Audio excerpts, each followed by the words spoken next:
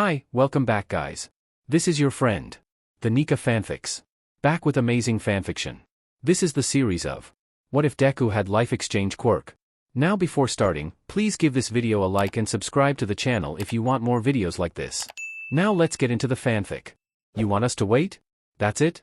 A young Midoriya Inko asked the doctor. I'm afraid that's all the advice I can offer you, ma'am. The X-rays are telling us that your son is missing the extra toe joint, so he should have a quirk. However, he should have been showing some signs of one by now, either yours, his father's, or some combination of the two. The fact that he hasn't shown any sign of one yet either means he is an extremely late bloomer, or that he will never develop one at all. Not developing a parent's quirk, despite lacking that extra toe joint, is very rare, but it's not unheard of. In either case there's nothing you can do but wait and see what happens. He definitely hasn't shown any sign of one of our quirks, but isn't it possible he could develop a different one? I mean, when people first started developing quirks they certainly weren't inheriting them from their parents. So maybe he has one and we've just been missing the signs. Her voice had taken on a desperate tone. You bring up an interesting point, and I suppose it's possible. There have been a few documented cases of people developing quirks not associated with their heritage, even after DNA tests have confirmed their parentage. Again, it's extremely rare, but it can happen. I see. Midoriya Inko sighed with relief. She smiled and turned to her young son, who was sitting on the stool next to her. You hear that, Izuku? There's still a chance you can become a hero like All Might. We'll just have to keep our minds open. 5-year-old Midoriya Izuku smiled back at her, despite the guilt and shame twisting his stomach. He hated lying to her, but seeing her sad and disappointed would be even worse. Okay mom, I'll try my best. I know you will, sweetheart. She hugged him, and Izuku had to force himself not to pull away. Your quirk doesn't work like that. She's still alive, so hug her back. He told himself. After a moment, he puts his arms around her as well. He knew that his mother would be happy to hear that he had a quirk, but it would only last a moment. Because then he would have to tell her what his quirk was and how he had discovered it. He couldn't do that. He couldn't tell her, he couldn't tell anyone. It would be better if everyone thought that a mistake of genetics made him quirkless. Izuku doesn't know precisely how old his father lived to be. Part of that was because Izuku didn't know what time his father had been born. The other part was that Izuku hadn't timed how long his father lay dead on the ground before being brought back to life. His father's quirk was fire breath, which Izuku thought was pretty awesome. Unfortunately, having both fire breath and a fiery temper sometimes resulted in damage to the apartment. This didn't make Izuku or his mother afraid, it was always an accident and Hisashi was always very apologetic when it happened. He even went so far as to fix all the damage himself. In hindsight, he really should have just paid someone to do the repairs. Izuku had been playing in the living room when he heard a loud thud. Izuku remembered that his father had been working on replacing some blades on the kitchen ceiling fan. Had he dropped something? Curious, Izuku put down his All Might action figure and went into the dining room. There must have been plenty of things off about the room when he walked in, but Izuku only had eyes for two. The dark stain on the corner of the table, and his father's body on the ground. Dad? His father did not respond. Izuku knelt down beside him. Daddy, are you okay? He didn't make a sound. Maybe he just needed to be shaken a bit, like mom does when dad falls asleep on the couch. Izuku reached out and touched his father's arm. The man gasped and opened his eyes. Huh? Izuku, what happened? I don't know. I heard a crash. His dad pushed himself up, groaning as he did so. He looked around, absent-mindedly rubbing the back of his head. Looks like I must have slipped when I was working on the fan. Lucky I just got knocked out, that could have ended a lot worse. Sorry to scare you, son. Hisashi smiled down at his boy. Izuku smiled back, but then pointed to corner of the table. Dad, what's that dark stuff? Hisashi looked at the dark stain, frowned, and then stopped rubbing his head so he could look at his hand. There was a coating of blood on it. Guess I didn't get out unscathed after all. Go get the first aid kit, Izuku. Izuku nodded and quickly did as he was told. He wanted to make sure his daddy was going to be okay. As Izuku was getting the kit out of the hall closet he heard the front door open and close. Oh my goodness. Hisashi.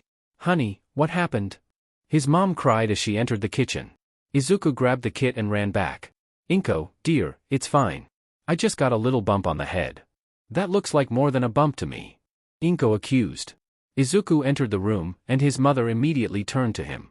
She sighed when she saw what he was holding. Izuku, thank goodness you're okay. And you got the first aid kit, good job. She took the kit from him, much to Izuku's relief. His mom was a nurse, so she would know what to do. Inko knelt down and started to gently examine the back of her husband's head. Hisashi did his best not to move.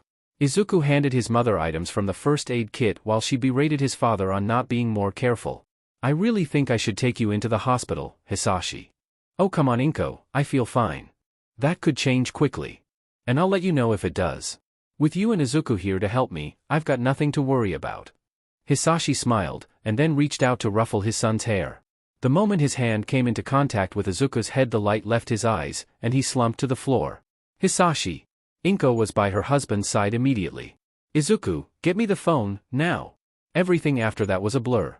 Looking back on it, Izuku would never be able to tell anyone the exact sequence of events that happened after he brought his mother the phone. All he could remember was the outcome. His father was taken to the hospital, but he was declared dead immediately. The doctor was confused by Izuku's description of events, because she said that the internal injuries she found should have killed him instantly. She didn't say that to him of course, he overheard her talking with another doctor. They got a ride home from one of his mother's co-workers, because Inko was in too much shock to drive. The one detail he did remember about that night was seeing Kaken and his mother in the hospital. He didn't remember where exactly, just that Kaken's mother was yelling at a doctor. Neither of them noticed Izuku or his mother. After her coworker left, Inko sat down on the couch and began to cry. Izuku crawled into her lap and cried with her. She held him tightly through the night, until they both fell asleep from pure exhaustion. Izuku didn't have much to do over the next few days. His mother was busy making arrangements, and Izuku had been excused from school. He almost wished he hadn't been. He didn't want to face his classmates yet, but he couldn't just sit around either. He had to do something. While laying in his room, he thought about the way his father had gotten up when Izuku touched him, and how he'd fallen when he touched Izuku again. I didn't touch Dad at all in between, did I? No, I'm pretty sure I didn't. But what does that mean? Izuku had already become obsessed with quirks. A lot of the first superheroes had written stories about how they first discovered their quirks. He couldn't read well yet, but he often requested quirk discovery stories at bedtime. His father had done different voices for each story. Izuku shook his head and buried his face into his pillow, trying to regain his train of thought. A good number of stories involved the hero realizing something strange happened when they touched things. Was that what had happened that night? The doctor said that his father should have died right after falling. What if he really had? Could Izuku's touch bring people back from the dead? No, it couldn't be that simple. He'd touched his father's body after he was brought to the hospital, and his father didn't come back to life then. Did it only work once per person? Some quirks had limits like that. The first big question was, had Izuku done something, or was it just a coincidence? He had to figure that out somehow, but how would he test it? A knock on the door brought him out of his thoughts. Izuku, dear? Izuku got up and opened the door. He'd never seen his mother look so tired, not even after working a double shift at the hospital. Still, she did her best to smile at him. The garbage gets picked up today, but I need to make some more calls. Could you bring it out to the dumpster for me? Sure, Mom. I can do other chores too, when I get back. Thank you, sweetie. I'll let you know if there's anything else. Izuku started out carrying the garbage bag, but got tired and started dragging it once he was outside. When he reached the dumpster, he was reminded how tall the side of it was. Izuku had to shove and jump and struggle to get the bag inside, but eventually he succeeded. He plopped down on the ground to catch his breath. Now that he wasn't fighting with the bag, Izuku noticed a droning sound on the far side of the dumpster. She shuffled closer to inspect it, and wrinkled his nose. Someone had just dropped their garbage next to the dumpster rather than putting it inside, and something in the bags had gone very bad. The source of the noise turned out to be a bunch of insects buzzing around the two bags. It must have been there a while, because there seemed to be just as many dead bugs as there were live ones. An idea suddenly struck Izuku. The bugs on the ground were clearly dead, some flies were laying on their backs and everything. If Izuku really did have the power to bring dead things to life, would it work on bugs as well as humans? There was only one way to find out. Izuku pinched his nose with one hand, and reached out with the other. He brushed his finger against a dead fly's leg. The insect's wings started to buzz immediately. Izuku gaped as the fly flew off to join the others around the bag. Had he really just done that? He poked all the insects within arm's reach, about 10 in total, and each of them rose up from the ground seconds after he touched them. This is real. I brought those flies back to life. I have a quirk. Izuku thought. He always thought the discovery of his quirk would make him feel important and happy, like it had for Kaken. Right now, Izuku didn't know what he was feeling. He wasn't even sure he was feeling anything at all. Maybe he would figure that out once he answered his other question. If he could bring things to life, why didn't his father come back when Izuku touched him again? He couldn't test it on the flies, because they were too fast for him to catch. He'd have to find something that wouldn't get away so fast. Izuku searched the ground, but kept glancing back to the flies he'd touched. They all stayed gathered around one bag, crawling on its surface like they had never been dead. Izuku noticed movement just past where he was looking, and shifted his gaze just in time to see a group of flies a little further away drop to the ground. Not land, drop. That was weird. Was it normal for bugs to all die together like that? Maybe they had all eaten from something poisonous in the other bag. Little drops of dread started to form in the back of Izuku's mind. He ignored them and went back to searching. He spotted some curled-up centipedes, and decided to give those a try. He touched one, and after a moment the centipede was wriggling and getting back on its feet. Izuku watched it crawl a couple inches, then reached out and touched it again. The centipede immediately stopped moving. Izuku waited, seeing if it had just frozen for a bit. The centipede did not move however, and it didn't even curl up when Izuku tried poking it again. It was dead again, and clearly not coming back. So one touch brings life, a second sends it away permanently? That was almost too simple. Whenever heroes on TV talked about their quirks there was a bunch of rules to how their quirks were used. Izuku hadn't even needed to touch the insects with all 5 fingers to bring them back. He would have to investigate this further. Izuku pushed himself up and brushed his hands off on his shorts. He looked down at the centipede he'd been experimenting with, and quickly bent down to pick it up. He could hide it under a cup or something in his room, see if it ever came back to life. It was a long shot, but if there was any chance the use of his quirk would cause his father to come back to life, he wanted to know about it. His mom gave him a bone-crushing hug when he got back inside. Apparently he'd been gone long enough she'd just about gone out after him. "Don't scare me like that, Izuku. The thought of something happening to you is just she looked to be near tears again. Mom. I'm sorry I just had trouble getting the bag to go inside. Oh, I'm such a scatterbrain Izuku, I should have thought of that. Your brains aren't scattered." Izuku argued indignantly. "You're too smart for them to be scattered." Izuku felt warmth bubble inside him when his mother let out a small laugh, the first one he'd heard from her since that day. "Thank you Izuku, you always know just what to say." She ruffled his hair. "I think it's getting a little late to make calls now. Do you want to help me get dinner ready?" "Yeah." Happy in the knowledge that his mother was counting on him, Izuku let thoughts of quirks fall to the side for a bit. Inko wanted to give her son time to grieve before having to face his class. She could tell Izuku was not very popular with the other kids, a fact she blamed mainly on Bakugo Katsuki's reaction to her son not manifesting a quirk yet. She didn't want Izuku to have to deal with the treatment Kaken and the other kids might give him on top of everything else right now. Even so, she realized that being stuck at home with nothing to do until the funeral wouldn't be good either. So after a couple of days she and Izuku walked to his school to pick up his missed work. Inko had called ahead and made sure it was okay for them to come by after normal school hours.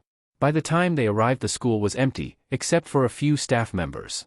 The playground could be seen from the school's office, so Inko was okay with Izuku playing outside while she talked to the secretary. "I'm very sorry to hear about what happened," the elderly woman said. "Just let us know if there's anything else we can do to help." "I'll keep that in mind, thank you," Inko said softly. She leafed through the pages, looking at the different assignments. She looked up when the secretary hummed thoughtfully. "Is there something else I should know? Any projects going on? HM? Oh no, the teacher didn't mention anything like that. I was just thinking about how different people react to grief. Your politeness is much welcome after what I got from Bakugo Mitsuki earlier. Not that I blame her of course." "What do you mean?" "Oh, I suppose you wouldn't know. As it turns out, the Bakugo family has also experienced a loss. Katsuki's father, Masaru, passed on, the same night as your husband I believe." Inko could only stare for a moment, baffled by the sheer unlikelihood of those 2 deaths occurring on the same night. She suddenly felt a bit guilty for her uncharitable thoughts towards the neighbor boy. "I had no idea. Do you know what happened?" "Apparently, the man had a heart attack. I hear Mitsuki really chewed the doctor out for that diagnosis. Masaru was in very good health, you see." "That is very odd," Inko admitted, then looked down sadly. "But I guess life just deals us an unexpected hand now and then." The secretary lay her hand over Inko's, and gave it a brief squeeze. Inko gave her a grateful smile. She looked out the window, and watched Izuku play on the swings. She had hoped she wouldn't have to deliver more news like this to him so soon. Izuku had cried when his mother told him about Kaken's father. He hated the idea that his first friend was going through the same pain that he was, and he'd begged his mother to drive him over to Kaken's house. He wanted to be there for his friend. His mother had held him tightly while he cried, and said they would try to find the time to visit soon.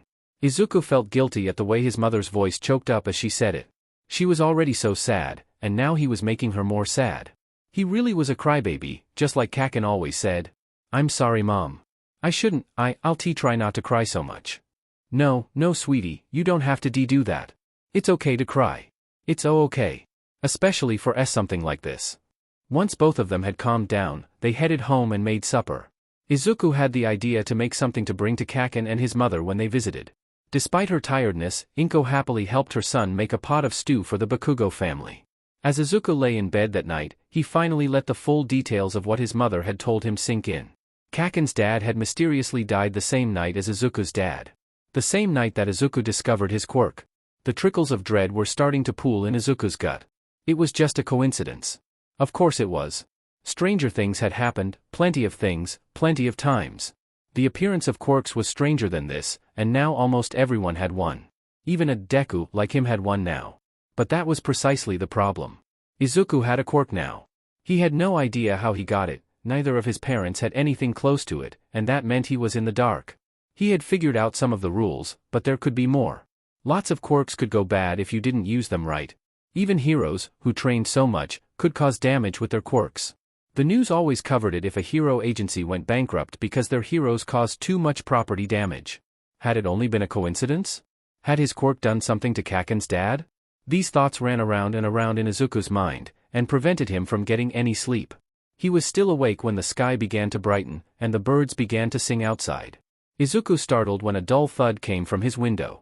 It was enough to interrupt his anxious thoughts for a bit, and let curiosity take their place. Izuku went to his window and opened it. He looked down, and noticed a small, feathery body on the pavement below. A bird had flown into his window. Is it dead? Izuku wondered. His window was only on the second floor, so maybe it was just stunned. I'll go down and check. Izuku decided. Maybe I can help it. With his new quirk, he'd be able to help even if the bird was dead. His doubts nagged at him as he tiptoed out of his apartment and down the stairs. Should he really use his quirk if it meant something else would die? He didn't know that would happen though. If he had the ability to help, he should do his best to try. The little brown bird didn't stir at all when Izuku, still in his pajamas, kneeled down next to it. He leaned down and watched it closely, but the eyes did not blink and its chest didn't rise. He didn't know if it was the window or the fall, but either way the little bird was definitely dead. Izuku leaned back, took a deep breath, and brushed his hand against the bird's side. The bird's head twitched, wings fluttered, and the bird flew off with a frightened tweet. Izuku watched the bird as it flew, and saw it land on a nearby power line. A number of birds were already perched on the wire, and were twittering among themselves. His bird landed on the left end of the line, and started to imitate them. Izuku smiled softly at the sight, and for a moment he thought this quirk might not be so bad. Then a bird on the other side of the line dropped like stone. The smile fell from Izuku's face, and his gut twisted. Kaken's father. The flies. The bird. Something his teacher once said to him sprang to mind. Once is chance, twice is coincidence, third time is a pattern. It had happened to many times to be a coincidence now. He used his quirk, and something died a short while later. In Izuku's mind, this left one undeniable fact. Kaken's father is dead because of me. Izuku almost threw up onto the sidewalk. He ran back to his room and burrowed under the covers, as if that would hide him from the awful truth. Izuku cried into his pillow, and wished he was quirkless. Inko couldn't understand what had happened to Izuku overnight. Even with the death of Hisashi and the news about Masaru, her son had still been mostly himself. He'd been crying a lot more than usual, of course, they both had, but he had still been helpful and animated. He'd been doing his best to be strong and, though she wished it wasn't necessary, she'd been very proud of him for that. Today though, Izuku was listless. It took a while to get him to respond to anything, even simple questions, and he didn't offer to help with things like normal. He didn't read or watch TV or play, he just sat. The only thing that was stopped her from taking him to the hospital was that he did respond to her questions after a while. He said he hadn't fallen or got hurt at all, and he wasn't feeling sick, he was just tired. Maybe the reality of everything was finally settling in for him. Grief had a lot of stages, and no one experienced them quite the same way. She'd just have to do her best to be there for him. Inko had thought that the visit to the Bakugo family would shake Izuku out of his numbness, and she was right. But instead of being eager or nervous, Izuku had looked terrified.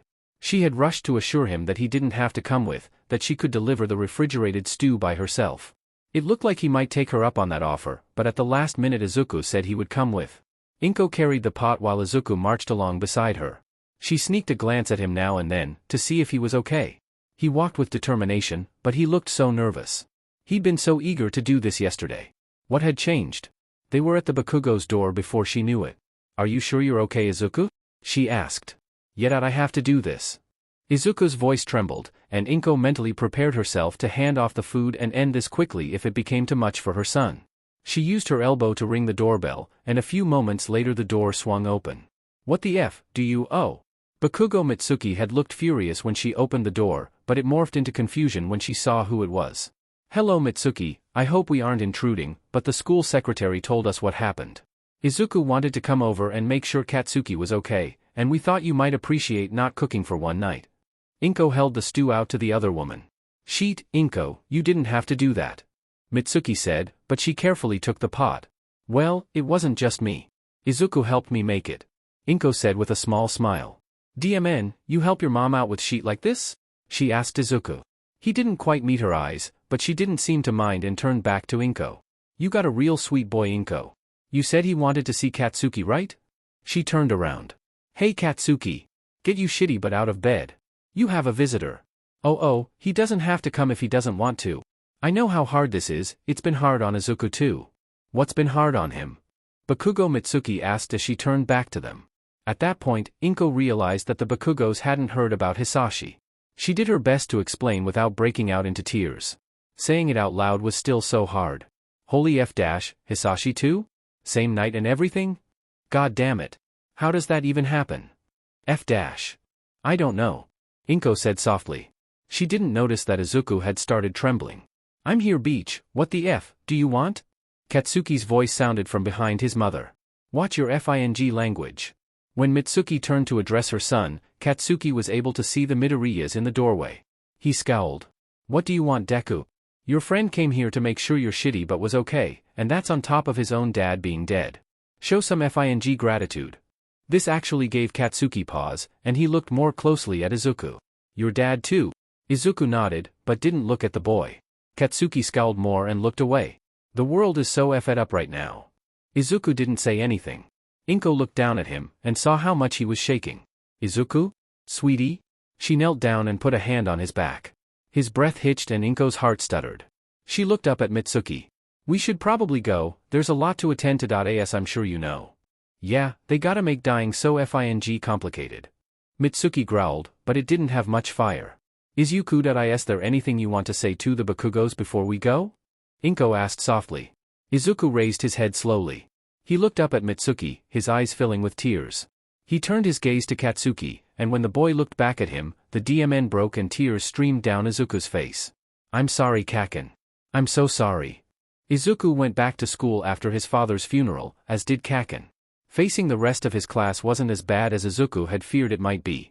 Both boys had been gone long enough for words to spread about the reasons why, so neither boy had to explain anything when they got back. A couple classmates commented on the weirdness of the two deaths happening almost at once, but Kaken's reaction quickly silenced them. "Oh, it's weird? No shit, Sherlock. If all you've got to say is stupid shit, then shut the F up."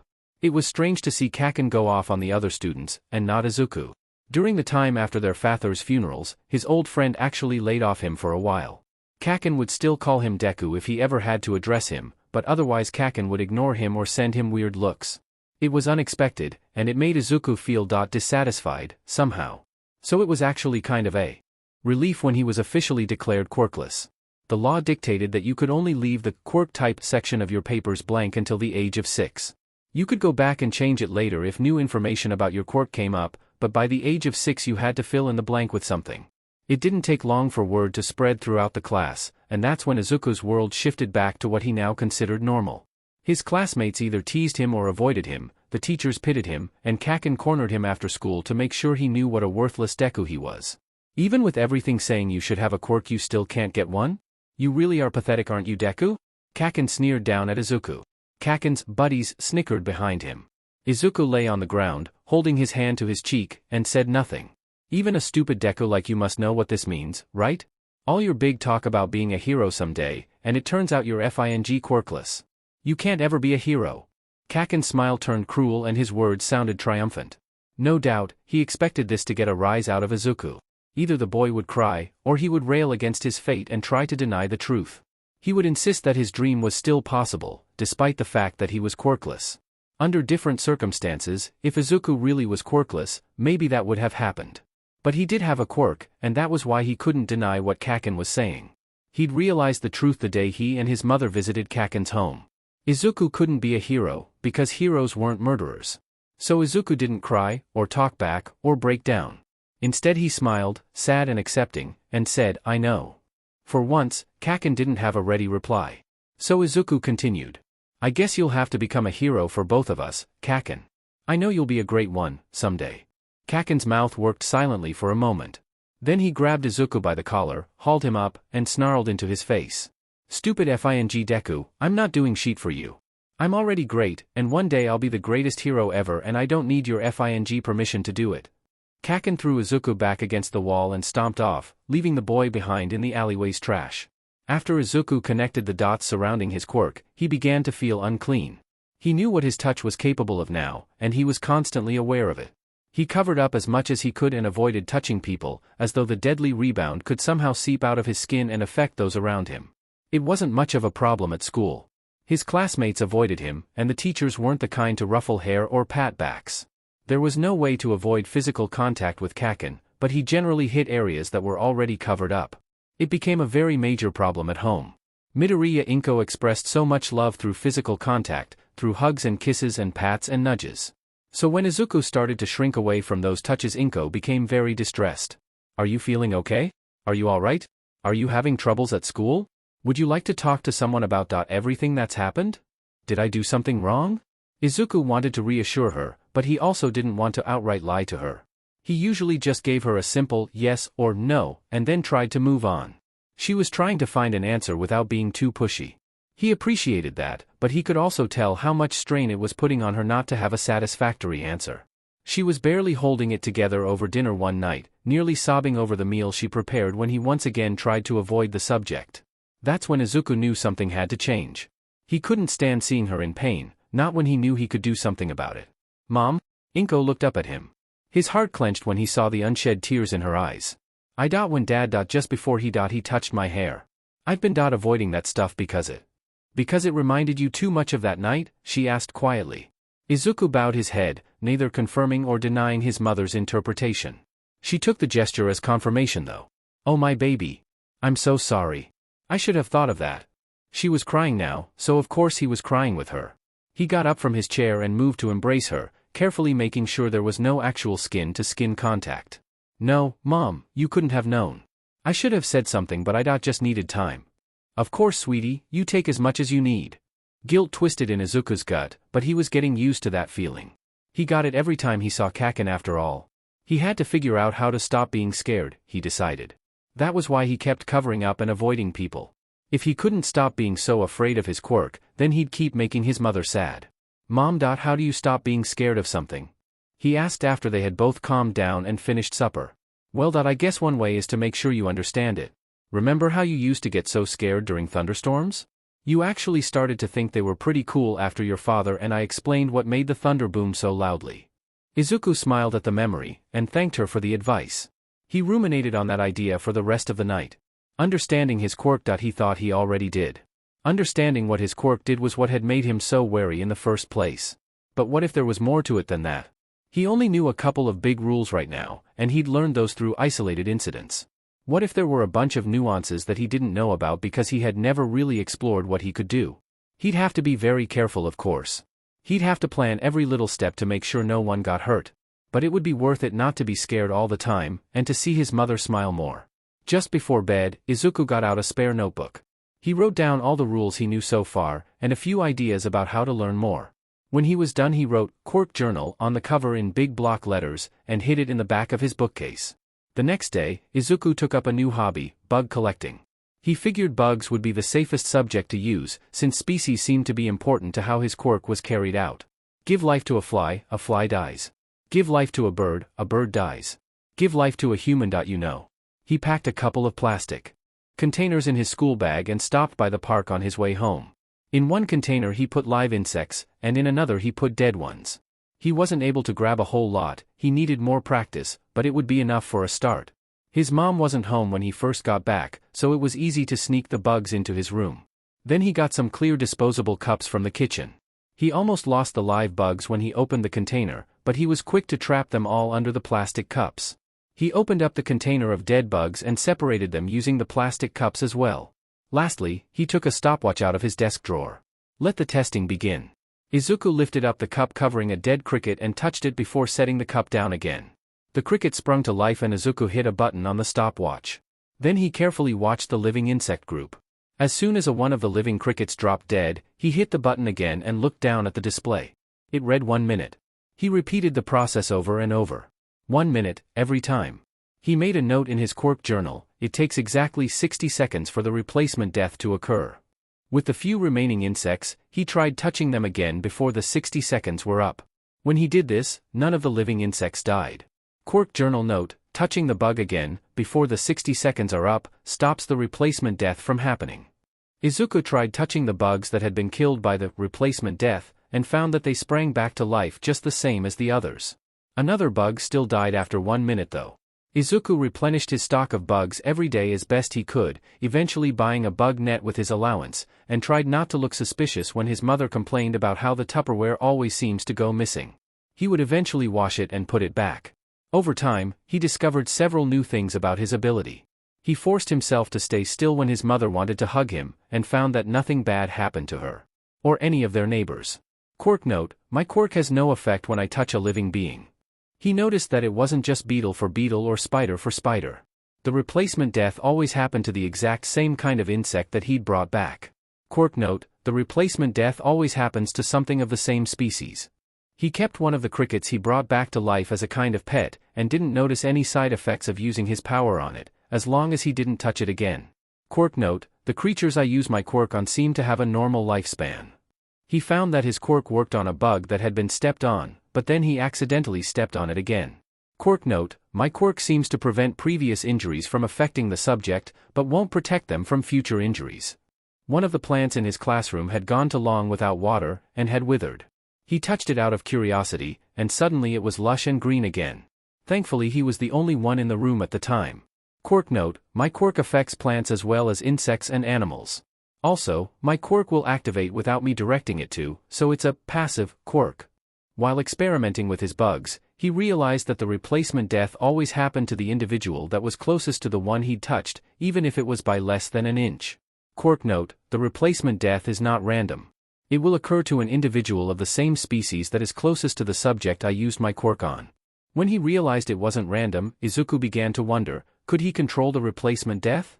Could he direct it to another individual, or stop it from happening at all? Izuku shuddered at the thought. Directing death? He didn't want that kind of power. He was only doing this to figure out his quirk and make it so he didn't hurt anyone anymore. Should he really try to figure this out if his ultimate plan was to never use his quirk again? What if he hurt someone while experimenting? But what if he really could find a way to use his quirk without hurting anybody? He could do a lot of good if he managed to do that. Izuku debated for days, continually going back and forth on what to do. If he kept using the bugs, then it would be okay to try, right? If he didn't try to make the replacement death jump species. But he had no idea what would happen if he tried to force anything. His quirk use had always been passive before, and he wasn't sure if he could actively make it do anything or what effect that might have. He started mumbling about these ideas on his way home from school one day. He'd just finished his visit to the park, he'd grabbed a new batch of live insects, and got lost in his musings as he headed for home. The strange, intense muttering caused people to avoid him and move out of his way, so he had nothing to jolt him from his thoughts until his shoulder clipped a street sign. Izuku finally looked up, and he realized that this wasn't the way home. He knew where he was, so he wasn't scared. He had wandered into the industrial area of town. There were a lot of factories and such here, some active and some shut down. It wasn't a place he went often, but he still knew how to get back home from here. Izuku turned around to do just that, and then an idea struck him. Nobody really lived in this area. It was all businesses and manufacturing, no homes.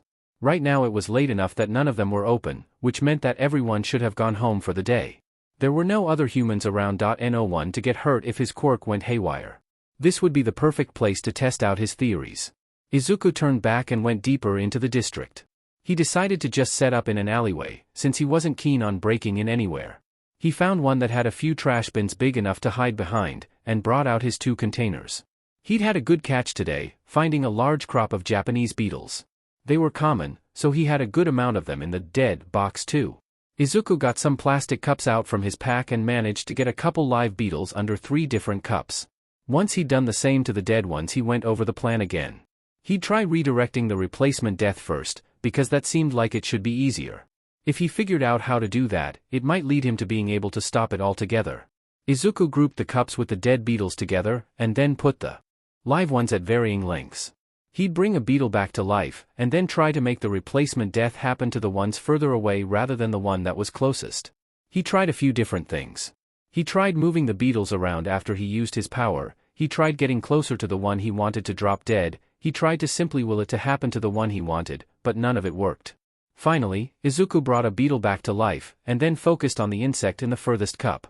He observed what it was doing, how it moved, and let his analytic mind catalog every little physical detail. He concentrated on that insect so much that the rest of the world seemed to fall away. Then the beetle rolled over and died. Izuku's surprise brought him out of his hyper-focus. It was almost jarring to realize that he was still in the dirty alleyway, and it took him a moment to remember what he was doing.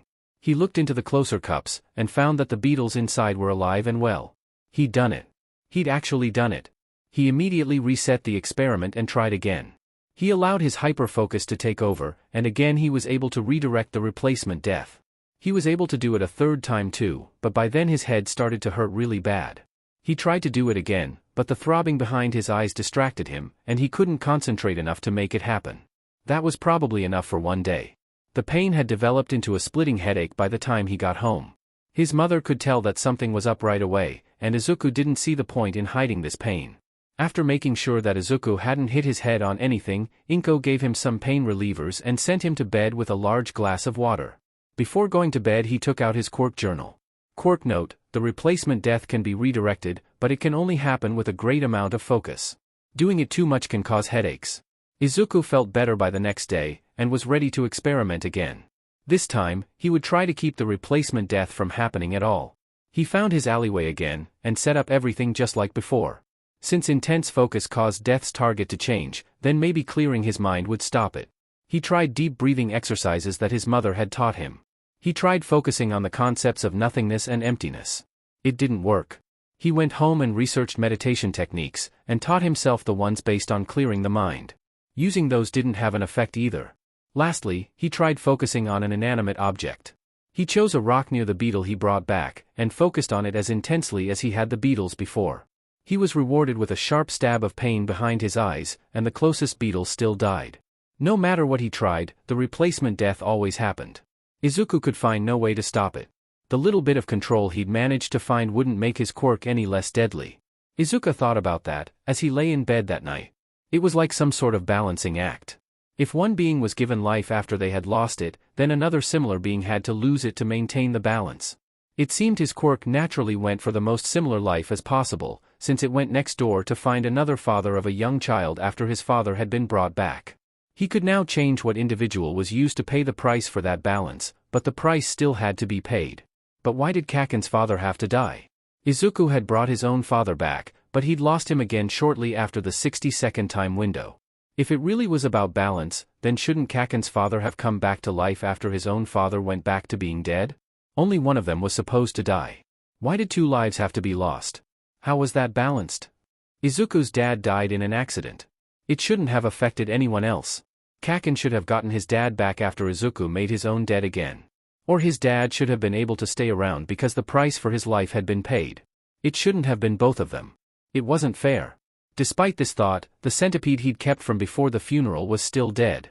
He kept replacing the food in the jar he kept it in, just in case, but it never showed any signs of life.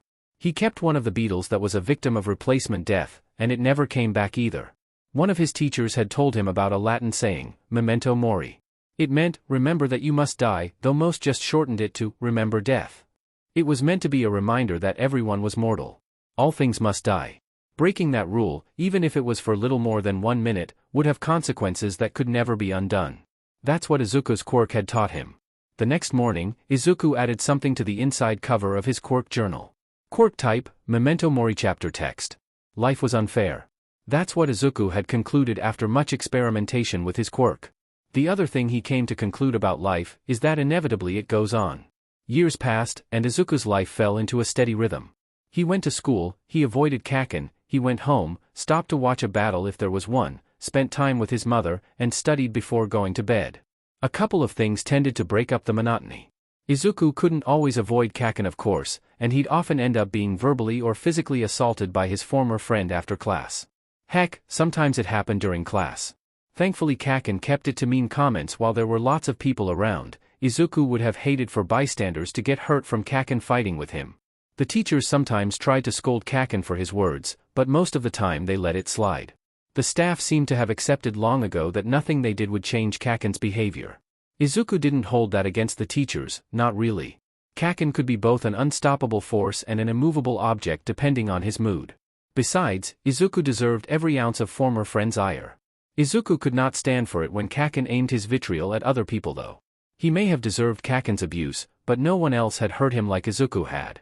Izuku stood in Kaken's path when he started to hurt others, knowing that it would cause his attention to be put solely on Izuku himself.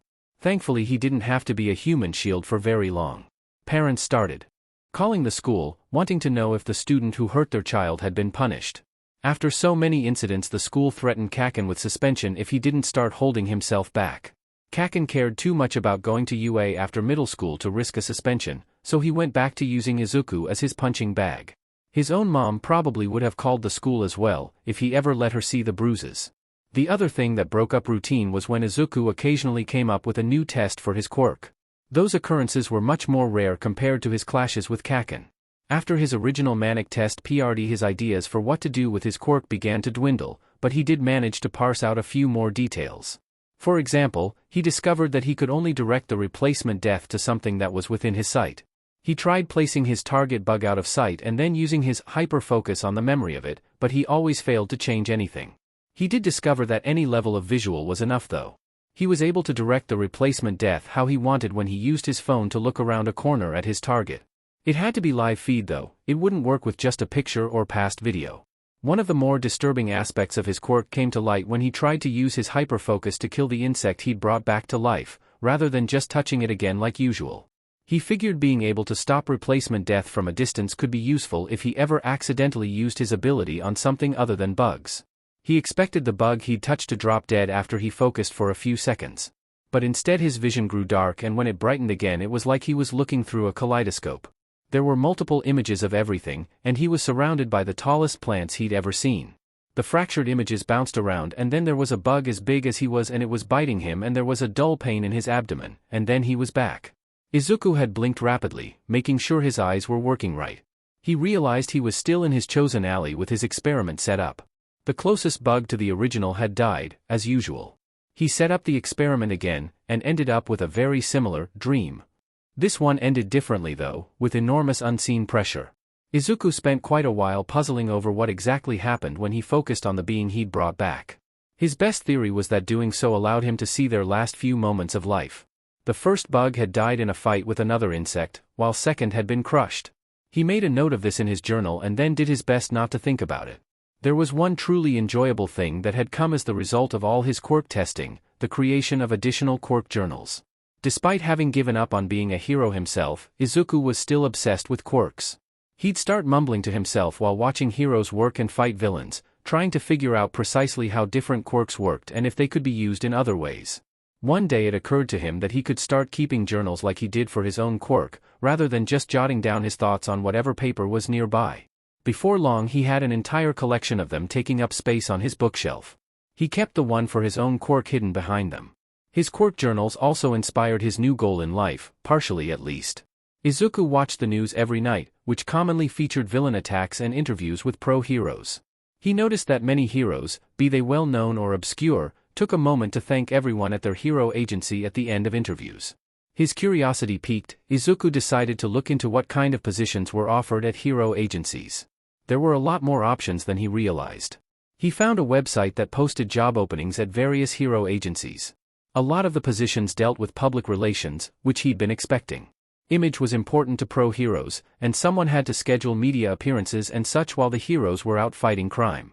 But there were also positions that called for business classes, statistic analysis, data management, and almost all of them cited graduation from a hero school's Department of Management or General Studies as a preferred trait for applicants to have. In all his obsessing over becoming a hero and getting into UA, he'd never looked that closely at what all courses were available at the school. Izuku did so now, and he found that UA had both of those departments. According to the UA official website, the entry to those departments was based solely on the written test performance and previous grades. Izuku felt something bubble up in his chest the more he read. A warmth he hadn't felt since he'd accepted that he couldn't become a hero.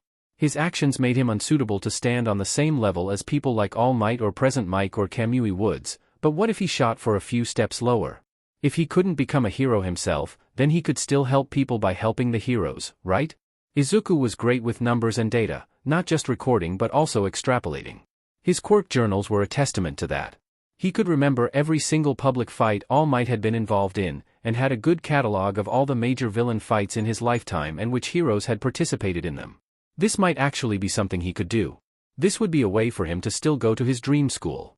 But most importantly, this was something he could do to redeem himself from the bad thing he had done.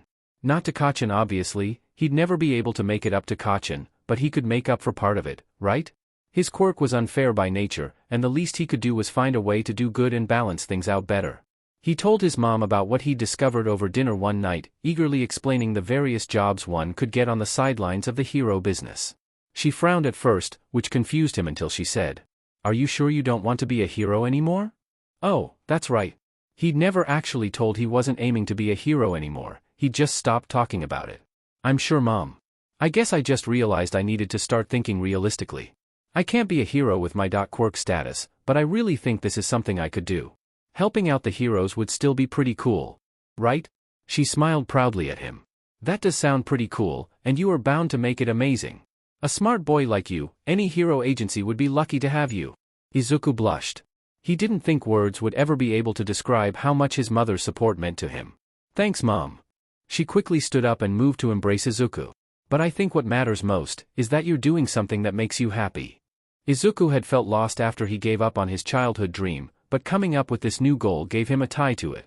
He could help people this way, even if it was by proxy. That's more than he'd hoped for recently, and it made him very happy indeed. Kaken, however, was not nearly as pleased to hear the news.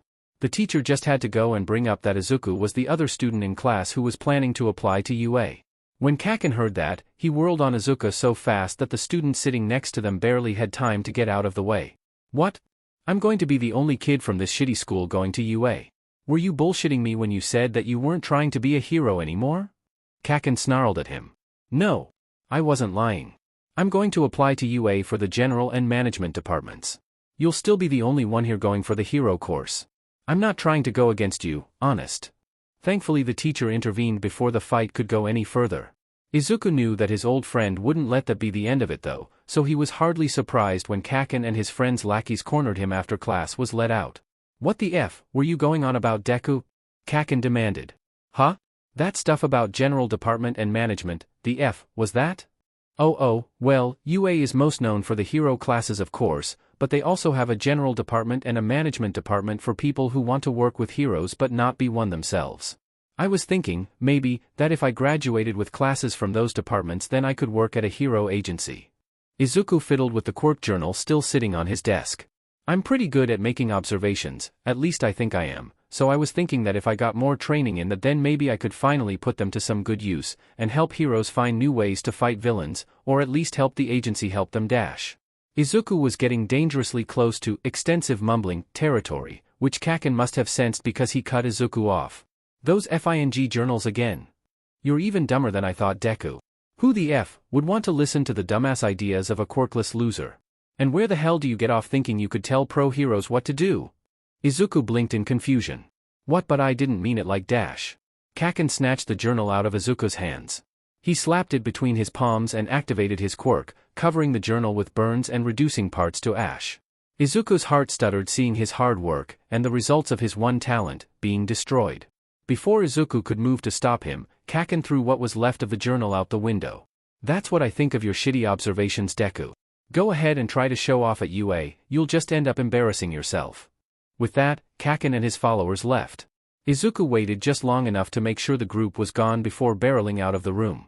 He made his way down the stairs as fast as he could, making sure to take a roundabout way so he wouldn't run into Kaken again, and found the area of the grounds his journal would have landed in. It was just his luck that it had landed halfway into a small pond. If I get it home quickly and dry it out, I should be able to salvage some of what I wrote. Izuku thought to himself. He'd have to try and recreate the rest from memory. Izuku tried not to let Kaken's words affect him as he walked home. It's not like the boy's lack of support was anything new to Izuku, but he couldn't just make the words go away either. Maybe he really was being too prideful by thinking he had anything to offer to a hero agency. Wouldn't it make more sense for the heroes themselves to have already thought of everything he had? They were the ones who knew their own quirks best after all. Izuku didn't have time to doubt himself further, because he was suddenly surrounded by a cruel voice and viscous substance.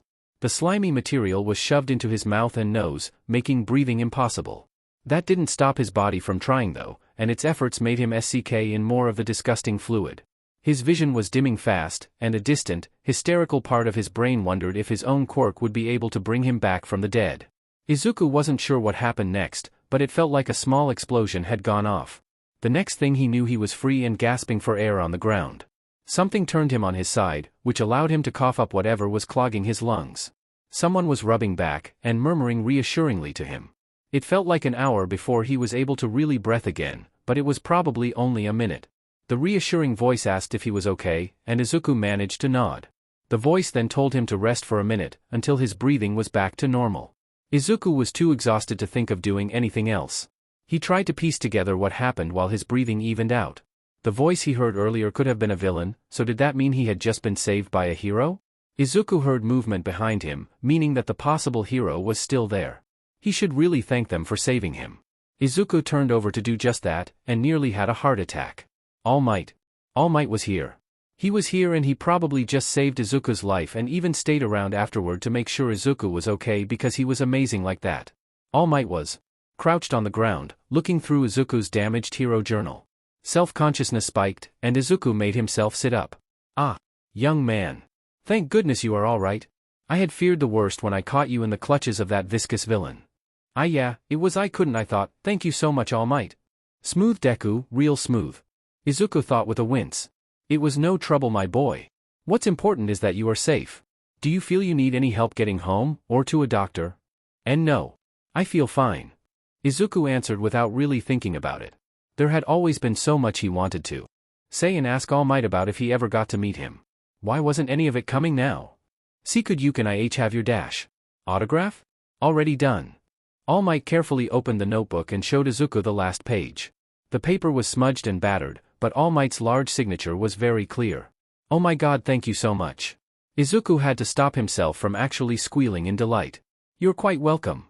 Oh, and don't worry about the scoundrel that attacked you. I have him safely contained. All Might pulled out 2 large soda bottles filled with a greenish substance, one of them with eyes floating inside. Izuku had no idea how All Might had managed to stuff so much matter into such a small space so quickly, but he wouldn't put anything past the #1 hero. That's awesome. You're so amazing All Might. Oh gosh, I always wanted to be a hero just like you when I was younger. I mean, I know I can't, but it's still an honor to meet you. All Might had just put the bottled villain in his pants pockets, and looked like he was about to say goodbye and bound away, but hesitated. Why can't you be a hero? Because I'm quirkless. Izuku finally replied, guilt writhing in his gut over lying to his idol. All Might's smile stayed in place, but he seemed a bit subdued. Ah, I see. That is unfortunate for your dream. However, you should really consider joining the police force. It's just as noble a profession, even if they do get some flack. Plus, I saw some of what you had written in that journal, the police could really benefit from the mind behind those ideas. Izuku gaped up at his personal hero. You really think so? He asked reverently. I was thinking about working at a hero agency. Also an excellent option. I'll keep an eye out for you in the upcoming years young Midoriya. All Might saluted him, and then super jumped out of sight. Izuku continued to stare, even as the resulting wind made a mess of his hair and blew sand in his face. All Might thought his journal was good. Even damaged, he'd thought it was good. He'd called him by his name too. How did All Might know his name? Oh yeah, it was on the front of his journal. This was the most amazing day of his life. Izuku carefully gathered up his journal, knowing that he could never throw it out now. It was going to become one of his greatest treasures. All Might had stayed longer than he should have. He'd known that his time was running out, but couldn't leave such a young fan on words like, "I can't be a hero." Especially one that had just been attacked like that. It had been a much closer call than All Might would like to admit. He couldn't regret taking a moment to try and encourage the boy. He knew the pain of being quirkless, and the prejudice had gotten worse as the number of quirkless people dwindled. Plus it had been a good opportunity to advertise his best friend's work. Tsukachi often complained about the low number of people who applied to the police academy. And he hadn't been lying about the boy's talent. The bit he'd been able to read out of that quirk journal had been impressive. He could very much regret the fact that his quirk gave out while he was going in for his landing though. He flailed in the air and hit the rooftop rather painfully, but he made it in one piece. It wasn't until he found the roof exit and made his way down the stairs that he realized the bottles containing the villain were no longer in his pockets. Izuku felt like he was walking on air as he made his way home. His mood had been officially lifted after his meeting with All Might, and he couldn't wait to go home and tell his mom all about it. Of course, when he noticed a villain fight going on he couldn't resist trying to get a closer look. He saw Kamui Woods and Desudagoro jumping around, and thought this would be a good opportunity to get some additional notes on them. He'd have to write in the margins of a school journal, so he didn't risk the one that All Might signed. When Izuku finally made it to the front of the crowd he felt like he was going to have a heart attack yet again. It was the slime villain that All Might had pulled off of him. He didn't know how it could be here, and for once he didn't speculate.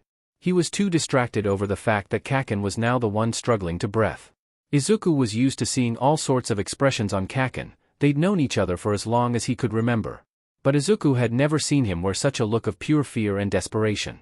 Someone had to save Kaken, and they had to do it now. He couldn't last much longer, and Izuku knew that if he saw Kaken's dead body, he wouldn't be able to stop himself from using his quirk. He heard the heroes say they were going to wait until someone with a better quirk came along, and felt like he was going to explode. There was no time to wait. Kaken was dying. Still, he couldn't deny that what the heroes were trying hadn't been working. "Think, Izuku, think," he urged himself. "It's the one thing you're good at, think." Izuku recalled everything he knew about the quirks available: Detsugoro, Strength Enhancement, Backdraft, Hydrokinesis, Kamui Woods, Lumber. He tore his focus away from Kaken and onto the villain, quickly analyzing what he saw and what he remembered from All Might's intervention. He could see why Kamui Woods was hesitant to approach, with all the fire and explosions. Backdraft was busy with helping other civilians, and Detsugoro's punches wouldn't be very effective against this villain's body type. The eyes. Izuku realized. Every other part of the villain's body constantly changed shape and density, but the eyes were always the same size wherever they ended up. They were even like that when the villain was trapped in the bottle. They could be a weak point. Izuku shoved his way through the crowd, yelling at them to get out of his way. Izuku must have sounded pretty desperate himself, because most people actually did try to move. "Detsugoro! Kamui Woods!" Izuku screamed when he finally made it to the barrier Backdraft had set up. They turned to look at him, and were annoyed when they saw who was speaking. "Kid, you need to stay B-. The eyes are a weak spot." Izuku interrupted Detsugoro. "What? The eyes are a weak spot? If you hit the villain there it might release Kaken." "How do you know that?" Kamui Woods asked. He looked more intrigued than annoyed now. Izuku hesitated. He didn't know for sure that the eyes would be a weak spot for this villain, but it was very likely they were. The heroes might not risk attacking based on a civilian's theory though, and if they didn't believe him then Kaken. "I saw a hero fighting this villain earlier, and he got him on the run by hitting his eyes." Izuku yelled, for once not minding the lie. "Detsugoro, you can punch him in the eyes, and Kamui, you can use your branches to pull Kaken out while the villain is distracted. We both want to help, kid, but I'm not equipped to be around that much fire." Kamui argued reluctantly, and Detsugoro nodded. "And I can't pull the kid out on my own if I'm busy wailing on him." The other hero answered. "Please!" Izuku cried. "You have to try. You're quick, Kamui, you can be in and out before the fire is a danger. And without Kaken he won't be able to cause any more explosions. You can do it. I know you can. Because if you can't my classmate is going to die." Something Izuku said must have resonated with the heroes, because they actually looked like they were considering it. "It might actually work, and we can't afford to wait much longer for backup." Kamui Woods admitted. "I'm willing to give it one more shot if you are." Detsugoro replied. With that the pair were off. Kamui Woods used his lumber to swing around, avoiding the flames as best he could as he got closer. Detsugoro just made a beeline for the struggling pair. The villain saw Detsugoro, and laughed. Ha! You stupid? You can't touch me, ah! The villain screamed as Detsugoro punched the villain hard in the eyes. The moment he did, Kamui Woods found a flame-free perch and shot his branches out to Kaken. The wood plunged into the villain's body and started to wrap around Kaken. The villain writhed and recoiled under Detsugoro's assault.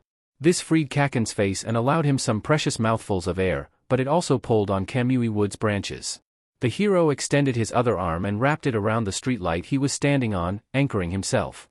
He continued to work his branches around Kaken, then finally called them all back. With the combo of Kamui Woods pulling and Detsugoro's assault, the villain's hold on Kaken slipped, and he was pulled free. Izuku breathed a deep sigh of relief, his legs almost failing as he watched Kaken being carried over to the barrier in Kamui Woods' arms. Detsugoro was still fighting the villain on his own, but that was okay because Izuku could hear sirens. Police were approaching, and most likely a couple of heroes with them. Backup had finally arrived. Kamui Woods placed Kaken down within the barrier next to Izuku. Kaken's eyes had widened when he saw his classmate, but before he could say anything, Kamui Woods spoke up. "Kid, the info was appreciated, and I gotta admit the plan worked well. Just don't make a habit of yelling advice during every villain battle, okay?" Izuku nodded mutely. Kaken kept looking back and forth between the two, not sure what to make of the interaction. Kamui Woods called Backdraft over to keep an eye on Kaken till he could be checked out by paramedics, which the hero could now afford to do since police and additional heroes were helping with the civilians. Knowing that Kaken was safe was enough for Izuku, so he took the opportunity to sneak away and out of the crowd. He didn't notice the skeletal blonde man watching him appreciatively as he went on his way. Izuku was exhausted when he got home, but he couldn't sleep yet. All Might had complimented his journal today. And then he was actually able to help a couple of heroes save Kaken. Izuku had never felt more sure about his decision to enter UA, and immediately went to his room to come up with a study plan for the rest of the year. He was going to do everything in his power to ace that entrance exam. Izuku had been feeling dazed even before he was shoved into the side of the school building. It was the day after the incident with the slime villain, and Izuku had been up late figuring out how best to prepare for the UA entrance exam. After waking up so groggy the next morning, he follow a regular sleep schedule as a top priority. The whole school had found out that Kaken had been involved in the slime villain attack, so everyone kept asking him if he was okay. Kaken obviously didn't like that, because he got more and more irritated every time someone brought it up. So Izuku wasn't exactly surprised when Kaken cornered him after school and pushed him back against the wall. "Listen up, Deku." Kaken growled. "I didn't ask for your help with that stupid villain. I was doing fine on my own. You think you can look down on me? Huh? Is that why you ran up there and went begging to the heroes?" No, Kaken, I was scared. And you looked like you needed help." Izuku muttered the last bit. Kaken slammed his hands onto both sides of Izuku. "You didn't do anything for me. You're a quirkless loser and you didn't do shit yesterday. You got that? I don't owe you anything." Kaken abruptly turned and left, and Izuku stared after him. That had been surprisingly tame for one of his after-school encounters with Kaken, and he couldn't help but wonder what that meant. He already knew Kaken didn't owe him anything. As far as he was concerned, Kaken couldn't owe him anything. So he wasn't sure what Kaken was going on about. He wished he could completely stay out of Kaken's way, as the boy clearly wanted. But the only things he could really think of to redeem himself, applying to UA and helping Kaken when he could, would put him in Kaken's path. He wanted to do as his former friend asked, but he couldn't find it within himself to give up on that goal either. He'd just have to try and follow Kaken's directions as best he could once they got to UA. It would be easier to do once they were in different departments.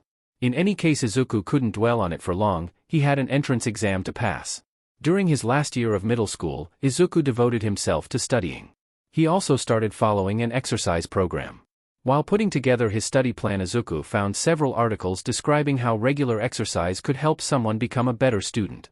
They claimed that exercising at the start of the day could help class material stick better, and that taking exercise breaks while studying helped one stay alert and focused. So Izuku started jogging just before school each day, and scheduled 10-minute exercise breaks into his study plan. He was amazed by how much it helped both his studying and his day-to-day life. He was able to study for longer, and was sleeping more soundly. He was pretty sure his stamina was improving too, because he was also getting better at running away from his bullies. When the day of the entrance exam finally came, Izuku knew he had done everything he could to prepare himself. That didn't stop him from being incredibly nervous though. Izuku made it all the way to the front gate before he gave in to the anxiety thrumming through his veins. He gazed up at the imposing building, wondering if this was really a good idea. Here he would walk the same halls that so many amazing heroes had before, and take classes alongside future pro and support heroes. All the teachers here were heroes too, even for the management and general education departments. Could he really stand among them? Did he deserve to? Izuku shook his head. He'd made his decision. He was going to dedicate himself to helping others, and he was going to do it by supporting the pro heroes. It wasn't about whether or not he deserved to be here. This was something he had to do to fulfill his dream, to redeem himself, and UA was the best place to learn how to do it. Izuku focused on his conviction, making sure it did not waver as he walked toward the doors. In fact, he was so focused on it that he barely reacted when a loose stone caught his foot and sent him pitching forward. Izuku instinctively threw out his arms at the last second, but they never touched the ground. Instead he found himself hovering a few inches off the ground. He blinked rapidly, trying to figure out what had just happened. "Sorry about that," someone said from his side. Izuku turned his head and saw a girl his age, with short brown hair and rosy cheeks. "I know it's rude to use your quirk on someone without permission, but I didn't want you to fall just before the exam. That would be bad luck, right?" The girl said all this while she helped Izuku right himself in the air. Once he was vertical again, the girl clapped her hands together and his feet finally touched the ground. And maybe? I mean, I probably wouldn't have been hurt too bad, but even a little distraction would be a bad thing today." Izuku was trying really hard not to stammer or start rambling. Other kids always got so annoyed when he did that. "Definitely. We've got to be at our best today," she said with a bright smile. "I'm Uraraka Ochako. Nice to meet you." She gave him a slight bow, which he returned. "Nice to meet you too. I'm Deku." Izuku paled. There was no mistaking that voice, or that nickname. Without a second thought Izuku bolted for the entrance.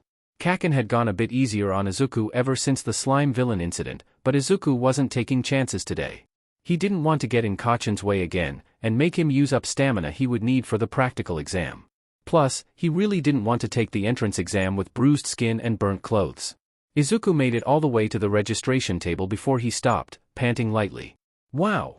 You move pretty fast," a breathless voice said behind him.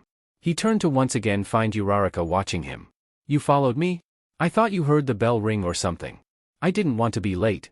But it looks like we still have some time left," she said, glancing at a clock on the wall. Her brow furrowed a bit when she looked back at him. "Do you know that yelling guy?" "Oh, yeah, we went to the same school," Izuku said, wringing his hands. Then were you running in here to save a seat for him or something?" She sounded strangely disappointed. "I mean, you certainly can if you want. It's just that no one from my school is coming here, so I don't have anyone to sit with. So I was kind of hoping that we would dash." "Yes." "Huh? Sorry, I didn't mean to cut you off, I was just gonna say that I'll sit with you." "Really? Your friend won't mind?" "No, he won't." Calling Kachan his friend was probably a stretch at this point, but he wasn't about to dump that mess onto her. He's pretty independent. And not to say that you aren't independent. The fact that you came here on your own proves that, but it's not unusual to want to sit with someone you know in such an unfamiliar place. I mean, I don't really know you, we barely introduced ourselves, but that's enough for something like this, right? I'm sorry. Damn it, I told myself I wouldn't ramble. Izuku bowed his head to try and hide his blush, which only increased when he heard her giggle. She was laughing at him already. "You're sweet," she said, and Izuku's head shot up. He'd expected scorn or condescension, but instead she seemed pleased. She went and put her name on the sign-in sheet, and Izuku did the same.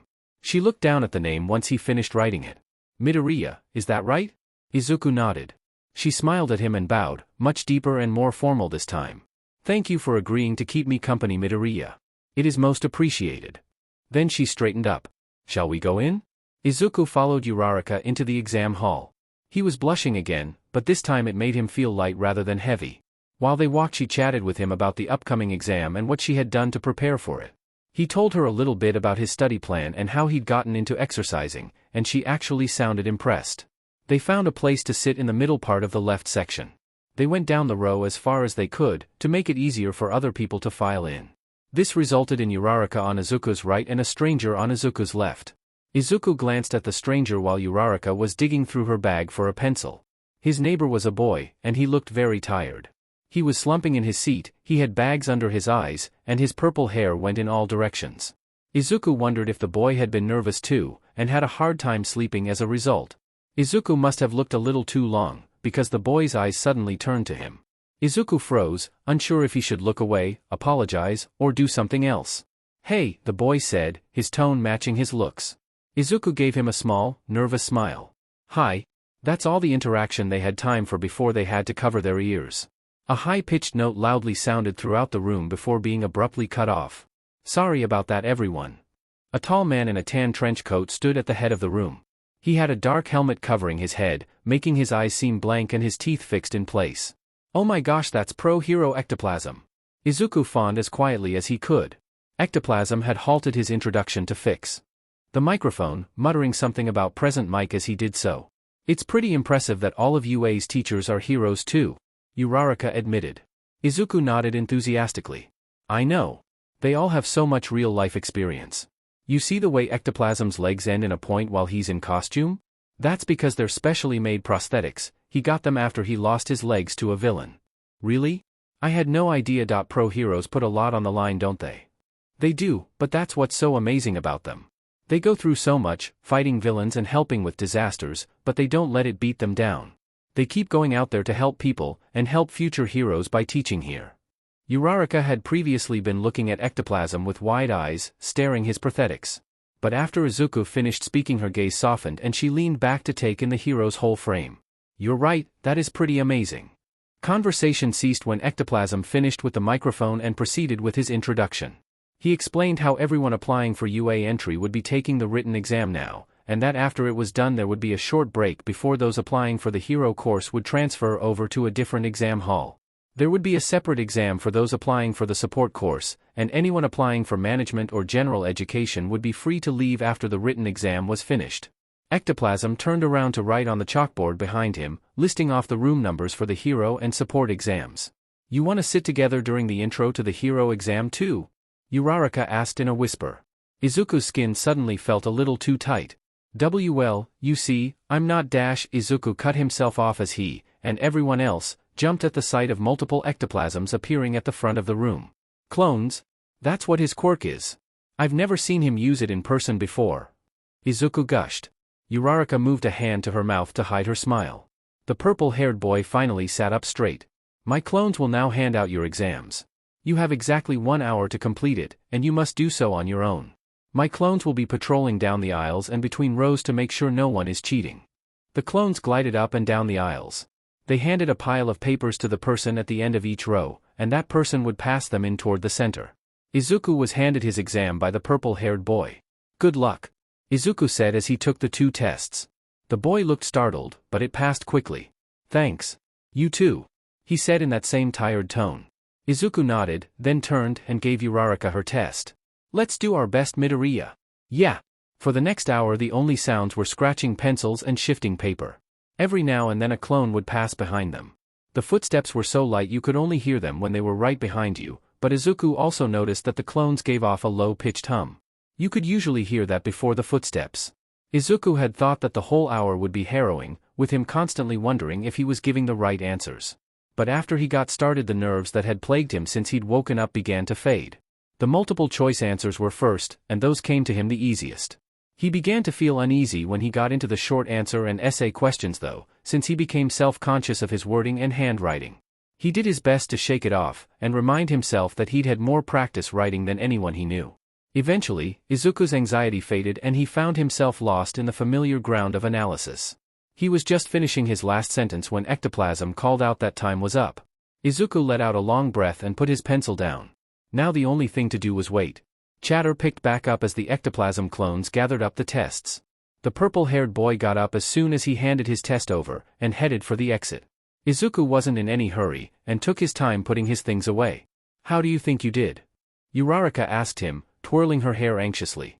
It's hard to say right now, but I think I did okay. I mean, I feel pretty good about the multiple choice, but I didn't have enough time to go back over my essays like I wanted to. At least you finished the whole thing. One of the short answers was tripping me up, so I skipped it. But I never got a chance to answer it before time was up. Uraraka fretted, her face scrunching up. Oh, I'm sorry. But why if you did well on the rest you should still have a good score. I know, but UA is infamous for being strict. I just hope it doesn't come back to bite me. Well, you said you were applying for the hero course, right? That means the written exam won't be the only thing they're looking at. Izuku tried to sound comforting, and just like that Uraraka's bright smile was back. You're right, this just means I'll have to do my very best during the practical exam. Uraraka suddenly jumped out of her chair. Come on, let's get over to the hero course lecture hall. Uraraka, wait. Hold on a sec. He said, running after her. I can't sit with you during the hero course exam. She paused just after getting out the door, and turned to look back at him. Why not? Izuku took a deep breath. Because I'm not applying for the hero course. Oh, Uraraka looked startled for a moment, but then ducked her head in embarrassment. Of course. There are 3 other departments here after all. I'm sorry, I shouldn't have assumed. What course are you here for then? It's fine. Izuku replied. At this point he was just glad she wasn't asking why he wasn't trying for the hero route. I applied for both the management and general education courses. That means you get to head home now, right? Lucky. I get to be nervous for at least another hour. She said with a mock pout. Izuku chuckled. I may not be there, but I'll be cheering for you. He held out his hand for her to shake, and she did. Good luck, Uraraka. Thanks, Midoriya, I hope we'll see each other at the start of the school year. With that she was gone. Izuku stared after her, wondering if he had just made a friend. Katsuki had always considered himself better than Deku, even when they were still friends. Deku, along with the other neighborhood boys, looked up to Katsuki. They followed his lead on everything, so of course he was better than them, even they admitted it. Deku was the only one who ever challenged Katsuki's position though. He'd fall in a river, and Deku would rush to help him up. He got hurt during a game, and Deku would offer to find a teacher or a parent. It was like Deku thought he couldn't take care of himself, it was downright insulting. Then Katsuki's quirk manifested, and elevated him even more. He immediately knew that explosion was the quirk of a hero, and everyone who saw it agreed. No one else in class was on the same level as him now. Hell, not even the older students could keep up with him. Deku had the potential to get a fire-based quirk, which would certainly elevate him, but even if that happened Katsuki would still be number 1. That's just the way things were. Then Deku's father died at a fatal accident, the very same night that his own dad died of an inexplicable heart attack. His dad and him had been playing some dinosaur board game, and when it was his dad's turn he'd suddenly just slumped over. He'd fallen like a puppet with its strings cut. Katsuki always heard people were supposed to go through phases when someone close to them died. Denial was supposed to be first, but Katsuki was pretty sure he'd skipped that one and gone straight to anger. Why did it happen? There had never been anything wrong with his dad before, so how could he go and just die like that? Weren't heart attacks only supposed to happen to unhealthy people? His dad having one didn't make any sense. It didn't make sense and it wasn't fair. And Katsuki screamed those facts to the world for days. His mother got the brunt of it, since he didn't want to go out and deal with people before the funeral. He might have felt bad if she hadn't yelled right back at him. He was pretty sure she skipped denial too. Katsuki's whole world was shaken when his dad died. He'd always thought his father would be there, and then he wasn't. When he heard Deku's father had died the same night, his world was shaken again. He'd always considered himself above Deku, and then suddenly he wasn't. The two of them had been brought down to the same level by their grief, and Katsuki honestly didn't know how to respond to that. He didn't even want to acknowledge it. So for a while he acted as though Deku didn't exist. If he talked to Deku, then he might have to face how similar they had become that night, and how much they were both hurting. Then Deku was declared quirkless, and a piece of Katsuki's world slid back into place. It didn't matter that they were tied together by grief, because Katsuki was back on top. No one could say that he and Deku were on the same level when he had his amazing quirk and Deku had none. It wasn't exactly like it was before, his dad was still dead after all, but this news made things closer to normal. So Katsuki decided it was finally time to face Deku and let him know exactly how things were. Except things weren't normal, because Deku didn't respond like Deku. He didn't fight against the accusation that he would never be a hero, and he didn't get upset either. He just accepted it. He accepted that, but he didn't accept that Katsuki was above him again, because he kept giving Katsuki these looks of sadness and resignation and even pity. Goddamn freaking pity. Every time Katsuki saw that expression it made him want to smack it off that quirkless loser's face. He was Bakugo Katsuki, he was going to be the #1 hero and he didn't need anyone's pity, much less Deku's. He yelled at Deku more than once to wipe that look off his face, and the loser only ever looked confused. That enraged Katsuki even more because it's like Deku thought he wouldn't notice. Like Deku thought he was too stupid to see what was going through Deku's head when the loser looked at him. When Katsuki's usual tactics didn't work he started bullying others, because Deku was always much quicker to jump to someone else's defense rather than his own. That worked for a bit, because when Deku was standing in Katsuki's way there was never a look of pity on the loser's face. He had to stop though, because the other kids' parents started whining to the school. Stupid crybabies. That's why he was going to be the only one in his class going to UA. At least that's what he thought until he heard that Deku was still planning to apply for UA. That little quirkless sheet. He still thought he could stand on the same level as Katsuki. No, it was even worse. Deku was looking down on him, because that loser thought Bakugo wasn't good enough to be the only representative of their school. He was even looking down on other heroes by thinking he could get a job ordering them around. The nerve of Deku made Bakugo's blood boil. Then stupid Deku had to be the one to come by and see him getting attacked by the sludge villain. Bakugo would never admit it, but Deku actually had done some good there, because the so-called heroes were just standing around being useless before Deku showed up. After the villain was defeated, the useless heroes kept praising Katsuki for his quirk, completely ignoring the fact that it hadn't been able to get him free. It was like they were praising him for being a victim, for not being able to do anything, and that was just as bad as Deku's pity face. Deku hadn't stuck around to hear any of that, which was a minor relief. He'd already been forced to accept Deku's help. He didn't want the quirkless sheet to hear the hero's empty praise on top of it all. Still, despite what he'd yelled at Deku the following day, Katsuki still felt like he owed Deku something. He wasn't sure what, so he settled on easing up on the loser. That all went out the window when Katsuki was forced to stand next to Deku as the principal congratulated them both on getting into UA. Bakugo seethed during the entire talk, while Deku looked about ready to sheet himself. That meant Deku knew what was coming. Good. The hell do you think you're doing, Deku? I warned you not to apply. I'm the only one from this school fit to go to UA. Are you honestly stupid enough to outright challenge me like this? As soon as the pair had left the principal's office, Katsuki had shoved Deku into an empty classroom. He punched Deku in the stomach, making the boy double over, before he grabbed the front of Deku's shirt and yanked him upright.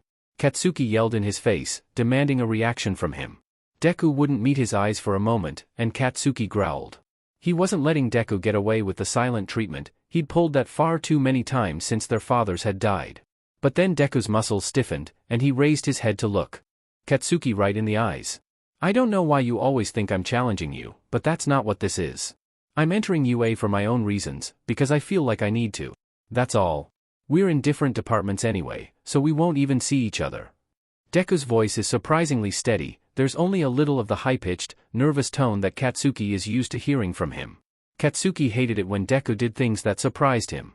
So he spun Deku around and slammed him into the wall, keeping one of Deku's arms twisted behind his back. Deku cried out in pain, but Katsuki didn't care. Don't give me that crap. If you think you'll ever be able to stand on the same level as me, then you're a FING idiot. You're so far below me you might as well be dirt on my shoes. You want to go to UA so bad? Fine. I'll enjoy watching that school chew you up and spit you out. Katsuki twisted Deku's arm further, and the loser let out a shrill shriek. Until that happens, stay out of my way. Katsuki finally let go, and Deku groaned and slumped against the wall. Not wanting to deal with Deku for another minute, Katsuki turned and left. On the way home, Katsuki reasoned that he could tolerate Deku being at UA for a bit. Soon Deku would run off to some other school, and he wouldn't be around to challenge Katsuki. So all he had to do was establish his place at the top of his new class, which would be easy with a quirk like his. Everything would work out as it should. What Izuku told Kaken after they met with the principal was basically true. He had never intended to challenge his old friend, and his reasons for attending UA were his own. He wanted to both salvage some part of his dream and to do work that would help make up for his crime, but he couldn't deny that Kaken was intrinsically linked to at least half of his motivation for attending. He wished he could make Kaken understand that he admired the boy too much, and felt far too guilty to ever look down on him or try to hurt him. No matter how much he told Kaken how great or amazing he was, Kaken always seemed to dismiss it or take it the wrong way. Maybe Izuku's decision would feel less like a challenge if Kaken knew what Izuku was trying to make up for, but Izuku wasn't sure he would survive the fallout of that revelation. So all he could do was be as truthful as he could and hope that somehow, despite all the lies and missing information, Kaken would eventually understand. Despite his mother getting him out the door on time, Izuku was running late. He'd lingered at the park instead of heading for UA right away, because he figured running into his old friend on the way to school wouldn't count as staying out of his way.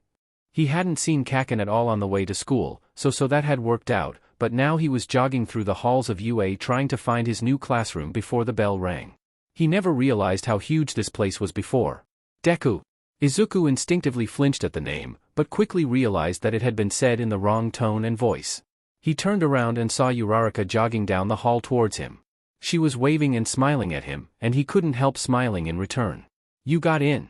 That's great, Midoriya. Which department are you in? She asked once she had stopped close enough to him.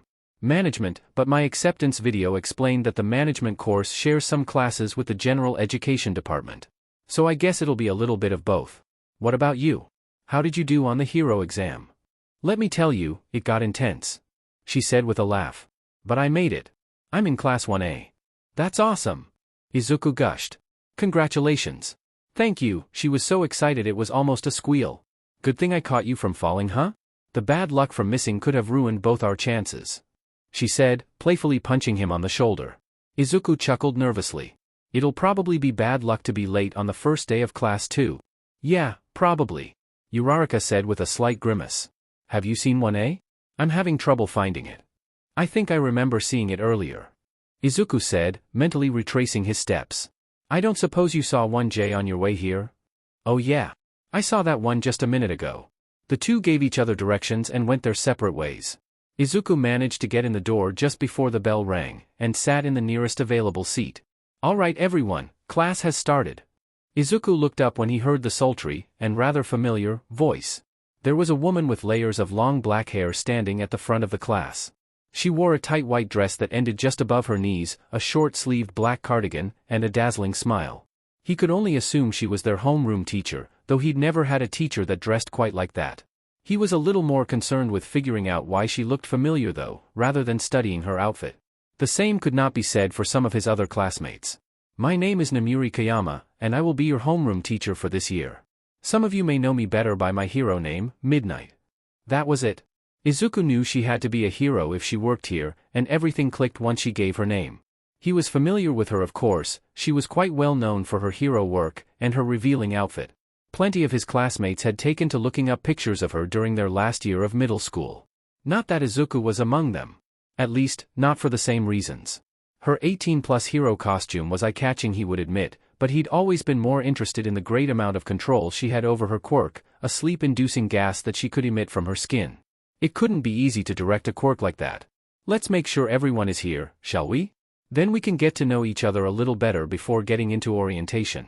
Please call out when I say your name. Izuku noticed how eagerly some of the students responded when their name was called. Well, at least that meant they wouldn't have any trouble paying attention to the teacher during class. Izuku couldn't help feeling relieved. Miss Midnight had insisted that everyone tell the class a bit about themselves as a part of orientation, and Izuku had managed to avoid telling the whole class he was quirkless. He knew he'd have to explain it at some point, but it would be nice if the label didn't taint everyone's first impression of him. There might be hope for him to make a few friends if they got to know him before finding out. You honestly think you deserve friends? A voice in Izuku's head sneered. The boy grimaced. Honestly, he probably didn't. But school would go smoother if people liked him a bit, or at least didn't hate him, and that would help with his eventual goal. Plus he could do what he could to help his classmates reach theirs. He'd managed to avoid the topic during his next two classes as well, statistics and economics, and now he was on to his fourth class, literature. All he had to do was make it through this one, and then it would be time for lunch. He hoped Class 1A had lunch the same time as 1J. Izuku entered the literature classroom and came across something he hadn't seen since his first class, a familiar face. At the back of the classroom sat the boy who had been next to Izuku during the entrance exam, the one with the fluffy purple hair. Izuku had only exchanged a few words with the boy, but he was honestly glad to see he'd gotten in. Hey, nice to see you again. Izuku smiled as he sat down next to the boy. The boy turned his head just enough to look at Izuku. The boy looked just as tired as he did the day of the entrance exam, which made Izuku wonder if he had sleep problems. The way the boy was slouching down in his chair certainly didn't do anything to contradict the theory. Again? The boy asked. I sat next to you during the written exam. Congrats on making it in, that test was pretty hard. Oh, thanks. The boy's tone made the response more neutral than positive, but that didn't bother Izuku too much. He'd had much worse receptions over the years. I'm Midoriya Izuku, Management Department, Class 1J. Izuku bowed as best as he could while sitting at the desk. The boy eyed him for a moment before nodding. Shinszo Hitoshi, General Education Department, Class 1C. Nice to meet you, Shinszo. Do you have any idea who teaches this class? My schedule doesn't say. Some of the other kids were mentioning Cementos. It's probably him. For the first time since Izuku had met him, Shinszo didn't sound quite so dead tired. Of course that little bit of energy didn't hold a candle to Izuku's reaction. Cementos? Awesome. He always seems to downplay his abilities in interviews and stuff, but his quirk is amazingly versatile in the city. His agency probably appreciates how well he can help with cleaning up collateral damage. You suppose that's part of the reason he's teaching at UA? He's gotta be a great help at setting up training areas, though I'm sure he's just as good at teaching in the classroom. He wouldn't be assigned to teach literature if he wasn't, right? On some level, Izuku was aware that he was rambling, but it didn't really hit him until he saw that Shinszo was starting to look overwhelmed. Oh. Sorry Shinszo. I got a little carried away, huh? I'll shut up now. Shinszo frowned, and looked like he's about to say something, but didn't get a chance before a sharp crack startled them both into sitting up straight. There was a girl sitting in front of Shinszo, and she was leaning across the aisle to look at what the boy in front of Izuku was holding. The girl's shoulder-length maroon hair was obscuring her face a bit, but Izuku could see she was carefully looking over a mechanical pencil that the boy was holding. Sorry guys, didn't mean to startle you. The boy said. He handed the girl the pencil, which Izuku could now see was broken in half, and ran a hand through his two-toned blue hair. Wakiya insisted that I show off my quirk to her. Apparently she didn't believe I could have a quirk like Fisher creation and be in the general education course. He gave the girl, Wakiya, a sidelong glance. Well, color me surprised Imari, you really did break this thing clean in two. Wakiya said, handing it back to the boy. So how did someone with a power like that fail the hero practical exam? You could have made those robots scrap heaps if you got close enough. I didn't fail the hero exam, I never attempted it. Not everyone has a burning desire to be a hero you know, I plan on going to college after graduating. Ah, that's boring. Just imagine what you could do at the sports festival with a quirk like that. But you won't even try because you don't want to get into the hero course? Lame, she said, pushing herself back into her seat. Well, I never said I'd do that. Imari muttered, but apparently Wakiya had already lost interest in him, because now she was rounding on Izuku and Shinszo. So what quirks do you two have? Crap. Izuku steeled himself, and hoped his smile looked genuine. I guess I'm pretty boring too. Here it goes. I'm quirkless. When it came to observation skills, Izuku had more practice with singular, intense focus. Now he tried to avoid that and take in the reactions of all three listeners at once. Imari looked startled, then curious, leaning towards Izuku with his head tilted just a bit. Wakiya immediately frowned, but he couldn't pin a specific emotion to it.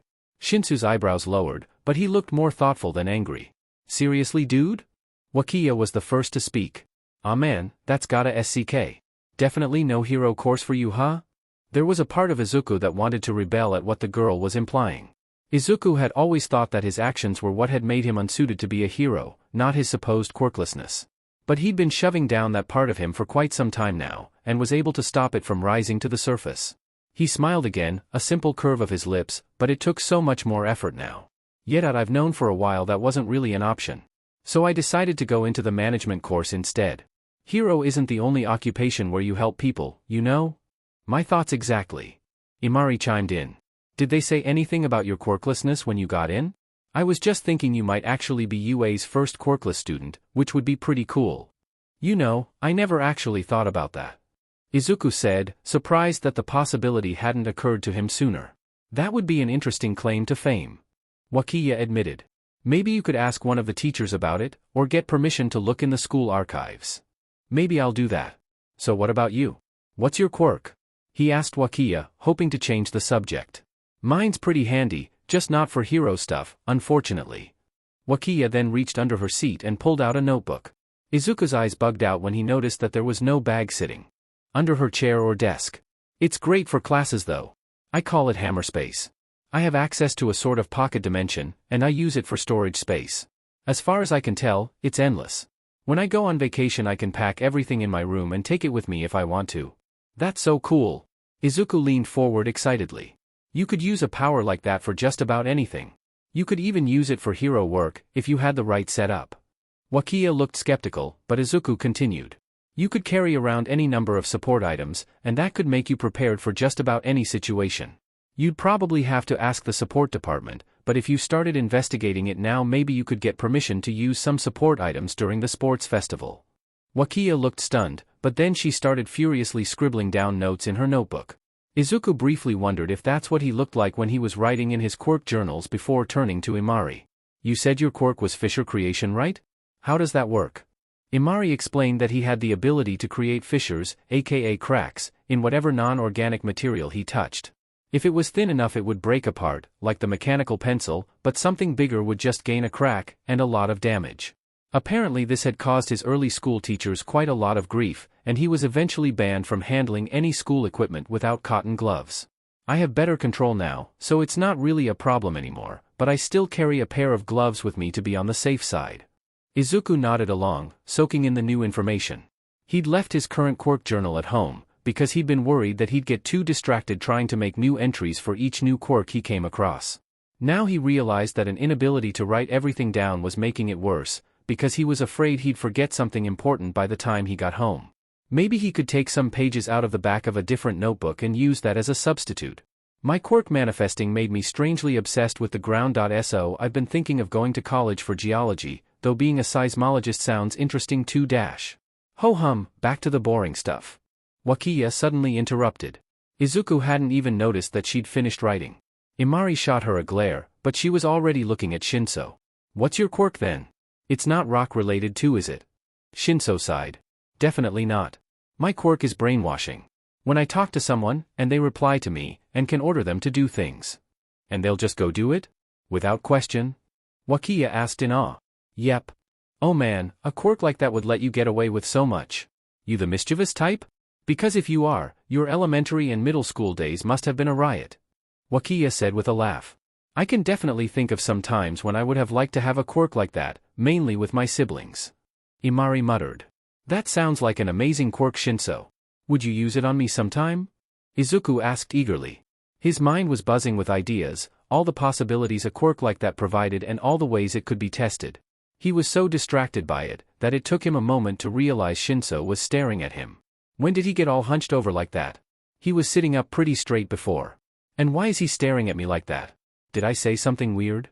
He must have, because Wakiya and Imari were staring at him too. What? What do you mean, what? You just asked him to brainwash you. You have to admit, it's kind of a weird request. Wakiya and Imari answered in sequence. Izuku thought about that for a moment, and then turned to Shinszo. Sorry if I sounded pushy. There are just so many interesting things to try with a quirk like that. You don't have to use it on me if you don't want to though. What kind of things were you thinking of? Shinszo asked slowly. Izuku tapped his chin thoughtfully. I guess the first thing that comes to mind is a handstand. I could never figure out how to do one when I was growing up, and it would be cool to finally learn. You said that your quirk makes people do what you tell them, so it made me wonder, if you used your quirk on me, and told me to do a handstand, would I suddenly be able to do a handstand? Or would I just fall over like normal? And if I did do a handstand while brainwashed, would my muscles remember it well enough to do it again when I wasn't being brainwashed? That's the kind of things I was thinking of. Have you ever tried anything like that, Shinszo? Can't say that I have. Gymnastics can be dangerous. Shinszo nervously rubbed at the back of his neck. Wouldn't want to accidentally get someone hurt, you know? That's understandable. If we do try that out, we'll have to set out pillows or something. I mean, assuming you're okay with trying something like that. Izuku reiterated, suddenly nervous at being rejected. Shinszo seemed to mull the idea over for a minute before replying. I've got to admit, now that you've brought it up, I'm curious myself. Great. You want to meet up after class sometime and try it out? Sure. The pair quickly exchanged phone numbers. As Izuku was entering the new number, Imari nudged his desk. Izuku looked up, and wondered why Imari looked so concerned. If you guys do get together, be careful, okay? Imari said quietly. Of course. Izuku said. I'll be sure to pick a place where the ground is soft. The look on Imari's face gave Izuku the impression that hadn't been what the boy had meant, but just then the door opened and conversation ceased. Sorry for being a bit late, everyone. Setting up one of the training areas took longer than anticipated. Cementos explained as he shuffled through the door. Cementos got the lesson going straight away, probably to make up for lost time. Izuku did his best to pay attention in class, but ended up making a bunch of quirk-related notes in the margins of his notebook regardless. Also, he couldn't help but notice that Shinszo kept glancing at him throughout the class PRD. After literature ended, Imari and Wakiya vanished into the crowd. That left Izuku walking beside Shinszo as they exited the room. So, 1J has lunch next. Does 1C have lunch now too? Izuku asked hesitantly. Yup. Do you want to head there together then? I thought we already were. Shinszo replied, raising an eyebrow at him. Well, I guess we are. But I wasn't sure if we were, officially walking together or if we just ended up beside each other as we left the room and I didn't want to assume. Anyway, what classes do you have after lunch? There we go, classes, that's a good small talk topic, right? Let's see. Shinszo dug into his pocket and pulled out a half sheet of paper. Looks like I've got English and then history. Seriously? I think those are my 2 remaining classes too. Izuku awkwardly bent his arm back to get his schedule from the side pocket of his backpack. Yep, English then history. I guess we'll be seeing a lot of each other in the afternoons. Izuku said, looking up at Shinszo with a small smile. The other boy hummed and nodded. They chatted a bit more about what classes they had earlier in the day. After another couple minutes of walking they reached the lunchroom, which was already filled with students. Is that the Cooking Hero lunch rush? Awesome. Even the kitchen staff are heroes. UA really goes all out. Or maybe they figured it would be easier to hire him than pay an army of civilian cooks to do the same thing. Probably a lot easier on the budget just to pay one person. Shinszo said with a wry smile. Izuku chuckled. That's a good point. There's plenty of people out there who have quirks that can be applied to cooking, but I doubt any of them are as efficient as Lunch Rush. I hope they have some backup chefs to call on though. I'd hate for Lunch Rush to be stuck here if some big disaster happened and victims needed to be fed. Lunch Rush mainly works in disaster relief, right? If anything, he's the best one to work in a place like this during the day. They only need him after everything is over. It's the other teachers that run the real risk of heroics and teaching interfering with each other. They need to be available for disasters right when they happen. Well, that now I feel like I'm keeping all my teachers from patrolling. Izuku said, his shoulders sagging. Shinszo shrugged. Why feel bad about it? It's their choice to teach here, we just benefit from it. Besides, it's not like our teachers are the only heroes in the city. I suppose. Yeah, that makes sense. Izuku said, nodding slowly. The other heroes at their agencies must be enough to cover the morning shift. While they talked, Izuku and Shinszo had gotten in line and chosen their food. Full trays in hand, the two of them stood and looked around for a place to sit. Before either could voice an opinion, someone called out to them from across the room. Deku! Over here! Well, called out to one of them anyway. Uraraka waved at Izuku from several tables away, clearly beckoning him over. At least he controlled his flinch better this time. She talking to you? I thought your name was Izuku. Shinszo asked, looking at Uraraka skeptically as she continued to wave. It is, that's just how we met on the day of the entrance exam and there was a bit of a misunderstanding. I've been meaning to talk to her about it since then. I should probably go sit with her and do that. Well, I'd probably sit with her anyway since I don't really know anyone else here yet. Do you want to join me? Izuku said the last bit in a rush. Shinszo cast one more look around the lunchroom before turning back to Izuku. I'm kind of in the same boat, so, sure. Izuku honestly hadn't been expecting Shinszo to agree. He figured the boy would see some other general studies students and want to sit with them, or maybe even know someone here from his previous school. The acceptance was unexpected, but far from displeasing. So Izuku led Shinszo over to Uraraka. At first Izuku thought she was there alone. The table she was at was long and divided in two and the students on the other side seemed to be having a lively conversation of their own. But as they got closer Izuku saw a tall boy with short, midnight blue hair turn around and look at them, seeming to anticipate their arrival along with Uraraka. Hi Midoriya. It's great to see you. I didn't think we'd have lunch along with the other departments, but I'm not complaining. Uraraka greeted him brightly. Izuku smiled back at her. Me either. They must base it off of year rather than department. So, is your friend from management too? She asked gesturing to Shinszo. Oh, right, introductions, this is Shinszo Hitoshi. He's from the general department, actually, but our last class was together so I invited him to have lunch with me, well, us, if that's okay. Izuku was suddenly afraid that inviting Shinszo over without asking might be seen as overstepping, but Uraraka's smile quickly put that fear to rest. No problem. The more the merrier. Uraraka and the blue-haired boy scooted over a little so the new arrivals could sit down. Izuku sat beside Uraraka, and Shinszo sat across from Izuku, next to the blue-haired boy. The unnamed boy gave him and Shinszo an appraising look. It made Izuku uncomfortable for reasons he couldn't quite identify, and he noticed Shinszo sit up straighter so he could meet the boy's gaze without having to look up. Despite the awkward feeling that was welling up in Izuku, he figured he should introduce himself to Uraraka's companion. Hey, I'm Midoriya Izuku from Class 1J. Are you a classmate of Uraraka's? Forgive me for not introducing myself right away. I am Ida Tenya from Class 1A. I am indeed a classmate of Uraraka's. The introduction came off as overly formal, so Izuku wasn't sure how to respond to it. A glance to his right showed that Uraraka wore an amused smile, so he tried to take it in stride. It's almost a pity you're not from the support department, Ida, then we'd have the most diverse group in the lunchroom. She teased. You both got into the hero course? Shinszo asked. Izuku was surprised to hear a bit of edge in his voice. Uraraka nodded. Deku might have too. We met just before the entrance exam and sat next to each other during the written portion. After it was over I was so pumped for the practical that I almost dragged Deku along with me. I really don't think I would have done well during the practical portion. Why not? Plenty of kids were there, with a variety of quirks. Even if you didn't make enough points for the hero course I'm sure you could have found a way to make an impression. The only impression I would make would be as the only quirkless person to try it. Izuku thought to himself. I agree with Uraraka. As students of UA, we must not sell ourselves short. We have been chosen to represent the high standard and morals of this school, so we should always put our best foot forward and go beyond what we think we can do, no matter which department we chose. Ida declared, robotically moving his arm up and down as he did so. Nice speech. Shinszo scoffed. He turned to Izuku, who was a tad stunned by the Ida's sudden burst of passion. No offense Midoriya, but you're right. The entrance exam here is biased towards certain types of quirks, so I don't think you would have done well either. His gaze shifted back to Ida. Not everyone here is in their first choice of departments after all. Oh, I didn't realize you tried out for the hero course Shinszo. Izuku said. The other boy nodded, pointedly ignoring how taken aback Ida looked. What was it like? I only applied for management, so I didn't get to see. What did they make you do? We had to fight giant robots. Shinszo said, completely deadpan. What? Seriously? Dang, I really wouldn't have stood a chance then. You really think so, Deku? Is your quirk not good for offense or defense or anything? Uraraka asked curiously. Izuku now remembered that he'd never mentioned his quirkless status to Uraraka. Which wasn't surprising since he avoided telling people about it as much as he could. Well, I'm a dash. Hey, Midoriya?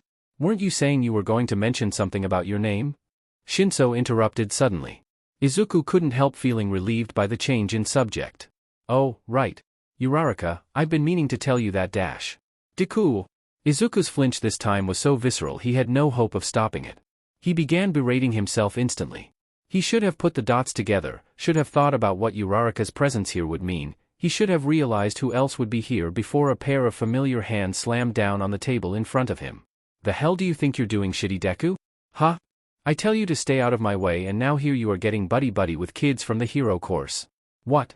You think they'll take pity on you and drag your useless butt along when the going gets tough? Izuku curled in on himself more and more with every word Kaken said, until he'd almost curled up into a ball right in his seat. He couldn't make himself look Kaken in the eye, but he did manage to shake his head. I wasn't thinking that dash. Oh, the quirkless loser knows how to think now? Whatever happened to, we're from different departments so we won't even see each other? You thought back on that recently? Hey, you in there FING Deku? Izuku tried to think past the fog that always clouded his mind whenever Kaken really laid into him, tried to come up with an answer that would make this encounter end. Someone beats him to the punch. Bakugo Katsuki, I demand that you desist this line of questioning and return to your seat immediately.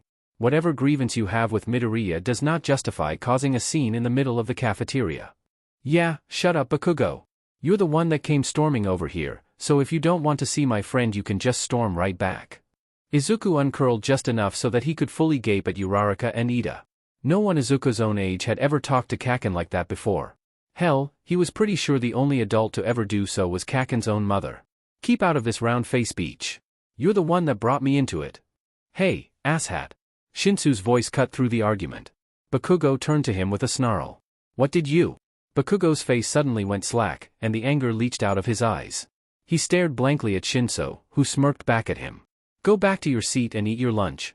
Don't bother us for the rest of the PRD. Shinszo commanded. Bakugo mechanically straightened and then walked back the way he came.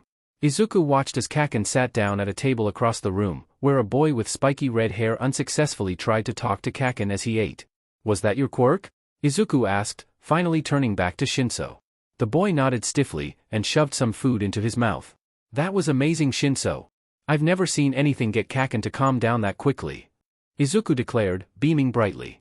Shinszo had got some kind of reaction to that. It might have been a laugh, or he might have tried to talk too quickly, or it could have been something else entirely. In any case, the end result was Shinszo coughing and spluttering as his food went down the wrong pipe. Izuku quickly uncapped his own drink and shoved it at Shinszo. "I thought you said Bakugo was your friend?" Uraraka asked as Shinszo recovered, a surprising amount of concern in her voice. "Did something happen? Oh, where to even begin with that question?" Izuku thought to himself. Aloud he said, "We were at one point, but that was a long time ago. I'm not sure what we qualify as these days." He glanced at Bakugo, who was still walking away. Normally he wouldn't anything to happen to Kachin, but he never did tolerate it when the boy let out his anger at people who didn't deserve it, and these three definitely didn't deserve it. "Anyway, I was going to tell you that Deku is a name Kakin made up for me. It means useless. So it's not one that I really like." "Oh gosh, I'm sorry Midoriya. I didn't mean anything like that." "I know, it's okay, you couldn't have known." An awkward silence descended upon the table, no one quite sure where to go from there. That is, until Ida gathered his thoughts. "So, Shinszo," Ida began, "you were saying that the entrance exam for UA is biased, but I'm not sure I follow what you mean. Would you please explain your point of view?" Shinsu's eyebrows rose in surprise. He gave Ida a considering look, and apparently decided that his question was genuine. "You saw what I did to that kid, Bakugo, right?" Shinszo asked. "Indeed, I was impressed by how quickly and effectively you diffused the situation. You used your quirk on him, correct?" "Yes, I did. My quirk is called brainwashing, and it allows me to control people who reply to me. Pretty useful for taking down villains, right?" "I imagine it would be. A lot of lives and property could be saved by simply being able to talk villains down." Ida agreed easily. "My thoughts exactly, which is why I tried out for the hero course. The catch though, is that it only works on people, and the entrance exam was all about taking down machines. So I have an incredibly useful ability, but ended up being put in general studies because I couldn't use it against the one type of enemy they had us fight. Now if I want to be a hero, I'll have to find a roundabout way of getting into the hero course, and once I do I'll be behind everyone else. It's biased." "That's a good point, Shinszo," Izuku said, his hand coming up to rest on his chin. "If the entrance exam is all about fighting robots, then it seems like the school is only looking for certain kinds of heroes, the ones that are naturally more physical with their quirk or fighting style. I suppose you could argue that they are hoping people with other types of quirks will be forced to get clever and show off their versatility, but that still seems to exclude a good number of people. Best Jeanist wouldn't do well in that type of test, since he controls fabric, but he's also one of the nation's top-ranking heroes. Unless you could get points by interfering with the other contestants." "Could you?" Izuku asked the group. Uraraka was the one to shake her head. "No, it was all about a point system based on taking down the robots. You could steal kills from other people, but that was it. Actually messing with others got you disqualified." "I see, so the point still stands. Plus there are the heroes that are based more around disaster relief and rescue who might have a hard time fighting robots as well. Overall it seems pretty unfair." I will admit to seeing where you're coming from," Ida says, slow and thoughtful. "It is disturbing that a school as prestigious as UA would have such a major oversight inherent in their entrance exam, and I will have to question Mr. Aizawa about it. However, I know that they've at least attempted to rectify the problem that you just mentioned, Midoriya." "Really? How?" Izuku asked, tilting his head. Shinszo does the same, though not as noticeably as Izuku. "Well, you see, I met Uraraka on the same day you did, the day of the entrance exam. During the practical she had gotten stuck under some rubble, just as a robot as tall as a building emerged. I was pretty sure I wouldn't actually get stomped on, because it was a test, but it was still scary. Especially since everyone but Ida ran away and left me there," Uraraka said, crossing her arms indignantly. "I'm ashamed to admit that I very nearly did the same. I had come to a similar conclusion, that she would be fine because it was a test, but then I thought of my brother. I want to follow in his footsteps one day, and I could not imagine him leaving anyone trapped in such a position, even if there was no real danger in sight. So I pushed my engines into overdrive to get back to her before the robot could. It was a close call, it took a while to shift the rubble just the right way, but we both escaped. When I eventually received my acceptance letter, it explained that my choice had earned me rescue points, which were added to my overall score. So, it may not be explained outright, but the test does try to take those who focus on rescue into account." Ida had hoped that his story would show that UA's entrance standards were not quite as biased as the two boys had been making them out to be. He did not expect Midoriya to look at him with such bright, adoring eyes when he was done, nor did he expect Shinszo to start giving him that same considering look again. Nevertheless, he was quite pleased by their reactions, especially when it led into Midoriya questioning who his brother was and him getting to proudly explain his family's business. The rest of the lunch PRD was taken up by questions about Ida's brother, the turbo hero Ingenium, and the kids comparing and contrasting how each department handled the first day. Uraraka seemed a bit put out that both Izuku and Shinszo had gotten at least some orientation before being moved into anything, while Izuku was jealous that she'd gotten to see so many quirks put on display in her first day. Shinszo threw in a few jabs, but they lacked the bitter cynicism that his first words to Ida had held. Plus, he didn't object when Izuku started grilling the two hero course students about how their quirks worked. Izuku glanced over to where Kaken had sat down. He had finished eating, but still sat there with a sort of zombified look on his face. Izuku briefly wondered if Shinszo was capable of getting people to act more naturally while under his control, and added it to the growing list of things to test. A part of him felt bad seeing Kaken in such a state, since he wasn't sure precisely how aware of his surroundings Kaken was right now.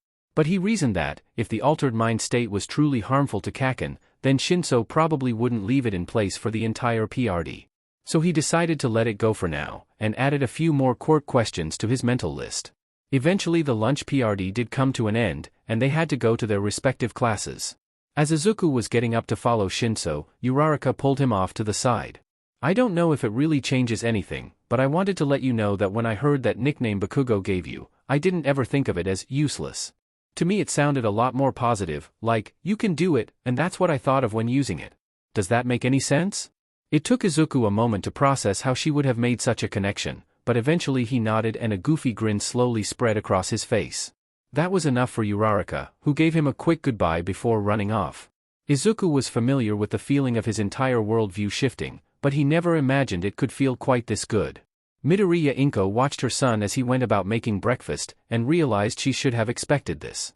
Inko always woke up very early, she needed the time to prepare for her shift and to make food for herself and Izuku. So the fact that Izuku had woken up before she did could only mean one thing. Good morning, sweetie. Inko announced herself softly. Izuku smiled and returned her greeting, but the smile was forced and his voice sounded hollow. It confirmed her suspicions. She didn't bring it up right away. It was best not to have emotional conversations while the stove was in use, so she busied herself with getting the table ready. When the food was done, Izuku served it up and the two of them sat down at the table, but neither ate. Izuku stared down at his food, rubbing his eyes, and Inko stared at Izuku. You had the dream again. Izuku nodded, and Inko's heart went out to him. After his father died, Izuku started having these mornings where he would wake up before Inko and do some sort of housework. Inko noticed that it usually happened on or near important dates, like birthdays, holidays, or even the first day of the new school year. It took some coaxing, but she did convince Izuku to tell her what was going on. Izuku told her that he had this recurring nightmare. The nightmare would start out innocently, with Izuku and Hisashi chatting as they walked to the park. Then something would happen, there would be a villain attack or someone walking by would try to grab Izuku, and he would grab at Hisashi's hand fearfully, only to find that the hand was cold and stiff, and when Izuku looked up his father stared down at him with a slack face and glazed over eyes. Izuku insisted that it wasn't a big deal. That the dream only stole a bit of sleep and didn't happen often enough to be a problem. Still, with a milestone as big as getting into UA, she should have known Izuku's nightmare would resurface. Inko wished he wouldn't be such a martyr. She always told Izuku that there was no shame in getting help, but maybe that was part of the problem. She told, but did not demonstrate.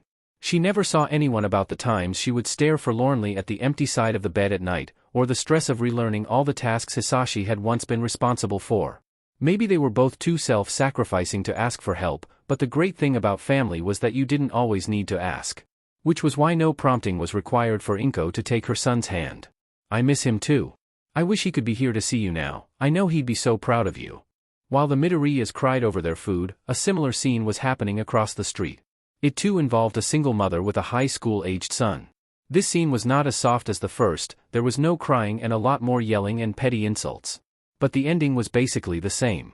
It SCKS that Masaru never got to see you take your first big step. You know how proud he'd have been of you, you little sheet? Whatever, I always knew I'd get in. He would have known that too. Oh, of course he would. I remember how he showed it too. Come here. Get your hand out of my hair, woman. Izuku was on his way to school now, and still rubbing at his eyes. Though at this point it was from tiredness rather than staving off tears. Talking to his mom always helped him get through the emotional overload that the nightmare brought, even if she didn't know the whole story behind it. He had told her the main part, the stuff that was constant between each dream, but there were details that would come and go. Ones he couldn't tell her about without making her suspicious. He couldn't tell her that the villain in the dream would sometimes ask Izuku to join him, because somehow he knew of the crime Izuku had already committed. It would be hard to explain that he sometimes grabbed his father's hand because Kaken was coming after him demanding that Izuku bring him back. It would be even harder to explain that same demand could come from strangers in the dream. The fear that fueled that last detail was one he'd only developed in recent years. Once he got older, he would sometimes think about what might happen if his quirk was ever publicly revealed.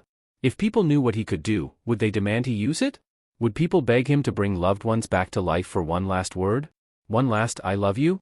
Doing that might not be so bad, but then he'd have to make the person go back to being dead, and the heartbreak would happen all over again. Or what if the loved one tried to stop him from touching the person again? What if they would force him to bring the person back for good and kill somebody else? And what if the person they wanted to bring back had been dead for a long time? He'd made a note that his quirk seemed to prevent previous injuries from affecting the subject, but that didn't mean the evidence of the injuries went away. The squashed bug he'd experimented with had remained significantly flatter than the others, even though it managed to move around okay. His father's head injury hadn't just disappeared either. If he was forced to use his power on someone who died of violent injury, or had decomposed significantly, he didn't want to think about it. Even if he didn't have other reasons for hiding his quirk, then he probably would have ended up hiding it to keep any of that from happening. No matter how you looked at it, things were better when no one knew he had a quirk. Izuku shook his head, and tried to focus on the present. He thought about what was on his agenda, and suddenly smiled. That's right, Shinszo was coming over today. Just as predicted, Shinszo and Izuku had ended up sitting by each other for the second half of their first day. They had both instantly recognized their English teacher as Present Mike, to Izuku's glee and Shinsu's dismay. Well, dismay may have been too strong a word, but Shinszo did go on about how Present Mike was too loud. At least Mr. Yamada had kept his speakers turned off after the first hello. When they got to history, Izuku had not recognized the scruffy man sitting behind the desk, but Shinszo had. Izuku put the pieces together when Shinszo called the teacher Eraserhead. Since he was an underground hero, there weren't many videos of him, so it was pretty impressive that Shinszo had managed to recognize him so quickly. After school had ended and the two new friends parted ways, Izuku had gone home and grabbed a bunch of pillows and a video camera. He spread the pillows out on the floor and set the video camera up so it would catch him trying, and failing, to do a handstand. He'd been a bit sore after several attempts, but he would need a control to compare his brainwashed performance to. It was good that he and Shinszo had exchanged numbers, because that made it easier to keep track of when Shinszo was available to come over. Apparently he worked part-time at a small vet clinic, so he wasn't always available after school or over the weekends. Eventually they'd figured out they were both free Wednesday afternoon, which was today after school. The second day had gone just about the same as the first.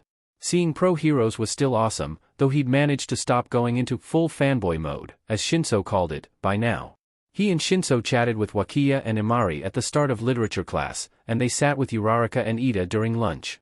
Though Shinszo had mentioned some Gen Ed students that had invited him to hang out at lunchtime too, and he said Izuku was welcome to join. Izuku wasn't used to so many people wanting him around, or that didn't mind him being around, at least. With that hopeful thought in his head, Izuku completed his walk to school in a much better mood. "You're sure this is okay with your mom?" Shinszo asked as he walked beside Izuku. The school day had ended, and Izuku and Shinszo were now on their way to Izuku's apartment. "Oh yeah, she was thrilled when I asked if a friend could come over. I haven't really had anyone over since I was a little kid. She's probably worried about my social growth or something," Izuku admitted sheepishly. Shinszo let out an amused huff, but didn't comment further. "So, anything new in the Gen Ed department?" Izuku asked. Shinszo shrugged. "Nothing much. Naya and Obara are bugging me to eat with their group, and I was thinking of doing that tomorrow. You wanna come?" "Sure. I'd love to meet more of your class.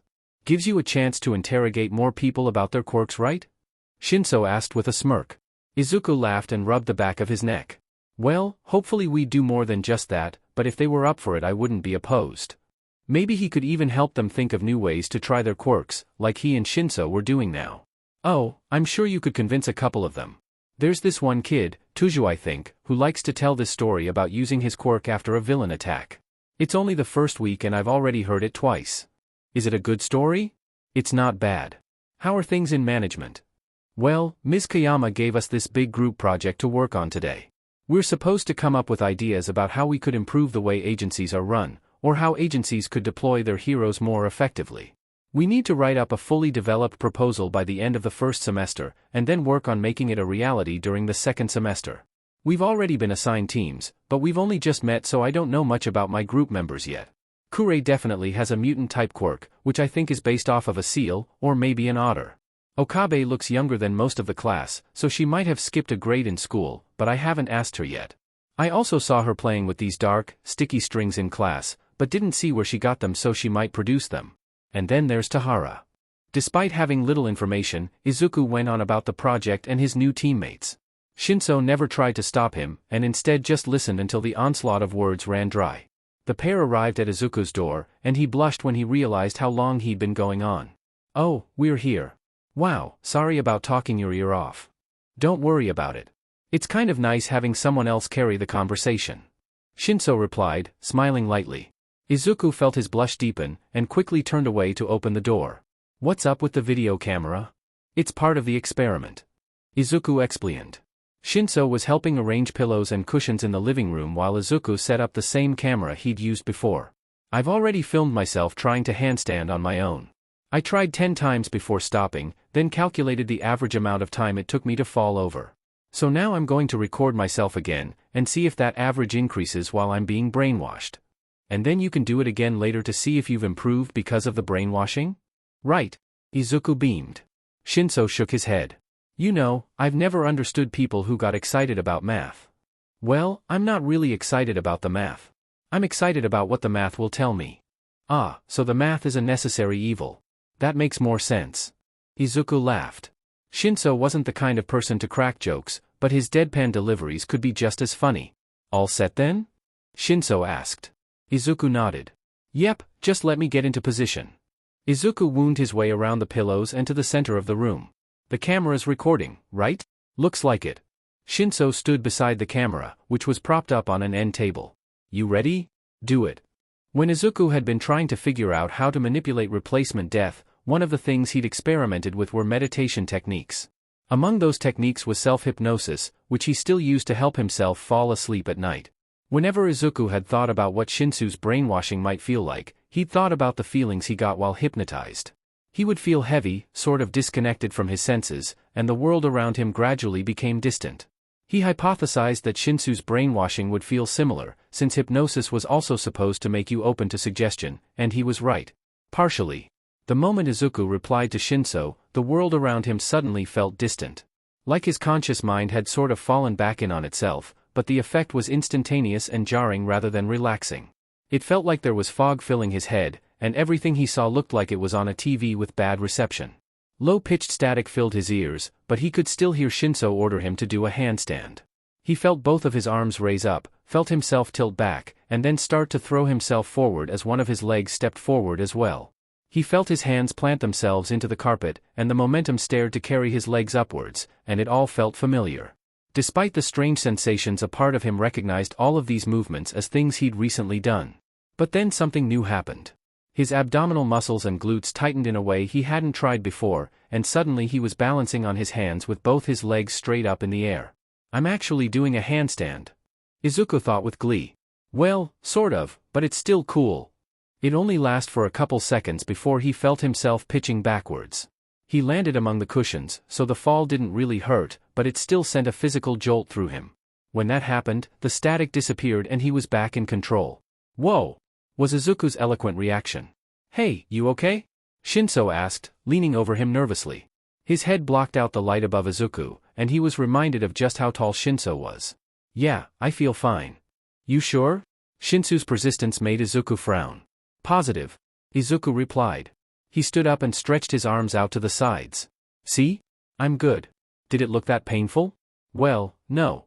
But you came out of the brainwashing before I released you." "Really? Huh?" Izuku moved his limbs around experimentally, and only felt a lingering soreness from bruises he got days ago. "I really do feel fine." "You suppose the impact from the fall somehow broke your control? That might be it. You want to do it again to find out?" Of course. Izuku's theory seemed to be correct, because Izuku broke out of the mind control after every fall except one. That was the one time Shinszo managed to kick the long couch cushions right under Izuku as he fell, which negated more of the impact. So, I think what we've learned here is that you'll have to be careful when making villains step off the curb. Izuku said with mock seriousness. Well, that and the fact that I could make it as a gymnastics teacher if being a pro hero doesn't work out. Izuku had been able to do a handstand every time Shinszo had told him to, and was pretty sure his time had increased by the end, so that was probably accurate. You want to stay for supper? Izuku asked while they cleaned up the living room. Mom already said that it would be okay. I suppose. Where is your mom anyway? She works as a nurse at Mustafa General, so she won't be home for a little while yet. What about your dad? Shinszo asked. He frowned at Izuku's obvious wince. He's dead. Oh.ims. It happened a long time ago. Izuku plowed ahead. He knew that if he allowed the thought to linger, then unwanted memories would claw their way to the surface. I need to prep a few things for supper. You want to get a start on history while I do that? And that's how the two of them ended up in the kitchen. Izuku worked by the stove and Shinszo read aloud from their assigned reading. And this, in turn, led to another test of Shinsu's quirk. Hey, Shinszo, all the chapters come with suggested questions at the end, right? You mind asking me one from a future chapter? With your quirk, I mean. Shinszo raised an eyebrow at Izuku, but started flipping through the pages anyway. You ready? Izuku put his spatula down on the counter. Yep. The static filled Izuku's mind and he heard Shinszo say, Tell me what the Shadow Proclamation is. Nothing happened. Izuku just stood there in his brainwashed state until, after several seconds, Shinszo released him. So what exactly was the point of that? Shinszo asked. I wanted to know if your quirk had the ability to make me give information that I didn't have. What, you honestly though that my quirk could somehow plant information into your head? Shinszo asked incredulously. Izuku shrugged. Well, I thought that was pretty unlikely, but now we know for sure. And I figured that was an important thing to know, probably more important than that first test actually. Shinszo closed the history book and gave Izuku his full attention. What makes you say that? Well, Izuku picked the spatula back up and turned down the stove's heat. Have you ever thought about what kind of hero you wanted to be? Plenty. Shinszo replied. Thought about being a big-time hero as a kid, but these days I see myself more as an underground hero, if I ever get there. I'm not really comfortable on camera, and it's always easier to use my quirk if people don't know about it. You'll get there. Izuku said, shooting Shinszo a warm smile. He turned back to the food before he could see the pink start to tint Shinsu's face. And I was thinking that you might end up being more underground, like Eraserhead. I still need to look into it, but I figured underground heroes would work more closely with the police since they usually don't have sidekicks to fall back on. Now that it's confirmed that you can't force someone to tell you something that they don't know, it'll really open up your options for working with the police. Just think about how easy it would be for you to interrogate someone. One word and you could get them to confess everything. What if someone tried to claim I used my quirk to force them to lie? Shinszo challenged, though he sounded more curious than antagonistic. That could be a problem. You might need to tape all your interrogations so that lawyers can prove you didn't, but it could still work. Izuku's enthusiasm was infectious, and Shinszo found himself smiling through his tiredness. Well, I guess I'll change my backup career from gymnastics teacher to police officer. Normally I'd say don't give up on your dreams so easily, but All Might did tell me once that being a police officer was a noble profession. Izuku smirked, and Shinsu's jaw dropped. All Might told you, you've talked to All Might? Izuku had just finished up the story of how All Might had saved him from a villain when Midoriya Inko arrived. You must be Izuku's new friend, Shinszo, right? It's wonderful to meet you, Inko said, after giving her son a hug. Shinszo stood up to greet her properly. It's nice to meet you too, Mrs. Midoriya. Oh, you're so polite, and so tall too. I've just barely gotten used to Izuku being taller than me, you know. You kids are gonna make me start feeling like a little old lady. The three of them chatted as they set up the table. Well, most of the chatting was done by Izuku and his mom. Shinszo seemed to have become a bit more reserved ever since Inko came home, though you wouldn't have guessed it based off of how cheery she continued to be. Your quirk sounds like such an interesting one too, and that's saying something considering that Izuku's lectured me on just about every quirk under the sun. Izuku groaned. You know about my quirk? Shinszo asked, eyes wide with surprise. Of course. Izuku told me about it after the first day of school, and I had to agree with him. It sounds like just the thing a hero could use to stop a fight quickly. Which would be a nice change of pace with all the smashed buildings we usually get. Thank you. After that, Shinszo didn't seem quite so tense. He still wasn't nearly as talkative as the two Midoriyas, but he added in his own thoughts here and there. Before they knew it, dinner was over and it was time for Shinszo to head home. You could stay over if you wanted. Mom, he didn't bring any overnight stuff. I know, but it's already getting dark out. I'll be fine, Mrs. Midoriya, the train station isn't far from here. Thank you both for having me over, and for supper. Oh, it was no trouble at all. Make sure to come back soon, okay? It's so nice when Izuku has friends over. I think he gets the picture, Mom. When Shinszo finally did exit the Midoriya household, it was with a smile on his face, leftovers in his hands, and plans for the future. Thursday, homeroom. Ah? Tahara yelped as she tripped toward her desk. Her tan knuckles turned white as she tightly grabbed the back of her chair. Okabe's purple pigtails bounced on top of her head as she laughed at Tahara's yell. Izuku leaned over his own desk to see what happened and saw those dark, sticky strings, the ones Okabe played with in class, tangling up Tahara's feet. Apparently Okabe did create them somehow, he'd have to make a note of that. You okay, Tahara? He asked. She sat down with a huff and brushed a silver lock of hair out of her face. I'd be better if someone could learn not to use their quirk inappropriately. She shot a look at Okabe, who just giggled. But where's the fun in that? Tahara's response to this was to flick her fingers toward Okabe. A cloud of mist surrounded the younger girl's head, and she struggled to fan it away. When the mist finally dissipated, Okabe could be seen pouting at Tahara, who was smiling smugly. Well, turns out you were right, that was fun. Guys, come on. Kurei interrupted. Her animalistic features made her expression hard to read, but her voice was stern. We've got to get a start on this project. Okabe rolled her eyes. You worry too much, Seal Girl, we got the whole semester to work on this. Procrastinating now will lead to a rushed project later. And my name is not Seal Girl, duh. Seriously, Kurei, you gotta learn to relax and dash. WAPSSSH. The entire class jumped and several people, including Okabe, let out a surprised yell. Izuku almost gave himself whiplash turning toward the source of the noise, and saw Midnight standing at the front of the classroom brandishing a whip. Hard check, she said gleefully. I'll be doing those every now and then, just to make sure no one is getting too complacent about their long-term goals. It's like she knows. Tahara muttered, her hand on her chest. Well, I think she's been a teacher for a while, so she's probably used to students not taking things seriously right away. Izuku pointed out. Which is why we should get our project going right away and defy her expectations. Kurei said, her voice full of satisfaction. Kurei had jumped the highest out of their group, so Izuku was impressed with how quickly she recovered. We could push our desks into a square and brainstorm for a while. Izuku suggested. Kurei nodded. I do have a few ideas already, but being able to face each other and have a common work surface should help us sort through things. Each member of the group got up to move their desk. Izuku glanced around the room as he did so, ignoring the argument that ensued about removing the strings from Tahara's legs. He noticed that theirs was the only group that had desks to make an actual rectangle, all the other groups were made up of just 3 people. He wondered if that was intentional.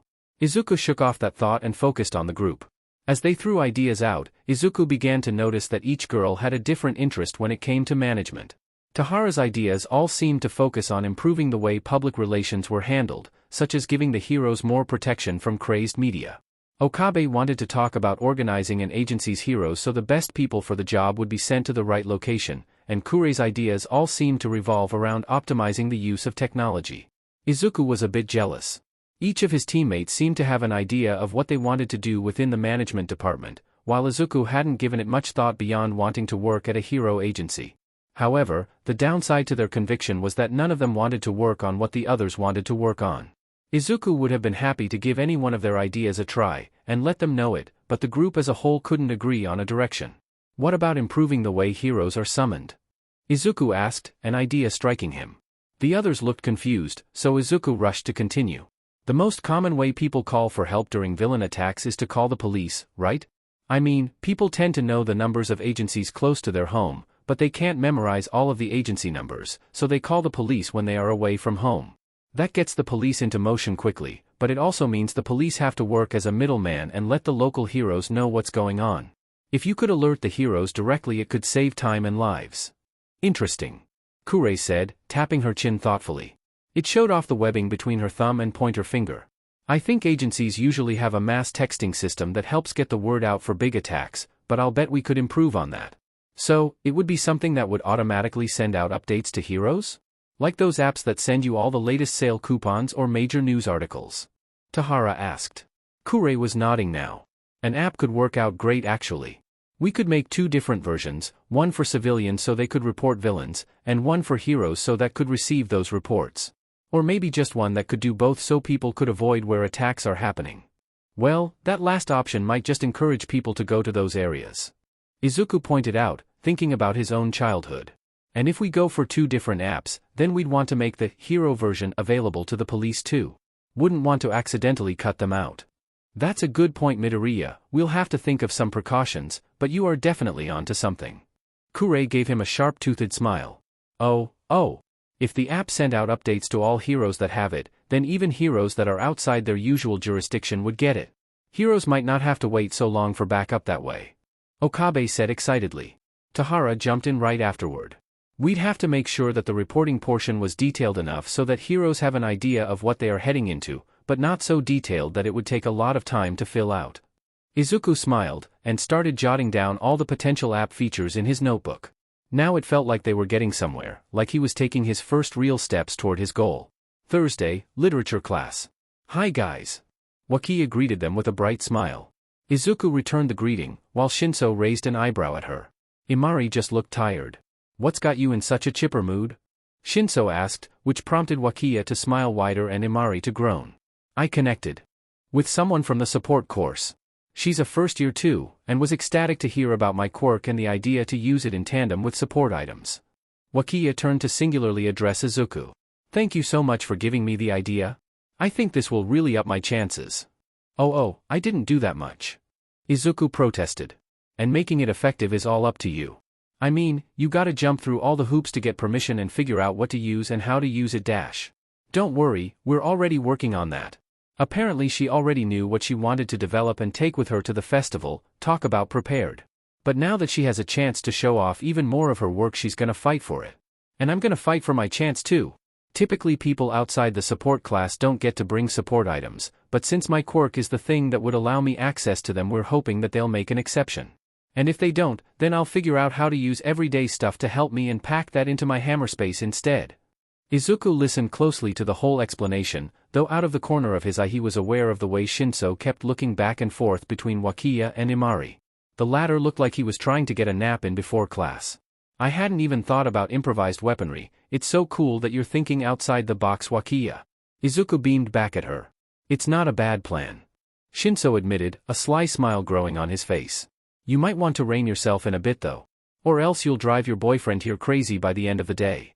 Imari sat bolt upright, and Wakiya spluttered. Imari is not my boyfriend. You didn't have to deny it so loudly. The out-of-the-blue accusation did draw Wakiya's attention to how tired Imari looked. So she made an effort to lower her voice until Cementos officially started class. Thursday, lunch. Shinszo led Izuku over to a group of students he'd never met before. He'd already texted Uraraka and Ida to let them know not to expect him and Shinszo, but Izuku still caught sight of them as he walked through the cafeteria. They both looked kinda worn out, and it made him wonder what the hero course had been up to that morning. Shinszo! You finally came. Apparently they'd arrived at their destination while Izuku was distracted, their destination being a table full of Gen Ed students. Izuku's anxiety skyrocketed when he realized he was about to be introduced to 5 people all at once. The person who had called out to them was the lone girl of the group. She had long, light brown hair, thin eyebrows, and was grinning at Shinszo. And here I was beginning to think you didn't like us. Hanging out with people from your own class for the first few days would be too cliché. I'm trying to break the mold. Shinszo replied. A boy with brown hair and square jaw laughed. Trying to stand out already, huh? Guess you really are prepping to get into the hero course when the time comes. This is Midoriya. Shinszo said, blatantly ignoring the boy's comment. The boy didn't seem perturbed.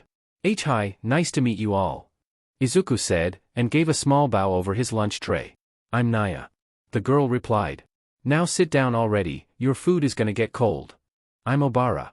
The boy said, as Izuku sat down next to him. Shinszo sat across from them, next to Naya.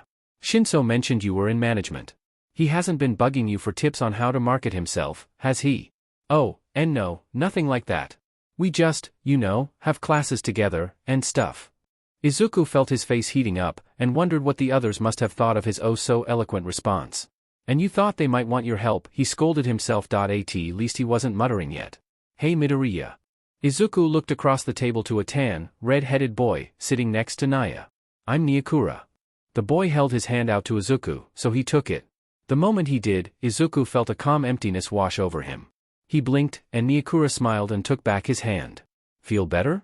Sorry if that was too forward, but you sounded pretty stressed, so I figured you wouldn't mind. Nervous around new people, right?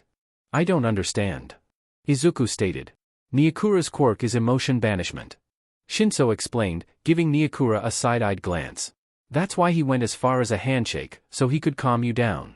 So you need to touch someone to activate it? Izuku asked, no eagerness in his voice. Shinszo frowned, and turned to the red head. I think you went a little overboard, Niakura, he sounds like a robot. Niakura grimaced, then reached across the table and patted Izuku on the head. There you go, sorry about that. Emotions rushed back into Izuku's awareness. It was overwhelming, but only for a moment. He grinned, his nerves now replaced with excitement over the prospect of learning about more quirks. That's so cool, Niakura. Can you affect the emotions of more than one person as long as you touch them? Can you decide which emotions to banish? Does it have a time limit? Oh my, Niakura said with a laugh. Shinszo, you didn't warn us he was so enthusiastic about other people's quirks. It never seemed like a bad quality. Shinszo replied with a shrug. Meanwhile, Izuku was stuttering an apology. No worries, dude. To answer your questions, I'm not sure, to an extent, and yes. Come on, man, you know he wants more than that. Said a dark-haired boy with a bowl cut. He smiled eagerly at Izuku. I'm Tuju Takamori, and do I have a story for you? Everyone at the table let out a collective groan, but no one tried to stop him. Apparently, Tuju's quirk was called Glow Light, and it was the ability to make little floating ball of light. Once, after a villain attack had caused a blackout in Tuju's neighborhood, he'd used his quirk to help light up the inside of his apartment building, which helped calm panic considerably. Then when emergency services arrived on scene, he was able to give them additional light to work with. They had all been quite grateful for it, Tuju explained. The rest of the table huffed about how much they'd already heard about it, but Izuku drank in all the details. He'd have to remember it all well if he wanted to write it down later. After Tuju's story finished, small talk quickly took its place. Izuku told the group what the management department was like, explaining the group project they'd been assigned and what sort of classes he went to. In return, he got a little more information about the general education department. Apparently their curriculum wasn't quite so focused on data and business, and instead had the typical classes one might expect at a high school. Of course, this was UA, so even the normal classes weren't exactly laid back. Izuku got a few stories about intense assignments or wacky student-teacher interactions. He even shared the story of Midnight's heart checks, which got a laugh out of everyone. Well, except for one person. There was a kid at the end of the table that Izuku had never gotten a name for, and who hadn't really said anything since Izuku sat down. The kid had short, dark green hair, and seemed to be squinting every time Izuku looked at them. Maybe they were just really focused? Not to be rude, but is that kid okay? Izuku asked Shinszo. Shinszo glanced down to the end of the table, and shrugged. I think so. They zone out a lot. Oh, did Yamoto dial Theor quirk up again? Obara asked, following Shinsu's gaze. Ugh, that's such a rude thing to do at the table, and when we have new people and everything. Naya complained. Hey, Niakura, Tuju, could one of you give Em a shove or something? Tuju waved his hand in front of Yamoto's face, and they startled. They looked around, then sighed. Dang it, lost track of time again. I only meant to dampen my hearing until the end of Tuju's story. You made yourself near deaf just so you didn't have to listen to me?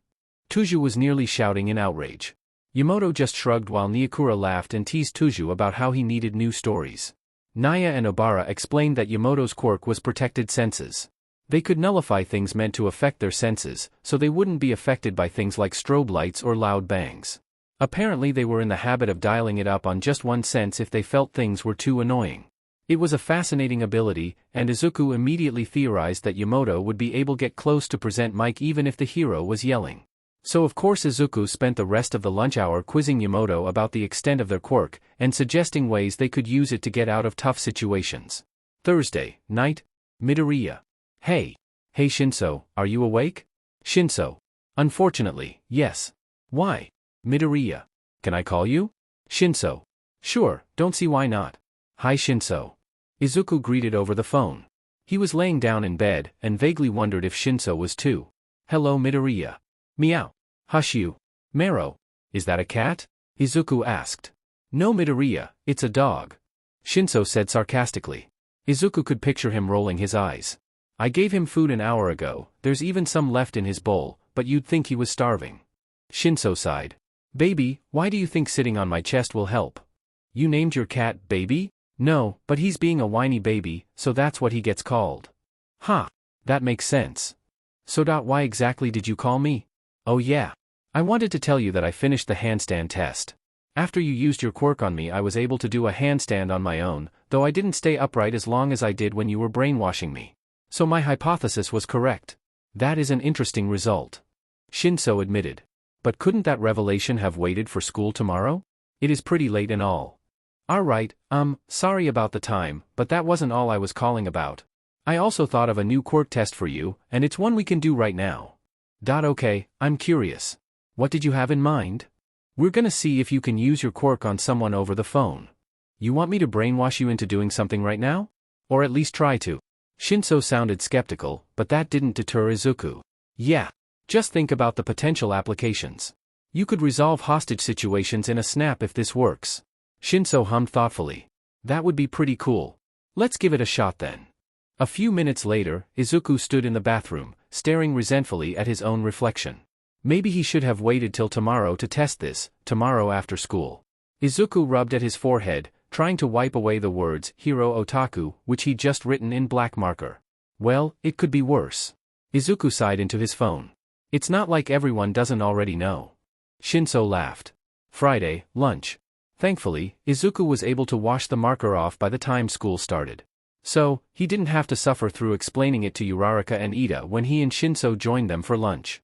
Instead, they could get right into what had made the Hero Course kids so tired the day before.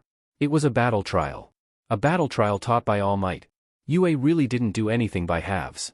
After Izuku was done fanboying over the prospect of having All Might as a teacher, he begged the pair to tell him how their battles had gone. Uraraka was hesitant to talk about it though. It would be a boring story, I didn't do that much honestly. I think the rest of the class would disagree. Ida countered. I believe Jairu said something about wanting the footage so she could edit it into an online video. Uraraka groaned and put her head in her hands. Shinszo gave Ida a goading smile. Now we have to hear it. Well, to start with, there aren't an even number of students in our class, so for each group to go once there had to be a couple groups of 3 while the rest were all pairs. Uraraka and I were both on groups of 3. He said, his hands moving like he was actually slotting things into different groups. I was on a team with a girl named Yaoyorozu and a boy named Mineta. Uraraka explained, finally looking up. We were the villain team, so we had to protect this big fake bomb from the heroes. Yaoyorozu has this really cool quirk where she can, like, create things from her body? I'm not sure how it works, but she made a bunch of steel bars and placed them over the door so the other team couldn't get in. It was a great plan, but there wasn't much for me and Mineta to do. I ended up talking with her while she was getting it all set up though. I told her about how I didn't like how tight they had made my hero outfit, and asked if she was happy with hers. Then Mineta. Uraraka trailed off, scowling at whatever she was remembering. Ida tapped her on the shoulder and she snapped out of it. Mineta made some comments about what he thought of our costumes, which I will not repeat. And since he wasn't doing anything helpful anyway, I decided that he could make up for it by providing entertainment. While we waited. I'm almost afraid to ask. Shinszo said, with raised eyebrows. It wasn't anything harmful. She just used her quirk on him to make him float around the room. Ida explained. Though she did smack him on the head to make him float, and then did it again to make him spin. He deserved it. Uraraka stated resolutely. She only continued the story when each of the boys assured her that they weren't arguing that. So we waited for the hero team to show up, which was Jairu, Kaminari, and Bakugo. They tried to break down the door, but none of their powers were strong enough. Bakugo was gonna try a more powerful explosion but the others wouldn't let him because they were afraid of damaging the building too badly. Instead of working with them, Bakugo got frustrated and went off on his own. That sounds like Kacchin. Izuku admitted. So Bakugo, he finds the nearest outside window and launches himself out of it, using his explosions to propel himself around the building until he gets to our window. And well, I was really worried about all the booms I kept hearing, and Yaoyorozu, and I couldn't really talk because they were so loud, and then all of a sudden Bakugo appears outside the window, and startled at me so bad I, kinda panicked and just threw something at him. Something? Izuku asked curious, and a bit worried about his former friend. What was it? Ida smiled, uncharacteristically mischievous, and said, she threw Mineta at him. Izuku's mouth fell open, and Shinszo snorted into his food. I didn't even think about it. I just grabbed the closest thing. Well, the only thing I guess. Uraraka mumbled, her face turning red. I think that was pretty creative, especially for split-second thinking. A good use of your quirk.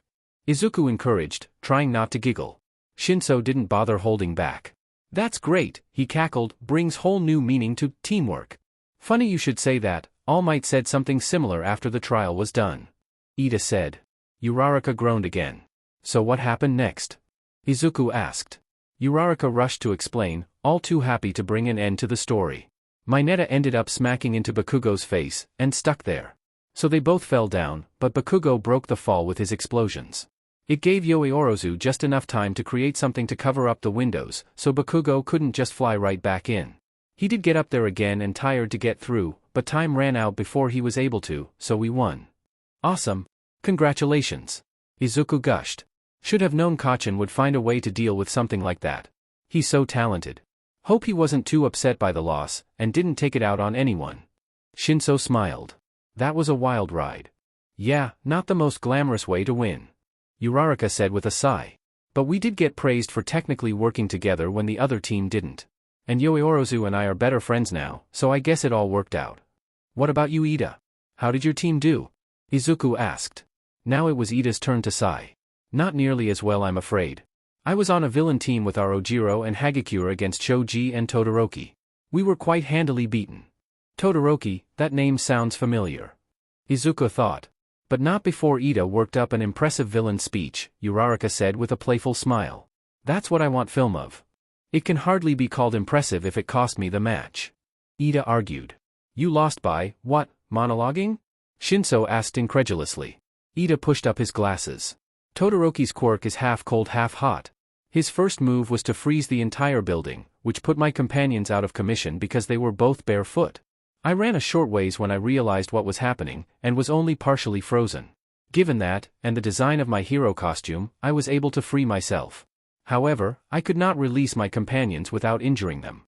I tried to take Todoroki on alone, and was able to surprise him. Unfortunately, I got too wrapped up in my role, and took a moment to declare my villainous intent. Todoroki took advantage and froze me again, and I was unable to escape before he put the capture tape around me. Even if you lost, seeing you act the villain was so awesome. Todoroki's face was priceless. Uraraka cheered. Ida gave her a small smile. Heh, it was rather amusing. And I can hardly blame Todoroki for his actions, it was the most logical thing to do. So can we footage of those fights? Izuku asked. We ask for purely academic reasons. Shinszo assured. The heroes in training both side. Friday, English. Hisashi, aka Present Mike, enjoyed teaching English. He had a fondness for the language, often using it during his radio show and even his hero work, and he liked being able to help these kids figure out how to use it. On the good days, it was like he was opening up new cultures to his students, giving them the tools to form a better understanding of the world outside of Japan. On the bad days, well, at least he got to have a chuckle at some of the students' horrible pronunciations. He would do his best to help them learn the proper way, of course, but there was no harm in finding a bit of entertainment in it. Today he decided to start things off with a pop quiz, much to the chagrin of his first-year class. Ah well, they'd learn to anticipate these things as the year went on. The school motto was all about going beyond, after all. When everyone was finished, Hisashi had put the quiz answers up on the screen and had the students grade each other's papers. This way, the kids got immediate feedback, and he didn't have to spend so much time grading. It was a win-win. Once the grading was done and questions were asked, Hisashi went around the class gathering up the quizzes. The students chatted as he did so, which resulted in him overhearing an interesting conversation. The conversation was between two boys who had sat next to each other since the first day of class. Midoriya and Shinszo, if he recalled correctly. They were an interesting pair, with Shinszo always looking half-dead and Midoriya radiating energy. They managed to have the same level of attentiveness though, and sometimes helped each other during exercises. Honestly, they sort of reminded Hisashi of himself and Shota. Speaking of Shota, the two of them must have had friends in Class 1A, because they were talking about the battle trial Shota's homeroom had done the day before. Just as Hisashi was approaching them, the topic shifted a bit. What other kinds of trials do you suppose they'll end up doing in the hero course? No clue. Well, hopefully they'll do more than just battle stuff. Like maybe ones that focus on responding to natural disasters, or hostage situations. How would they do hostages though? Just tie up a bunch of dummies or something? I suppose that would be easiest, but this is UA. You'd think they'd go for something more realistic, like having actual people play the hostages. Then maybe assign random ones to panic or try to stop the villains themselves. I mean, I know the majority of people would just let the heroes do their jobs, but not everyone does. Never underestimate the power of the human stupidity, huh? I was thinking of the power of panic or arrogance, but that applies too. You've got a point. Hisashi comments, startling the two of them. Hostages always make things crazy. Having someone lash out is rare, but hey, doesn't mean it won't happen. Hisashi held out his hand for their papers, and they handed over their quizzes without looking at him directly. Well, he couldn't leave them feeling embarrassed. He gave their quizzes a quick look. Midoriya, looks like you're really learning these grammar rules. Impressive, considering how wacky they made them. Hisashi internally cheered when that got a laugh out of Midoriya. And Shinszo, I gotta say your pronunciations are great. You really pick up on the nuances in how things sound. Ah, yes. A smile from Shinszo. Heh, even the kid's smile made him think of Shota. Hisashi couldn't wait for the last PRD to be over. Friday, History. Shinszo, can you stay after class for a few minutes? Aizawa asked. The student in question shot a look at his friend, who was already getting up from his desk. They looked at each other for a minute before Shinszo waved the other boy on. I have an after-school job to get to, so I can't stay too long. Shinszo replied. Aizawa nodded. After all the other students had left, he beckoned Shinszo to sit in a desk closer to his desk. So, you have sleep problems? Aizawa stated bluntly. Shinszo shrugged. Yeah, I do. What about it? What kind of problems are they? Chronic sleep disorder? Stressful home life? Aizawa felt the, is there anything I should know about, questions was inherent in the fact that he was asking. The first one. Shinszo explained, with the air of having done so numerous times before. It's called delayed sleep phase disorder. Long story short is that my body's rhythms are off compared to everyone else. I don't start getting sleepy till about 1 or 2 a.m., and want to get a full night's sleep. Not really an option when you have to get up for school, you know? Oh yeah. Aizawa knew. Considering you know the official name, that must mean you've been officially diagnosed. Took them a while to pin it down, but yeah. Apparently some people stop being affected by it when they become adults, so I'm really hoping that happens. That would be ideal. Do you have ways to manage it in case it doesn't? I take some meds for it. Do they help? Well, I feel like I'm jet-lagged most of the day, but I'm functional, so I guess so. I see. If that status changes, let me know. I'll do what I can to help. Aizawa wasn't one to go easy on his students, but he knew full well how dangerous sleep deprivation could get if it went unchecked. Okay. I will. Thank you. Friday, after history. Even after Aizawa gathered his things and went to the teacher's lounge, Shinszo was still on his mind. Honestly, the conversation had been a nice change of pace. Too often when he tried to talk to students about something like that they tried to hide was wrong, or insisted that they didn't need any help. It was nice to talk to someone who wasn't ashamed to admit to having a problem and receiving assistance with it. Aizawa was a little preoccupied with how surprised Shinszo had been at the offer of help. Maybe the kid figured Aizawa wasn't the type to care. He wouldn't be the first student to assume so. Shota! An all too familiar voice shouted. Aizawa had just entered the lounge, and already there were arms wrapping around him from behind. Hisashi, we've talked about this. Aizawa said with a sigh. And I'm sure we'll talk about it again. Hisashi said cheerfully. He pulled out of the hug to stand in front of Aizawa. I wanted to congratulate you on having students who are willing to reach across the aisle. Hisashi said with a smile. What are going on about? I've got a Gen Ed kid and management kid who were talking about your class's battle trial like they had been there themselves. Figured they must be friends with kids in your class if they knew that many little details, and it's not every day that students make a point to hang out with other departments. Aizawa let Hisashi go on as he found his usual spot and set up his sleeping bag, might as well get some grading done while he was still conscious. Something Hisashi said caught his attention though. They said what? Aizawa asked from his spot on the couch, Hisashi now sprawled out next to him. They were talking about using real people in hostage scenario training, because dummies can't panic or fight back like actual people might. Ambitious pair, huh? An idea started to percolate in the back of Aizawa's mind. There were trials and exams that involved volunteers pretending to be victims or hostages, to get the students used to working with real people. They usually didn't happen till later in the year though, and when they did it was all about assessing who needed the most help or keeping people calm. He began to wonder, how would his students react to a hostage that tried to fight back or escape on their own? So what do you think it means? Izuku asked, staring at his computer screen. It's a liability waiver, Midoriya. I'm pretty sure it means they want us to waive liability. Shinso's voice was a little distorted over the phone, but the sarcasm came through loud and clear. Thanks, that really cleared things up. Izuku said, matching his friend's tone. I meant why would the school suddenly send us one? Any ideas? Dunno. Though, with what we hear from Uraraka and Ida, I'm surprised all students aren't asked to sign one. It's not that bad. The hero exercises are done far away from the main building, so it's not like someone is accidentally going to crash through a classroom window or anything. It was Saturday, the first weekend since he'd started attending UA, and when he'd opened up his email he'd found one from the school with a document attached. From what he could tell it was a combination of a liability waiver and a permission slip, which his mother would need to sign. If she did, the email said he would be allowed to participate in an interdepartment training exercise. Seeing that this event was interdepartment, Izuku had naturally decided to call Shinszo to see if he had gotten one too. It didn't occur to Izuku that his friend might already be at work, not until the other boy actually picked up. When Izuku heard all the meows, barks, and tweets going on in the background he'd immediately offered to call back later, but Shinszo said he'd been about to go on break anyway. Maybe it's for the sports festival. Izuku proposed uncertainly. That's coming up, isn't it? Still weeks out though. Plus I'm pretty sure they would just call it the UA Sports Festival if that's what it was about. Good point. I'm not sure what else it would be though. I guess we'll find out on Monday then. But I want to know now. Izuku complained. That's an unfortunate problem you have there. Shinszo replied, sounding like he was trying to resist smiling. Aren't you curious at all? Izuku asked. Meh.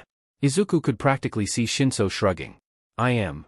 Just not enough that I'm going to spend my whole weekend trying to figure it out. Izuku hesitated too long in replying. That's exactly what you're going to do, isn't it? Shinszo asked. Maybe. Shinszo huffed, but still sounded amused when he spoke. Well, I've got to get back to work. Good luck with your new weekend project.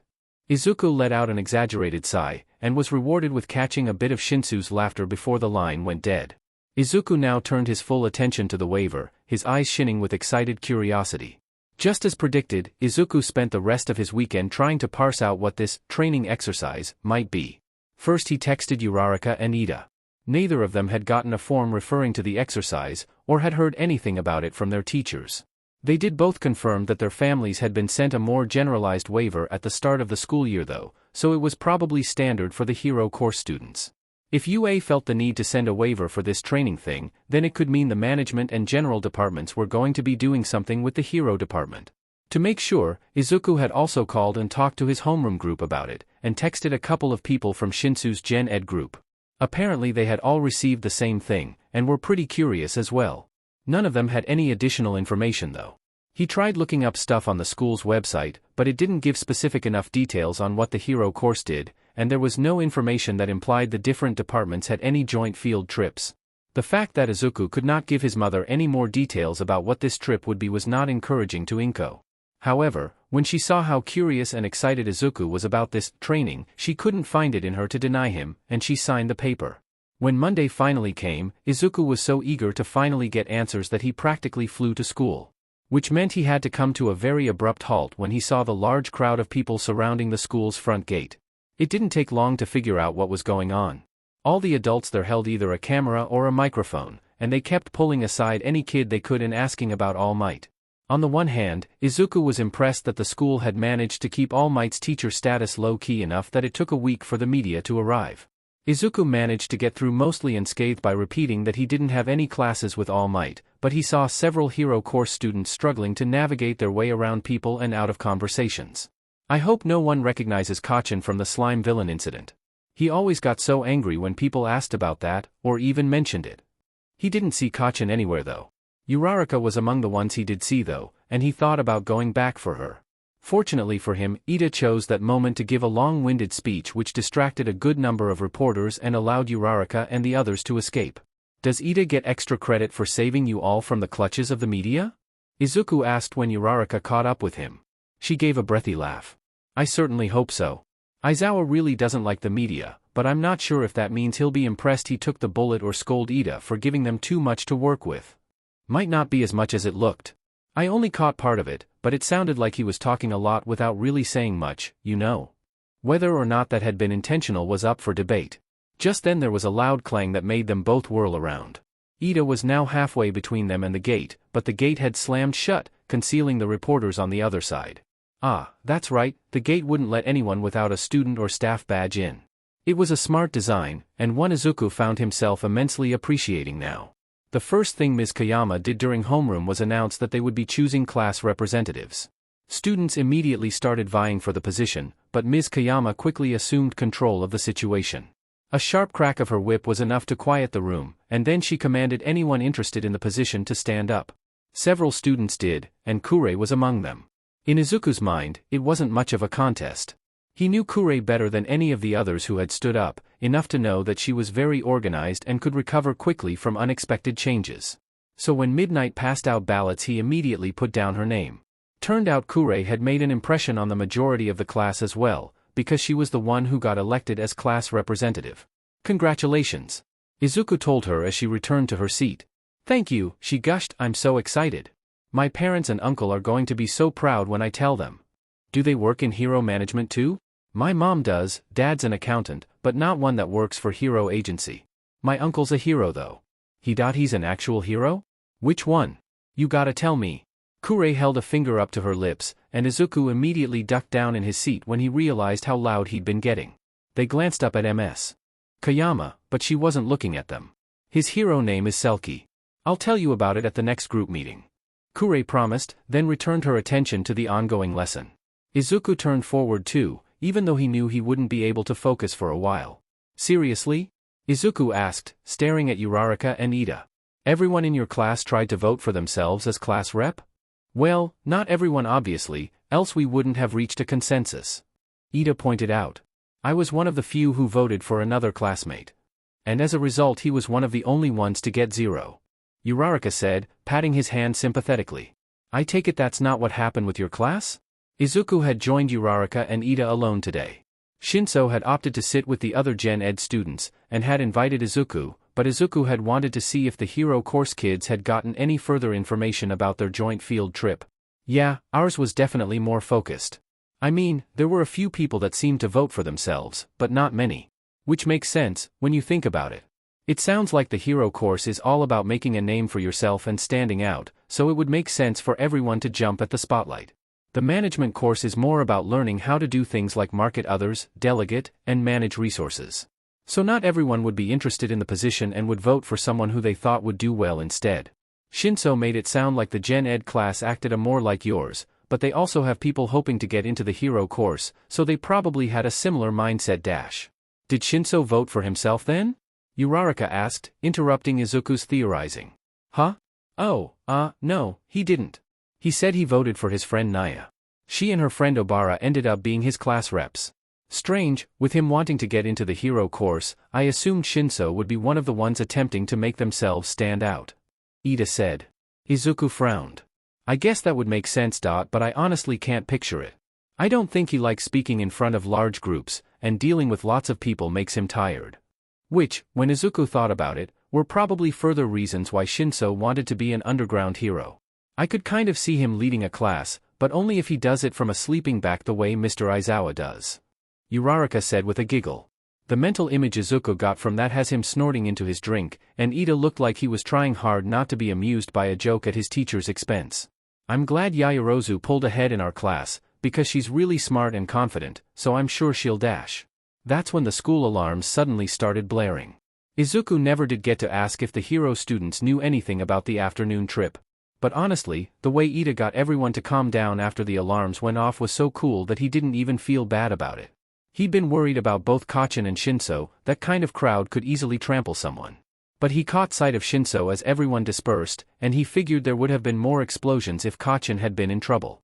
After the panic had died down, Izuku had been directed to meet up with his homeroom class. Others had made it there before him. You see? This is exactly the kind of thing I was talking about.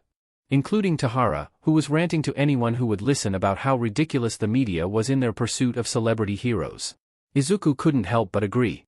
He was all for freedom of speech, but the journalists should have known better than to trespass just to get a quote about All Might teaching. WHAPSSH. Everyone fell silent at the sound of Midnight cracking her whip. She stood at the front of the classroom, now in her hero costume, and addressed the class. Just because we got some pushy media on our hands doesn't mean we cancel trips or training, so everyone get yourselves sorted and pass up your permission slips. Once everyone had proven they had permission to participate, Class 1J was herded into the hall and out of the building. Once they were outdoors, Izuku saw another group of students, which he quickly deduced to be Class 1C based on the presence of Shinszo and his friends. He could even see Imari and Wakiya further up. Given that both groups were heading the same direction, it wasn't hard for Izuku to break ranks and join up with Shinszo. Have they told you guys anything yet? Izuku asked. Shinszo shook his head. Izuku sighed and resolved himself to waiting just a little bit longer. Is this really how big your class is? Izuku asked, noticing there weren't nearly as many Gen Ed students gathered as there were management students. Nah, there's usually more people. Shinszo replied. Yeah, I'm pretty sure our department has the most students compared to the others. Naya spoke up. But a bunch of people had to stay behind because they didn't get permission. Didn't that happen to anyone in your class? She asked incredulously. Izuku shook his head. No, everyone in mine had a signed slip. Dang, management kids and their families must be really curious. I had to fight to get my parents to agree to something so vague. Yamoto said. Maybe. Izuku said. But it's probably more to do with wanting to get ahead by seeing potential future heroes in action. After all, the more you know about something the easier it is to market it to different groups. Spoken like a true management student. Nyakura said with a laugh. Small talk continued as the two groups were led toward distant buildings. Midnight led one group, and the other was led by a man in a cowboy costume and face mask that Izuku recognized the pro-hero Snipe, which resulted in some time passing with Midoriya pouring out facts about the sharpshooting hero. This looks like the area I went to for the hero course practical. Shinszo eventually noted, which got Izuku all the more excited. But instead of being led straight into the fake city, the two groups were led into a long building just outside of it. The space inside was big and empty, save for the presence of two people. Eraserhead stood with his usual slouch and tired eyes, while Present Mike bounced on his feet like a kid waiting in line at an amusement park. How many did we get? Aizawa asked when Midnight and Snipe went up to him. They hand him the slips, and he counts them, then nods. We've got more than enough here, which is fortunate because Ectoplasm sent a message that they could use a few more for Class 1B. Aizawa pulled out a few of the slips, and handed them back to Midnight and Snipe. Each teacher called the names on the slips, and those students hesitantly came forward. All right, listeners. Let's get you to your proper venue. Present Mike declared. In a flash the pro was leading the students out of the building. Let's get this show on the road. Aizawa said as soon as Mike left. You aren't gonna wait for him? Midnight asked with a raised brow. He knows what's going on. Aizawa said dismissively. Midnight sighed, and turned to address the students. Today you will all be participating in a training exercise for the Hero Course students. But just because it is mainly for the benefit of the Hero Course does not mean that you all won't be graded on the effort and creativity you put into your roles. What role is that, you may ask? Midnight's eyes glinted in with excitement. Hostages. The students around Izuku started murmuring to each other, a mixture of confusion and intrigue. Izuku immediately remembered the conversation he'd had with Shinszo last Friday, and glanced at his friend. Shinszo was looking at him too. They both turned their attention to the front when Snipe spoke up. Of course, we could use dummies for something like that, but this is UA. We always go above and beyond. Plus, guarding things is way different than guarding living, breathing people. I know everyone likes to think they'd react the right way when a major villain attack happens, but the simple truth is that not everyone does. People will panic, or cry, or lash out, instead of staying calm and letting the heroes handle things. A hero needs to be prepared for that. Aizawa stated. They need to expect the unexpected, and be just as good at handling people as handling villains. So your role in this exercise is essentially the wild card. You will each be assigned a partner, who you will be a hostage with. Once you have your partner, I suggest the two of you get together and decide how you want to handle your role. Names were called once again, and the murmuring started anew, only now it was pure excitement. Izuku crossed his fingers, and hoped he'd get paired up with one person in particular. Further into the replica city, All Might was explaining the exercise to Class 1A. For this trial, one student will be assigned to be the hero, trying to rescue the hostages, and there will be two students as villains trying to keep the hero from the hostages. Mr. All Might, isn't this exercise too similar to the combat training to be of much use to us so soon after the last trial? Ida asked, his hand raised high in the air. There is a great difference here, Ida. All Might declared. In the combat trial you focused solely on that, combat. You were able to focus exclusively on your opponents, and thwarting their goals. But once civilians come into the picture, things change. You should try to defeat the villains, of course, but your top priority is the civilians. You must ensure that they remain unharmed, even if it means letting the villains get away. Of course. Learning the basics of civilian interaction now will no doubt benefit us in the future. An excellent point, sir. Sir. Yoiorozu raised her hand, and All Might acknowledged her. May I ask why we are not being allowed to view our classmates' interactions in real time as we did with the combat trial? Ah yes, that will make the waiting time rather boring for you all. However, Aizawa and I decided that it would be most telling if we saw everyone's first instincts when it came to the civilians, so we will know how best to address your preconceptions in the future. Yoiorozu accepted this explanation, as did the rest of the class. Of course, as Aizawa had discussed with All Might and Blood King, Class 1A and 1B were not explicitly told how the hostages were instructed to act out. The Hero Course kids only knew that the students acting as hostages were also first years, and that the hostages knew this was just an exercise. And surely, if the hostages know it's just an exercises, then they wouldn't need to worry about them too much, right? Wah! Trial 1, Okabe and Yamato, Quirks, Shadow Webs and Protected Senses. Villains, Jairu and Ishido, Hero, Tsuyu. I'm too young to die. Okabe wailed. She was in the middle of an empty room with her hands tied behind her back. Yamato was in the same position, his back against hers. Please sister, be quiet. We don't want to anger our guard. Yamato said in their best soothing voice. Yamato, with their ability to mess with their own senses, was able to dial down their own perception of Okabe wailing in order to be more comfortable. The guard was not faring nearly as well. Yes, please, listen to your sibling and shut up. Jairu growled, rubbing her temples. The two hostages had arrived with just enough time to get introductions before the exercise started. Jairu's pink-skinned friend, Ishido, had run off as soon as the buzzer had went off. Just as the two hostages had. I'm so sorry. Please, don't hurt her. Yamato begged dramatically. Jairu sighed, she was beginning to regret letting Ishido be the one to go on the offensive. They hadn't been given any keys for the building, only zip ties to use on the hostages. Neither of their quirks allowed them to block the door, so someone had to stay and make sure the hostages didn't get away. They decided that Ishido should go fight their opponent while Jairu stood guard. It made sense, given that Jairu's quirk would allow her to tell if Tsuyu was closing in on their location, so Jairu had readily agreed. But that was before she knew how annoyingly into role-playing these two were. She cries one more time and your sister will get my sock shoved in her mouth. I won't allow her to broadcast our location any longer. Jairu crossed her arms and glared down the pair. Oh of course. Sis. Is there anything that would help you while we, wait?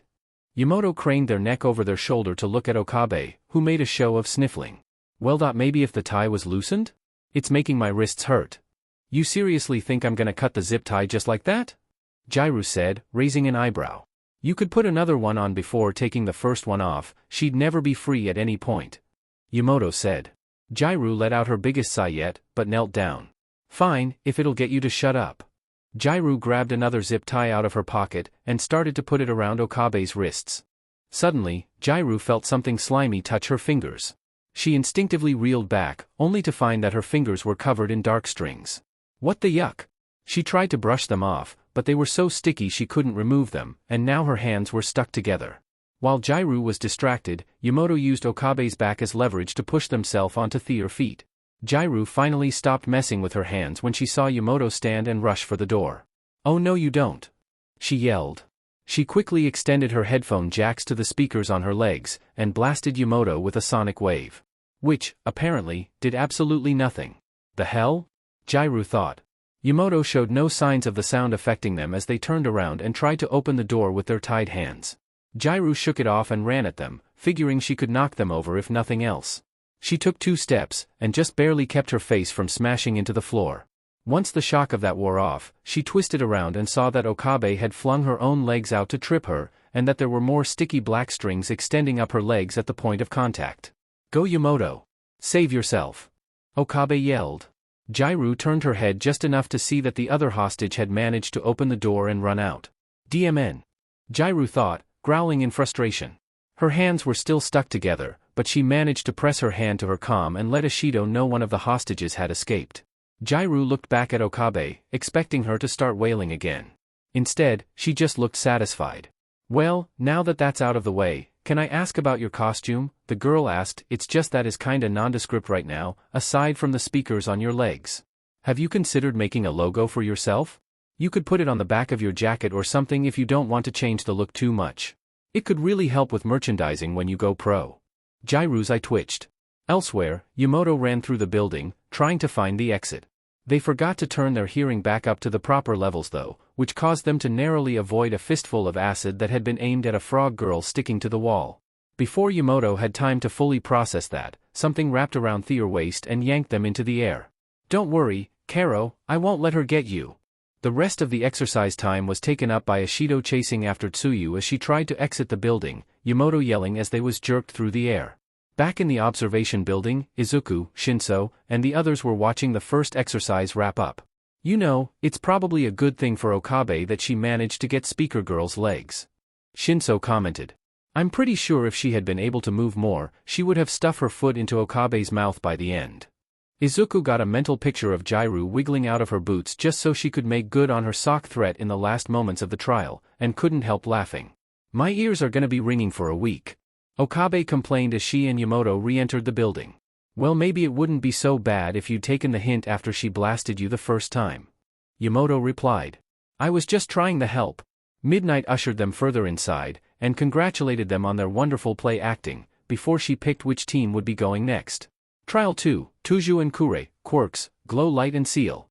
Villains, Sato and Ojiro, Hero, Hagakure. "Your name was Sato, right? Can I ask how your quirk works?" Kure asked from her place on the ground. Sato gave the girl a quizzical look. "Why do you ask?" Both of the hostages were sitting against the wall, their hands and their feet zip-tied together. If Sato and Ojiro had been facing anyone else they wouldn't have bothered having someone in the room to keep watch, but they were facing someone who could turn completely invisible. Even if the hostages couldn't really move, they didn't want to risk Hagakure sneaking past and freeing them. So Sato stayed and kept the hostages company while Ojiro guarded from the other side of the door and did occasional sweeps to see if he could hear her coming. "Well, I figured we might be here a while, so we might as well find a way to pass the time. My main focus in class is on how to use the newest technology to improve the way hero agencies are run, but it's better to have skills in more than just one area. So I thought I'd ask about your quirk and then brainstorm on ways to market it, since a big part of any agency job is knowing how to appeal to the public." Kure explained calmly, her only show of discomfort being the way she kept shifting her position. Tuju sat still and said nothing, aside from occasionally shifting his gaze from Kure to Sato. "I guess that makes sense," Sato replied. Maybe he should have been focusing on keeping a lookout, but Hagakure would have to open the door to get in the room, and it would be pretty hard not to miss that whether he was paying attention or not. "My quirk is called Sugar Rush, which basically means that I can increase my strength by eating sugar." "I see." Kure nodded thoughtfully, still shifting now and then. "Honestly, you probably won't need much help in the marketing department. If you manage to get even marginally popular, you'll probably have candy and baking companies begging for endorsements from you." "You really think so?" Sato asked, looking hopeful. "Well, what about if I wanted to start a line of baked goods myself?" "You want to be a pro hero and run a baking company? That's pretty ambitious." "Well, my family is already in that business, and I'm not currently in line to take over, but I've been doing my own baking since I was little, so I've always thought of having my own product line within the company." "Then I'd say that sounds like the perfect opportunity. If you play your cards right, then you could become the face of the company one day, and the public would clamor for a product a pro hero had a personal hand in. Do you have your own recipes and everything?" Sato was about to reply, but stopped when he heard a soft snap echo through the room. Kure grimaced. "What was that?" he asked, eyes narrowing at her in suspicion. Suddenly, a light appeared right in front of Sato's face. He jumped back, but nothing happened. The little ball of light just hovered in place in front of his face. But then there was another snap and suddenly Kure's shoulder rammed into his stomach. Sato grunted and stumbled back, but he didn't fall. She leaped at him again, but this time he saw her coming.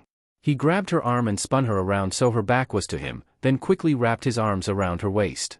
When he was done, her arms were pinned to her sides and she herself was pinned to his chest, her feet dangling several inches off the floor. The door swung open, and Sato whirled around to look at it, intent on seeing any sign of Hagakure, but Ojiro was the one standing in the doorway. His tail whipped back and forth, subconsciously displaying his confusion at why Sato was backwards hugging one of their struggling hostages. "Are you okay?" he asked his partner. "Peachy," Sato said with a huff. She had to shift his grip to keep a hold on Kure, but after a few more seconds she gave up. Well, it was worth a shot. Thanks for your assistance, Tuju. She called to the other boy. No problem, he said. Though it would have been nice if you could have gotten me free too. The light wouldn't distract him long, I had to take action. She justified, then looked over her shoulder at Sato. Sorry about driving my shoulder into your gut? So all that stuff you said was just to distract me? Or were you actually trying to give me advice? Sato demanded. Why can't it be both? She asked with a smile. After a moment, he smiled back. What the humph? The sudden cry from Tuju had everyone looking at him. His face was screwed up in a weird way, and, upon closer inspection, the angle he was leaning shouldn't have been possible. Unless something was supporting him. Ojiro's eyes narrowed. Hagakure. He quickly slammed the door behind him and ran toward Tuju. The boy was dropped to the floor, and Ojiro spent a couple minutes leaping at air before he managed to tackle his invisible classmate. He put capture tape around some part of her body, and the exercise ended. I didn't realize your claws were sharp enough to cut through things like that. Izuku commented once the pair had rejoined them. They aren't that sharp really, I'd ruin my computer's keyboard if they were, but the tie was tight enough that getting it at just the right angle managed to snap it. Meanwhile, Shinszo and his friends was congratulating Tuju on finally having a new story to tell. Tyrell 3, Nyakura and Naya, Quirks, Emotion Banishment and Fantasy Imprisonment. Villains, Bakugo and Shoji, Hiro, Ida. Get these two tied up and meet me outside. You're gonna tell me exactly where Glasses is so I can go blow him up. Bakugo told his partner. Shoji gave him an unimpressed look, though it was hard to tell with the way his hair draped over his face. Don't I get any say in the plan? He asked, his front arms folding. One of the hostages, the girl, was standing behind Bakugo, staring at him. He did his best to ignore it. He figured she was just surprised by his appearance. There were certainly stranger mutant-type quirks than his own, but that hadn't stopped people from staring now and then. If you've got a better one then lay it on me. Bakugo challenged. If not, then do what I said so we can get on with messing up Glasses. Hey man. The red-haired boy interrupted. No need to be like that, I'm sure your buddy just wants to give you guys the best chance at winning. I'm always the best chance. Bakugo said arrogantly. Geez, the boy sighed, laying a hand on Bakugo's exposed shoulder. You gotta learn to chill. Bakugo immediately smacked the hand away and whirled around, but then he suddenly stopped. His spine straightened and his hands fell to his sides. Don't touch me. Bakugo said. Said, not shouted, Shoji noted. Until just now, he hadn't realized Bakugo was capable of doing an indoor voice, or of sounding so calm. Sorry. The redhead replied with a smile. Bakugo didn't comment on that, and instead turned toward the door. Meet me outside to plan when you're done. He said, maintaining the strangely calm tone. When the door closed behind him, Shoji turned to the redhead with narrowed eyes. The brunette moved so she would still be standing in front of Shoji. He wanted to know what was up with her, but he needed an answer first. What did you do to Bakugo? Shoji demanded. I used my quirk on him. The boy said casually. Normally I ask permission, but considering the way he was acting, I figured you wouldn't mind me toning down his anger. Shoji felt like he should have protested, maybe even scolded the other boy, but he honestly was looking forward to talking to Bakugo without being yelled at. Just remember to undo it once this is over. Shoji warned. And when you do, make sure you are either far away or have witnesses. The boy laughed while Shoji pulled out some zip ties. Alright, let's get this over with. Mind if we get some introductions first? The girl asked stepping forward. She looked right into his eyes and held out her hand. My name is Naya, and this is Nyakura, it's nice to meet you. After seeing the change Bakugo went through by being touched by Nyakura, Shoji hesitated to take Naya's hand. I'm Shoji. Why were you you were? Shoji's head was suddenly feeling foggy. Yes? Naya prompted. She stepped closer, still staring into his eyes, but he couldn't quite focus on her. It suddenly seemed sunnier than before, and the room felt larger. No, was he even in a room? He felt like he was outside. There was grass under his feet instead of a floor, and trees were all around. It was a playground, the one closest to his house. There were kids playing all around him, and some called for him to join them. He didn't think twice before he ran to them. I can't believe this, but I never asked about Naya's quirk. Izuku said. He turned to Shinszo. Do you know what it is? What is she doing, staring at him like that? Naya's quirk is kind of similar to mine.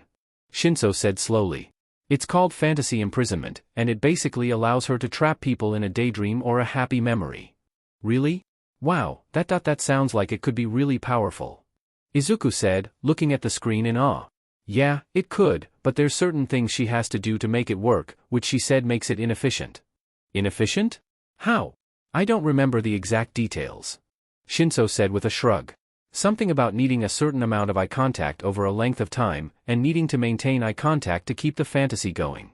I see that. I guess that would hinder any heroic ability to use it.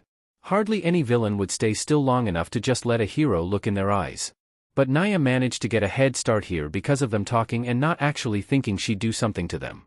I suppose maybe she could work strictly as hero support, or even police support to help transport violent villains without manpower or sedatives to dash. Several people made shushing noises. Izuku blushed and stopped muttering. Shinszo patted him on the back. Bakugo waited outside the door. He recognized that it had been a while since he'd told Shoji to finish securing the hostages, but he didn't feel impatient. He didn't feel anything really. He knew there were things he wanted, of course. He wanted to do well on this exercise, which meant either defeating the hero or keeping the hostages secure. He was standing in front of the only entrance to where the hostages were, so that kept them secure until Shoji finished or Glasses arrived. Zoom screech. Aha! I have found you, villain. Release the hostages and you shall remain unharmed. Glasses stood at the end of the hallway, surrounded by a cloud of his own exhaust. Bakugo turned to face him and got into a fighting stance. I'm not going to do that. Glasses seemed confused, but he didn't let that stop him for long. Then I shall force your hand. Glasses was suddenly coming at him. Bakugo ran to meet him. Naya almost looked away from Shoji's eyes when an explosion sounded outside the door. Can you see what's going on out there? She asked. Nyakura carefully approached the door and eased it open. He left it open as he came back to her. Bakugo and an armored guy are going at it just a little ways down the hall. I really don't want to stay near them. Should we tie this guy up and make a run for it? With muscles like those, Naya honestly wondered if the zip ties would actually hold him. Still, it was a better option than trying to walk Shoji down with her and hoping she didn't get distracted by the fight. Worth a shot. They maneuvered Shoji so he was sitting down facing the door, and Nyakura dug out multiple zip ties and put them around the boy's ankles and main wrists, all while Naya's eyes burned and Shoji kept that dazed look. When Nyakura was finished, they slowly backed towards the door. 3, 2, 1, now. Nyakura said. Naya turned and ran out the door with him. The moment she turned away, Shoji's eyes came back into focus. What the hey, they were already out the door though.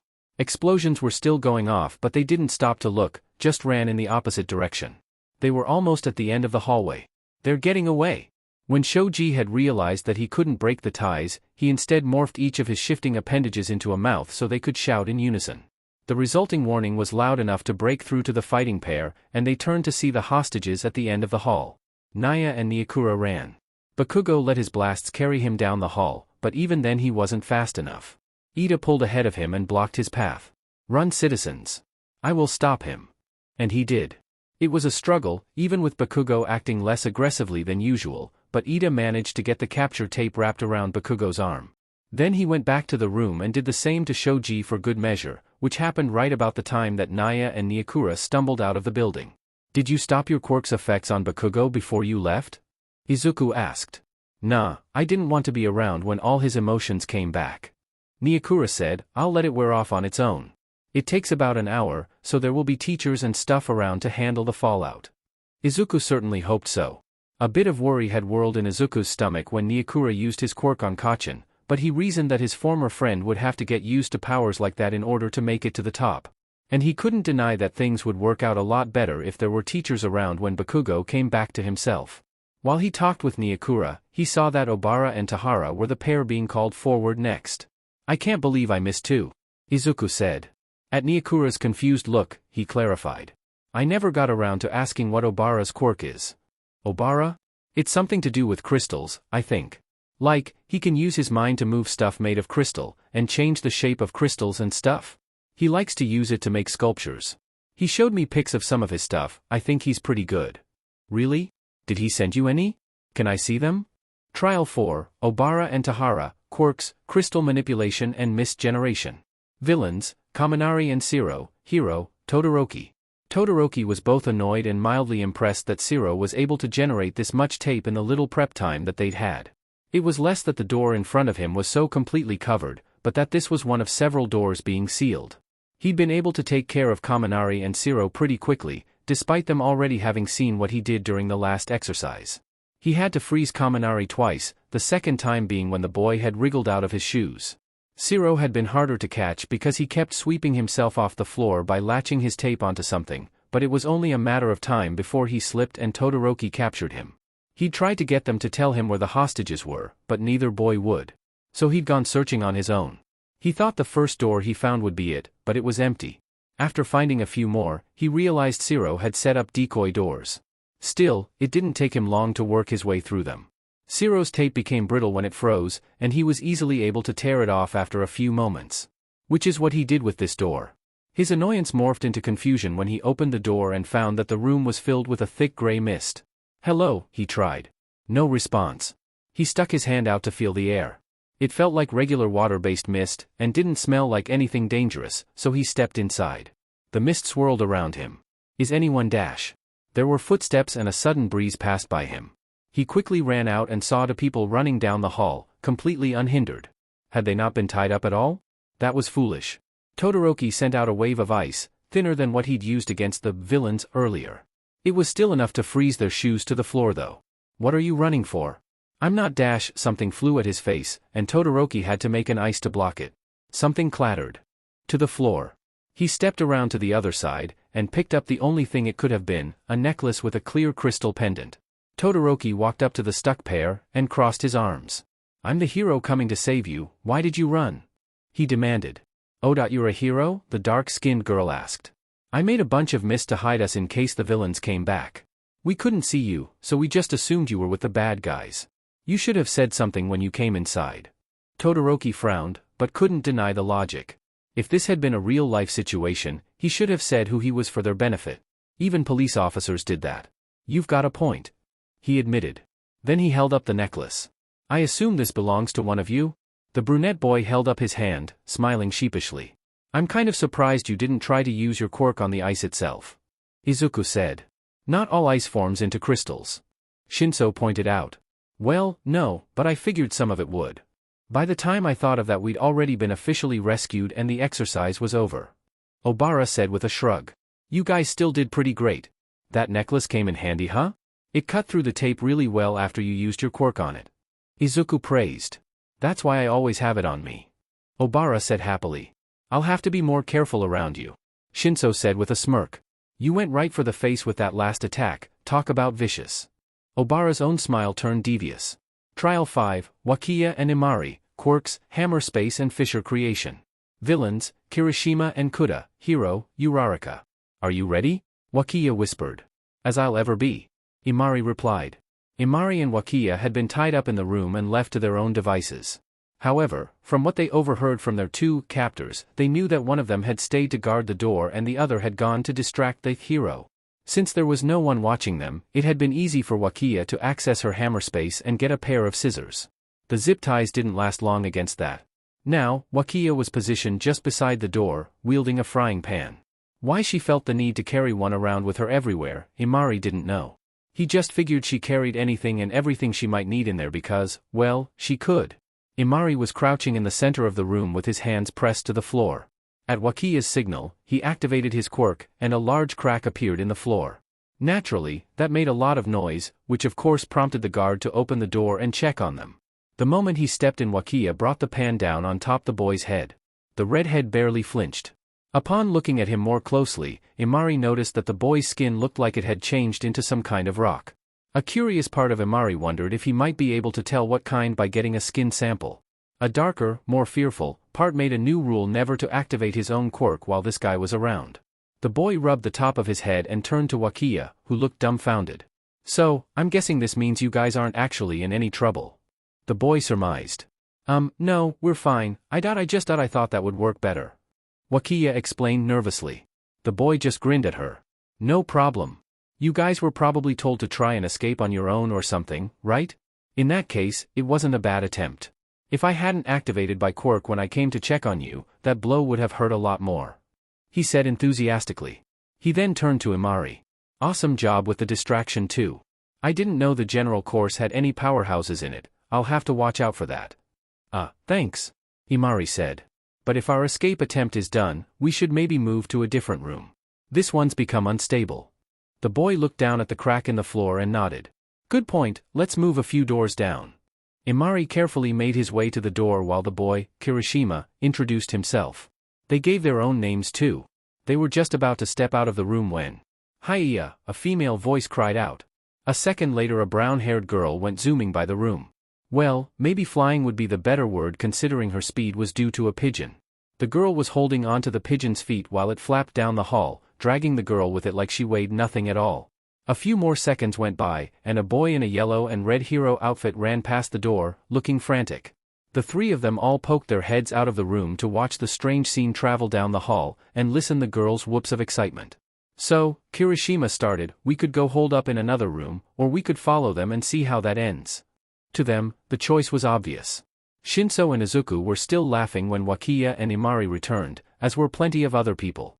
They were so distracted by it that they didn't have time to give Wakiya and Imari any grief about getting caught so easily, and almost missed it when their own names were called.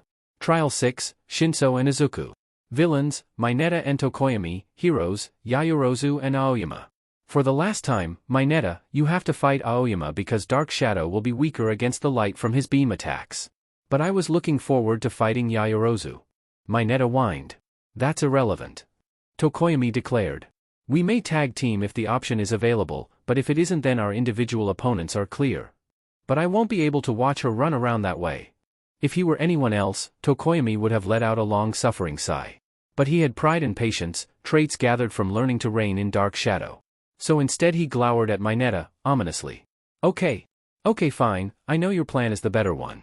Just let me finish getting to door secured and I'll meet you on the stairs. Tokoyami nodded and turned, already feeling he'd spent too much time with this particular classmate. Mineta started to close the door, intending to stick it shut with his quirk. Hey, kid. There were two hostages in the room, both with fluffy hair though one was purple and the other green. Mineta had noticed how Uraraka and Ida sometimes sat with these two in the lunchroom, but he'd never heard much about them beyond which departments they were in and that Uraraka had apparently met the green-haired kid before school started. Can I ask you something before you go? The purple-haired kid continued. What is it? Mineta asked. Then his face went blank. With Mineta's help, Shinszo and Izuku were able to break the zip ties. Turned out the short boy kept a couple of useful objects stored in that diaper thing. Izuku was glad it had some kind of practical purpose, because he certainly couldn't see an aesthetic one. You will stay here for the rest of the exercise. Shinszo commanded. And if your partner calls asking where you are or for help, or calls you for anything over the comm, tell him you're on your way. Shinszo, don't forget the hair sphere thing. Izuku reminded. He'd just finished using zip ties to secure the boy's hands and feet. Oh yeah. Give us one of your hair spheres. Mineta mechanically took a ball off the top of his head and held it out to them. Izuku untied Mineta's scarf and used it to take the ball without touching it. And then they were off. Izuku and Shinszo had talked about their plan between each person's session, learning from each one as they went. One of the things they noticed is that all other hostage groups had tried to go down to find an exit, and always ran into the other participants. So they would go up instead. Both boys couldn't help grinning as they made their way up to the roof. This had played right into their hands, allowing them to escape right out from under everyone else's nose. It was a heady feeling. The roof wasn't locked, thankfully. Shinszo quickly shut the door behind them and Izuku carefully wedged the sphere against the door and the frame, effectively locking it behind them. I'm pretty sure that's all we need to do. Shinszo noted, panting, but still grinning. Maybe, but I didn't come all this way to settle for good enough. Izuku said, matching his expression. Only one other hostage pair had managed to make it out of the building. Shinszo and Izuku planned to escape even more thoroughly than them. Though, the gap between the two buildings looked a lot bigger on the roof than it did on the ground. Still, the other building was a bit shorter than this one, so that would compensate for it, right? You sure you want to do this? Shinszo asked, looking down at the ground, smile no longer on his face. His fists were clenched, from fear or determination. Izuku wasn't sure. We can do it. Izuku said confidently, backing up a ways. I'll go first. Shinszo nodded, then smirked. Go beyond. Plus ultra. Izuku shouted, running forward. He pumped his legs for all they were worth, stepped up, and launched himself forward. His feet hit concrete after just a couple seconds, and his legs collapsed under him. He grunted in pain as he rolled across the rooftop. He got up as soon as he stopped moving, his body sore but unbroken. He'd made it to the lower roof with plenty of space to spare. I'm okay. He shouted up. You ready? No response. Shinszo? Suddenly Shinszo was at the edge and throwing himself toward the roof, right toward Izuku. He stood and ran forward, thinking he might be able to catch his friend before he started rolling, but instead Shinszo collided with him. Next thing Izuku knew, he was on his back again, his limbs now tangled with Shinso's. The other boy's violet eyes opened and looked into his own. They stayed like that for a moment, reveling in the fact that they had both made it. Then they both started laughing. The release of the adrenaline high combined with a great amount of relief had them in fits for a while. But eventually, they managed to quiet down to occasional chuckles. They rolled away from each other, just enough to not be laying on each other, and stared up at the sky. "We're gonna go down in history," Shinszo said. "The only two non-hero course students crazy enough to jump off of a building. Word of our deed shall spread through the student body. Kids will hear about it, tell their parents, maybe it will even get people watching us more during the sports festival. It'll be great publicity for you. You'll be a shoo-in for the hero course once they see the pattern of your skill and daring shine forth," Izuku said with a giggle. Shinszo snorted. "You're so weird, Midoriya," Shinszo said. Izuku noticed something about the way he said that, like all the levity was suddenly gone. "What do you mean?" Worry leaked into his voice. "I mean, no one else says stuff like that, not about me. No one else is so insistent I'll get into the hero course, even my own parents sound doubtful sometimes." Izuku was reminded of the days before his dad's death, the days when he was still blissfully unaware of his own quirk and he still proclaimed his desire to be a hero. His mom had tried to be encouraging, but he could imagine what Shinsu's own parents must have sounded like. "But you've got an amazing quirk for hero work," Izuku protested. "Why wouldn't people think you could be a hero?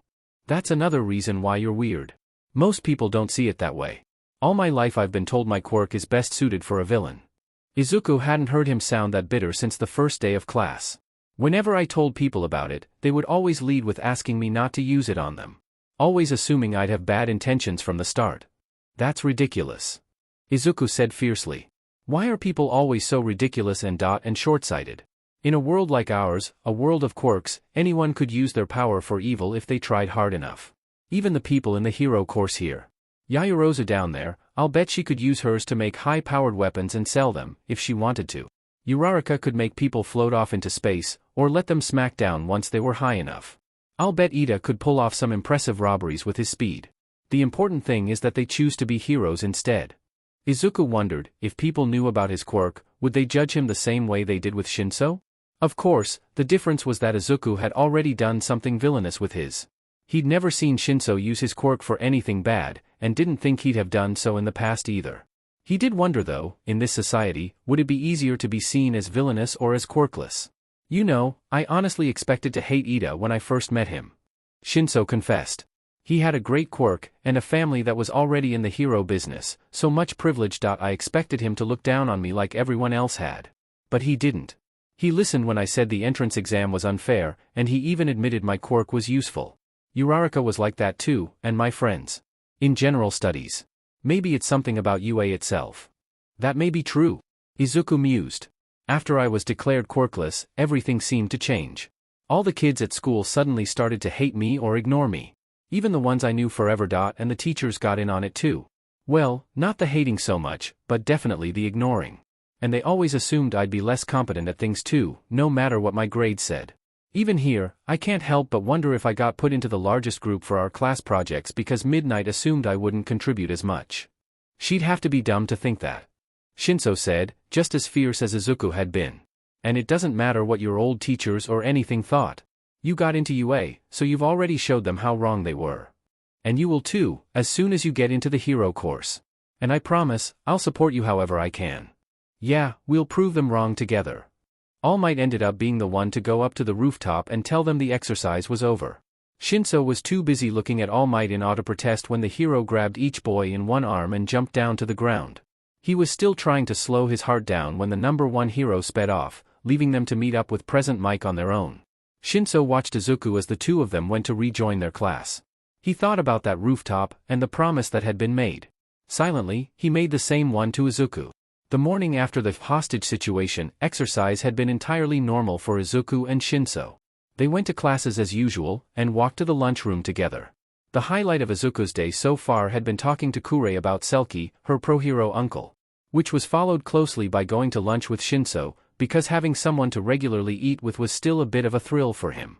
Shinszo felt similarly, and was most looking forward to lunch because Midoriya had mentioned plans for sports festival prep during literature. So both of them were wholly unprepared for when Uraraka and Ida raced up to their table and slammed their trays down across from them. Oh my gosh, I can't believe you guys did that. Indeed. Risking yourselves like that for an exercise was entirely unnecessary. You guys did better than any other hostage group. It was reckless. It was great. Uraraka, we are not encouraging this. Speak for yourself. Izuku stared at them in befuddlement and Shinszo raised an eyebrow. Good grief, just tell us what you're going on about already. We reviewed the footage from the hostage training with Aizawa this morning. I can't believe you guys managed to escape from Tokoyami and Mineta and made it to another building before time ran out. Uraraka's fists were held close to her chest as she bounced excitedly in her seat. Well, to be fair, we mostly just escaped from Mineta. Tokoyami had already left by the time we broke out. And it was mostly Shinsu's victory because he was the one that got Mineta under control and kept him from participating so dash. Don't you start with that. Shinszo cut him off.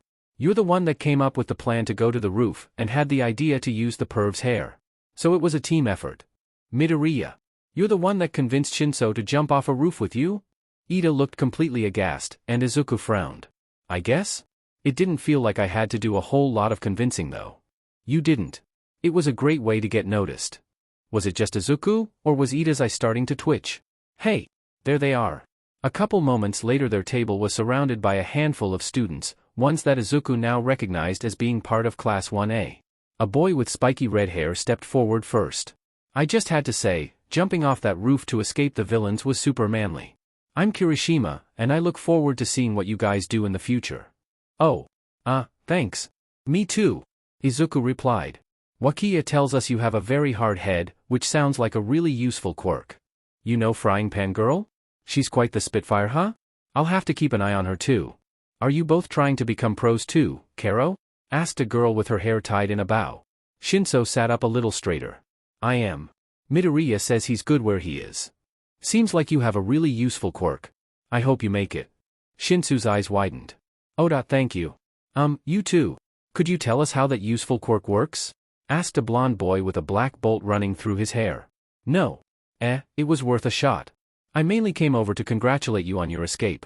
Mineta's face during the replay was priceless. You've given me so much teasing ammo. Your name is Midoriya, right? Asked a girl with her black hair done up in a high ponytail. I must ask, did you do any sort of calculations before you performed the jump? Somewhere, amongst all the questions, Izuku leaned over and whispered to Shinszo.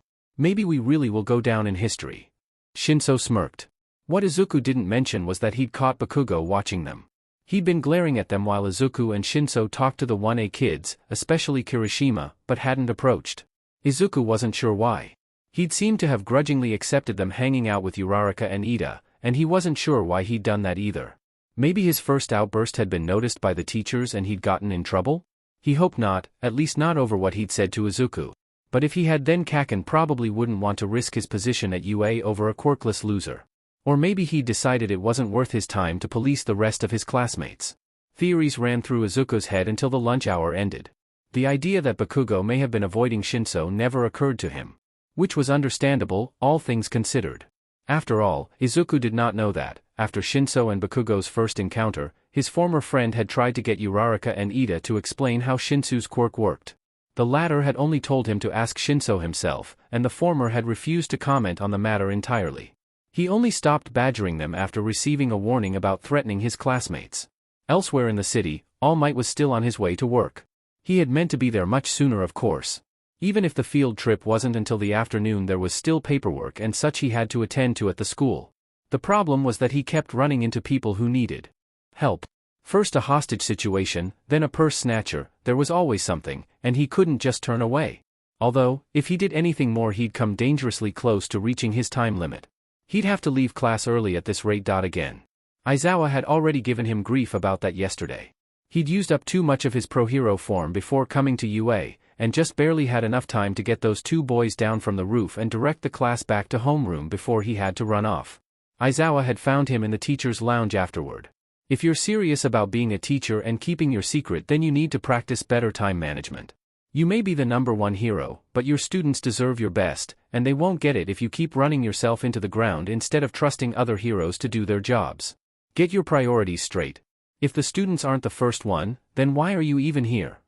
All Might let out a deep sigh. Aizawa definitely had a point. He'd taken the position to both scout for a successor and to explain why he was spending less time doing hero work. Netsu's recommendations may have all been upperclassmen, but that didn't mean he should skip out on his time with 1A and 1B. It wasn't fair to them. And who knew? There could be one among them that would make the perfect successor, but he would never know it if he didn't spend any time with them. He heard someone call out that a hit and run had just occurred, and his body moved instinctively to leap in that direction. But then he caught sight of another pro-hero chasing after the offender. They looked young, possibly a rookie or maybe even an intern, but they seemed to be gaining on the car.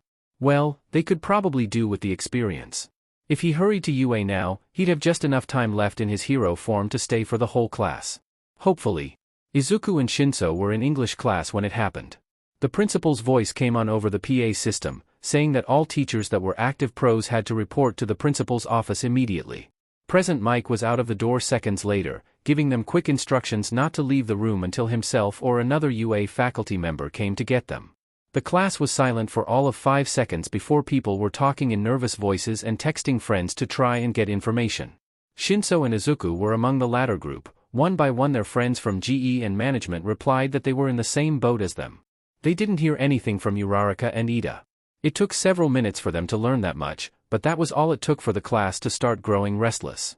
How long do you think we should wait? What if we get to the end of class, or even the day, and nobody comes? Do you think we can leave quick to go to the bathroom at least? Should we make a plan in case villains break in? Before Izuku was entirely cognizant of what he was doing, he stood up and walked to the front of the class. The anxious chattering quieted a bit as he did so, and ceased entirely as he addressed the class. I know everyone is confused, I am too. But unless something drastically changes we need to stay right here and wait like like Yamada-sensei said. He's been a pro-hero for years, and he wouldn't have left us undefended if he believed we would be in danger. But what if they went to deal with villains somewhere else on the grounds and others come here while they are away? One boy demanded. The announcement only called for active pros, not all the teachers in general. Even if the remaining teachers are retired or on leave from their duties they are still heroes and would protect us if that happened. Izuku stated. His tone was confident and firm, allowing no room for doubt in what he said. Besties, heads turned to the back as Shinszo spoke up. The perimeter alarms aren't going off. So we can't even say for sure why they left. Why else would they have left? The same boy barked back. They could have called an emergency meeting about something. Izuku speculated. Maybe there was some big break in the hero killer case, and the principal wanted all the teachers who patrolled to be informed of it as soon as possible. Or maybe they have to go corral a horde of overzealous media again. I heard it took a lot of convincing to shoo them away last time. Shinszo added. Either way, we can do our best to be prepared for the unexpected without jumping to the worst conclusions. So let's keep an ear out for what is going on in the hall. And maybe try to get some work done while we wait. Izuku's reassurance, and the reminder of the pointless panic that happened in the lunchroom the other day, did its job. Wishing to avoid going through such a thing again, the students did as Izuku suggested and either listened by the door or found work to distract themselves. They didn't have to wait very long. After another 15 minutes a retired hero called Makeshift entered the classroom, showing off her ID to confirm she is a part of the support department staff. She had graying black hair and a decent amount of lines on her face in the ID photo, but the news she carried now added some new ones. She told them the rest of the school day had been called off, due to intruders that appeared within UA grounds. Once she had settled the panicked outburst that followed, she assured them that the threat had been dealt with and that no students had been seriously hurt. There were now plenty of heroes and police on the grounds and surrounding the gate to ensure the students would be safe as they left. After that she escorted the class to the main entrance, told them to be safe, and then left to get another class.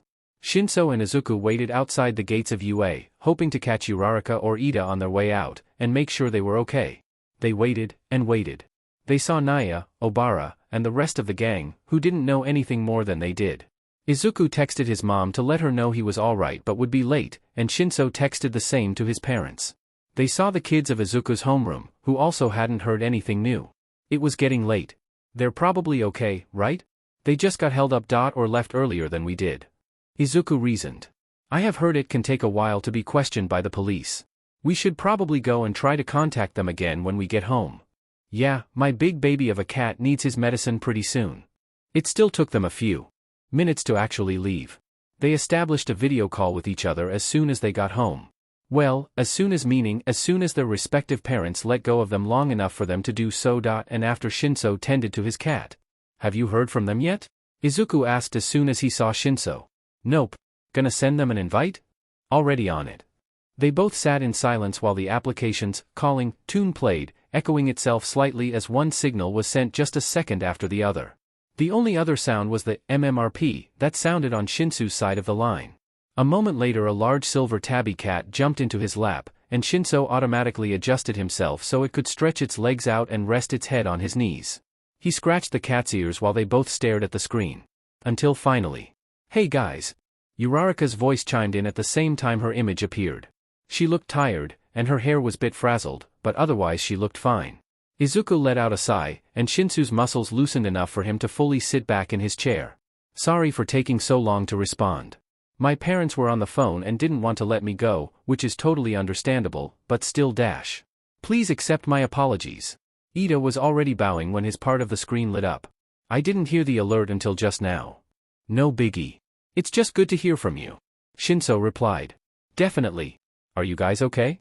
A teacher told us that there had been intruders in the school and that they had tried to go after one of the classes, and we hadn't from you so, well, she also said that no students had been hurt but .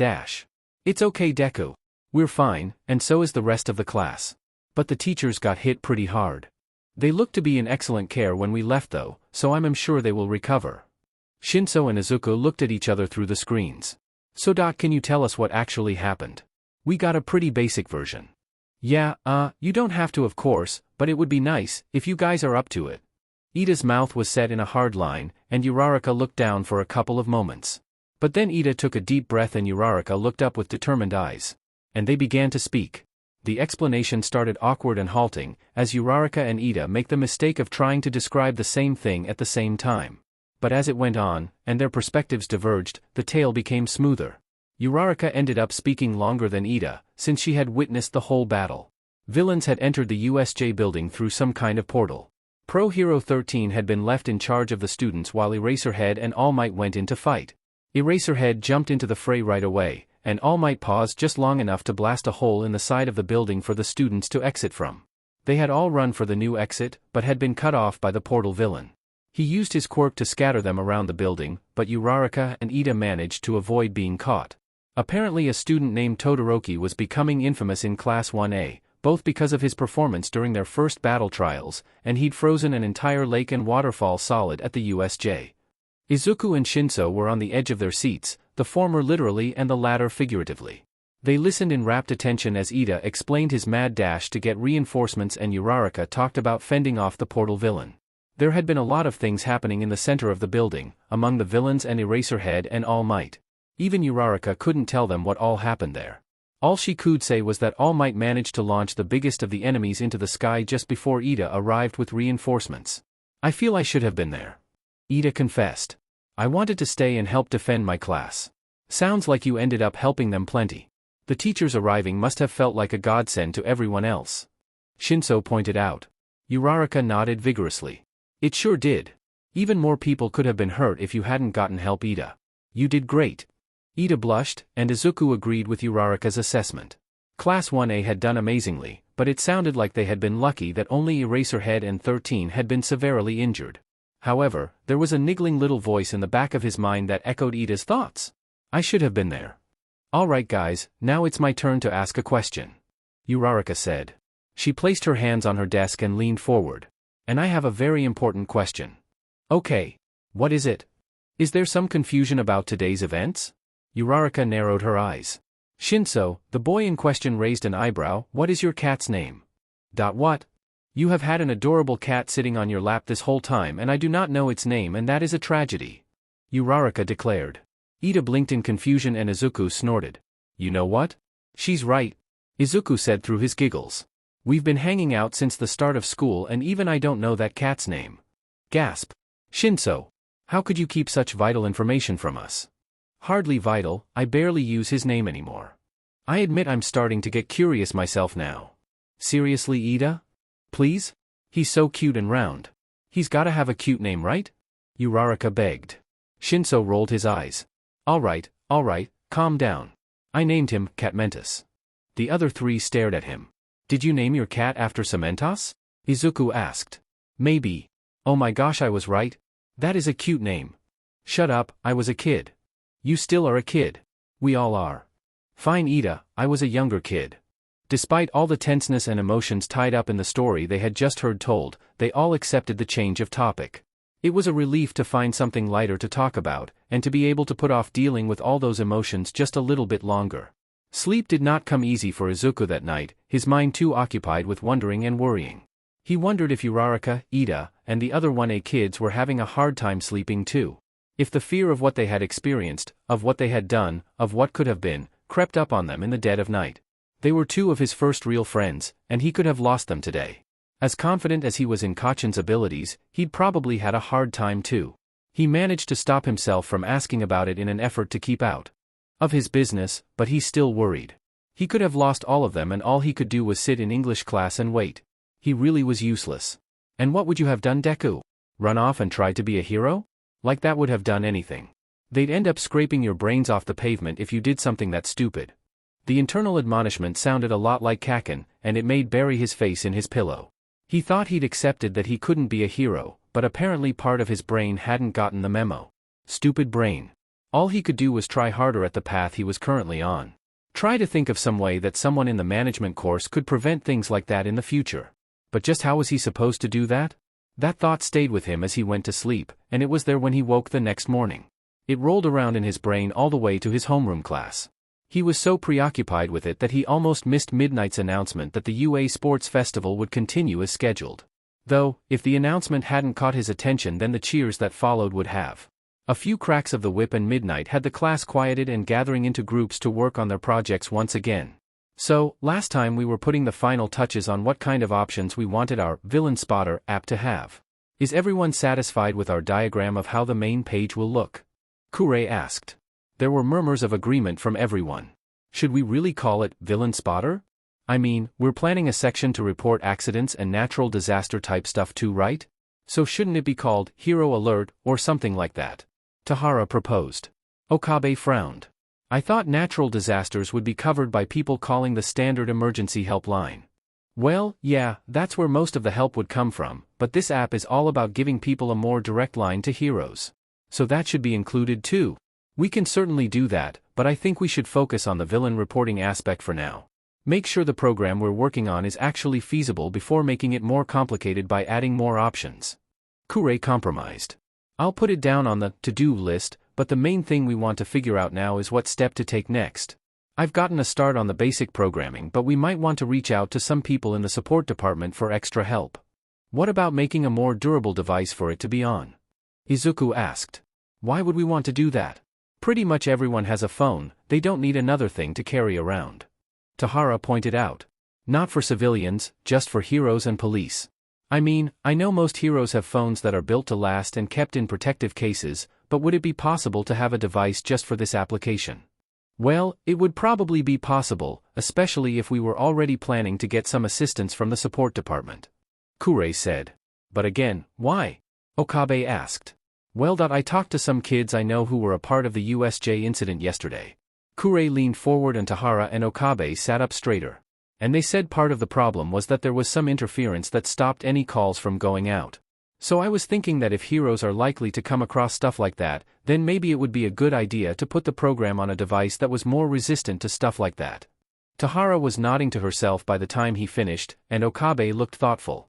Kure was already writing the idea down on her notepad, her claws making little scuff marks on the paper. That's definitely something we can explore. We can bring it up when we approach the support department, and if we are looking into actually building something, then I say we approach makeshift. I looked up the support teachers in the staff directory and it sounds like she'd have experience needed to. Izuku felt something light and buoyant fill his chest as the others accepted his proposal.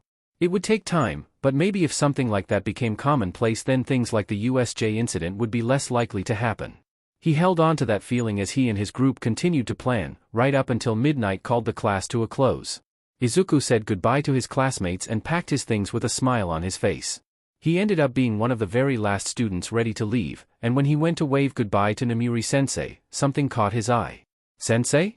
May I ask why you have a dead tree behind your desk? Oh, yes, this poor old thing. She cooed, heaving the pot up onto her desk. It was a gift from a sidekick of mine, after they managed to establish their own agency. I was quite proud of them naturally, and they gave it to me as a thank you for giving them their start. Unfortunately I got rather busy lately, and it seems I neglected the poor thing. It's such a shame, it was a lovely gift, and this is just the time of year a sakura sapling should be blossoming and beautiful. That's why I brought it with me today. There are a few people here who have plant-based quirks that might be able to bring it back from the brink. So not all hope is lost. She glanced at the clock. Oh. I should get going, and so should you, young man. Don't be late to your next class. With that, Midnight grabbed her bag and left the room, and her plant behind. Izuku couldn't help thinking that whoever Midnight brought it to would need to have a pretty powerful quirk to save the sapling. It didn't have a single leaf and the branches looked so lifeless that he doubted he'd see a hint of green if he snapped one. She would need someone capable of bringing it back from the dead, not just healing it. Wait. No maybe no but if he was careful. There were other sakura trees planted on the UA grounds. He passed them every day on his way in, they were flowering beautifully. And if he wasn't mistaken, there had been a few saplings sprouting beneath them that the groundskeepers hadn't pruned yet. He really shouldn't. But it would make her so happy. But it was dangerous. It was only a plant. He'd been able to use it safely when working with the bugs, hadn't he? Maybe just this once. If he was careful, then it would be okay. Right? Izuku opened the door and looked out into the hallway. There was no one coming this way. He shut it again and stood in front of the desk. It'll be okay. Just this once. He took a deep breath and touched the very tip of the highest branch. It was like life flowed from his fingertips. The wood beneath his fingers gained a new, healthy sheen. Green leaves grew rapidly out of branches, followed closely by delicate pink blossoms. Within seconds, one would look at this plant and assume it had been lovingly cared for its whole life. Izuku stared at the beautiful tree for a moment, then bolted from the room. Izuku was still freaking out over what he had done when he walked into literature class. He didn't say anything as he took his usual spot next to Shinszo, and kept only half an ear on what he was talking about with Imari and Wakiya. Oh my gosh, are you guys pumped for the sports festival? I sure am. It's been so long since I used my quirk. Did you get permission to bring support items with you via your quirk? I could hardly think straight during my class after that. I should really ask someone for notes. Kind of. They said I could bring some support stuff, but put a limit on how much and what kind. The person I met from support, I told you about May, right? Well, she's the one supplying the items and she's trying to get me to wear something that says I'm sponsored by her. What if the replacement death takes out one of the adult trees instead? Makes sense. For support students, the entire point of the festival is showing off their gear. If she's giving you a leg up, she should get credit. The groundskeepers would probably get really mad if that happened. I know, but I'm worried doing that would make people take my own efforts less seriously. Like if I end up doing well, they'll think it was only because of her stuff. Then I guess you'll just have to give a good show with whatever else you throw in there. What if Hello? Earth to Izuku? Izuku startled and turned to see Shinszo looking at him. Yeah? What's up? Please tell me I didn't say any of that out loud. You've been sitting there staring off into space since you got here. You alright? Oh yeah, just lost in thought I guess. Izuku said, forcing a quick laugh. You trying to keep what you're planning for the festival under wraps? Must be hard for such a chatterbox. Wakiya said with a sly grin. He's not planning to transfer to the hero course, remember? He's probably not thinking about it much at all. Imari countered. Well, I wouldn't say I'm not thinking about it, just not in the same way everyone else is. Like, I've been thinking of more ways to test Shinsu's quirk so he can use it better. Which was true. He had been talking to his mom about a few patients she'd mentioned that might be able to help him test a few theories about it. Really? Sweet.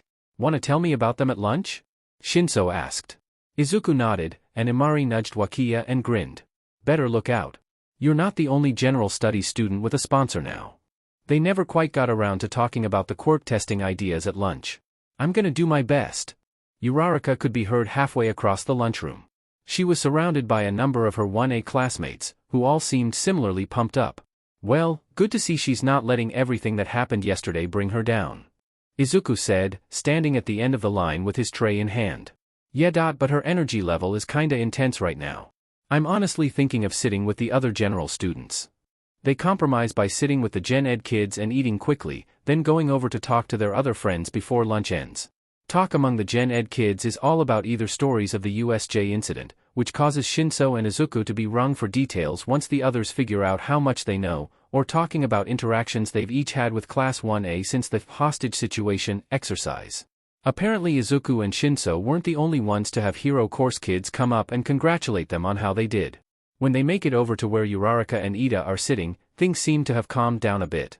The sports festival still comes up of course, with Uraraka and Ida talking about how they plan to prepare. General exercise and working out will be important of course. My brother says that base stamina and strength can have a big impact in how you do. Do you have any workout tips? Ones that you'd be willing to share, I mean? Shinszo asked. Of course I'm willing to assist. What kind of physical activities do you currently partake in? Not a whole lot. I do a good bit of walking at my part-time job, but that's about it. That will make things difficult. But still, every bit of improvement will help. I'm gonna try experimenting with floating heavier things, see if I can up my max limit a bit before the big day. But I'll definitely be doing some working out too. Uraraka chimed in. Just be careful not to overwork yourselves, all right? Izuku said. It'd be bad to burn out before the festival even started, you know? But I know you guys can do it. Somewhere along the way they ended up asking about Uraraka's earlier declarations, and she told them her inspiration behind wanting to be a hero. I know money isn't the best of motivations, she admitted with a blush. I've heard worse. Shinszo said, though it was nearly drowned out by Ida applauding. He assured her that wanting to provide for yourself and family is a perfectly noble reason for wanting to be a hero. Yeah, even if the money is important to you, you'll still be a hero, right? You'll still be out there saving people and helping those in need. Izuku said, and Shinszo nodded in agreement. They all pretended not to notice her become misty-eyed over their encouragement. The numerous distractions of the day hadn't stopped Izuku's brain from coming back to what he'd done that morning. He still wondered if he should have risked it, if it was worth it. He was still mulling it over when he returned to his homeroom just before the end of the school day. It's wonderful. Izuku had been staring at the floor when he walked in, but that exclamation made him look up. Midnight was staring at the plant with wide-eyed wonder, while a younger woman with green skin and thorns for hair gave it a critical eye. It seems to be in perfect health. Are you sure it was as bad as you say it was when you left? Of course. Someone must have sneaked in here and gave it a hand after I left. Oh, I had no idea I had such an admirer here at the school. She was practically bouncing with glee. The other woman carefully touched one of the pink petals. Well, I'm glad. From your description I wasn't sure I'd be able to help, it sounded pretty far gone. Wonder who could have done it though. Izuku did his best not to draw attention as he made his way to his desk. He kept his head down as he moved, to hide his pleased smile. He ended up walking with Shinszo again after midnight, gave a few closing remarks and released them. He stole glances at the cherry trees as they passed them, and the adult trees were all alive and thriving. He breathed a sigh of relief when he spotted a tiny little sapling at the base of the tree closest to the school that no longer had any leaves or blossoms. He thought about everything that happened during the day, as he walked side by side with Shinszo in silence. He decided that, today at least, he hadn't been such a Deku after all. Then he looked at Shinszo, and wondered if he might be able to keep that up. Hey Shinszo. The boy looked at him. When would be a good time of day for you go jogging? Midoriya, I can't do this. Come on Shinszo, just a little further. You've been, saying that for the last, 20 minutes. Let's go to the street lamp. That's just a little ways away, I know you can make it. Ugh, fine. Shinszo let out a long breath when he and Izuku stopped their jogging and made it to the street lamp. He used it to prop himself up, and looked at Izuku. There, made it. We good for tonight? Izuku nodded, and gave him a sheepish smile.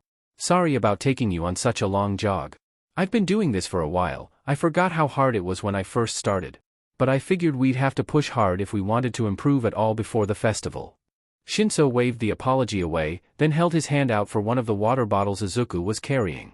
He quickly handed one over, and Shinszo drank deeply from it. Don't drink too fast. You could make yourself sick. I'll keep that in mind, he said, sliding down to sit on the sidewalk. Let's just take a minute here. Okay, Izuku said, and sat down next to him. It was getting late now, long past rush hour and supper time. Maybe they should have waited till later, but eating supper beforehand may have made the first jog worse for both of them. And it probably wasn't a good idea to jog much later, their bodies would need time to calm down before trying to go to bed if they wanted to be up in time for school. Take it easy Midoriya, you're using so much breath it's making me feel winded all over again. Shinszo said with a smirk. It was only then that Izuku realized he'd been mumbling almost the whole time. He blushed and muttered an apology. It's fine, you make a good point. Neither one of us knows what we're really doing here, we probably should have made a plan or something first before trying this. Yet even with only a few weeks to work, training wrong will probably do more harm than not training. Izuku propped his chin up on his palm and thought about what to do. Trying to learn about nutrition or training on their own would take too long with the time they had.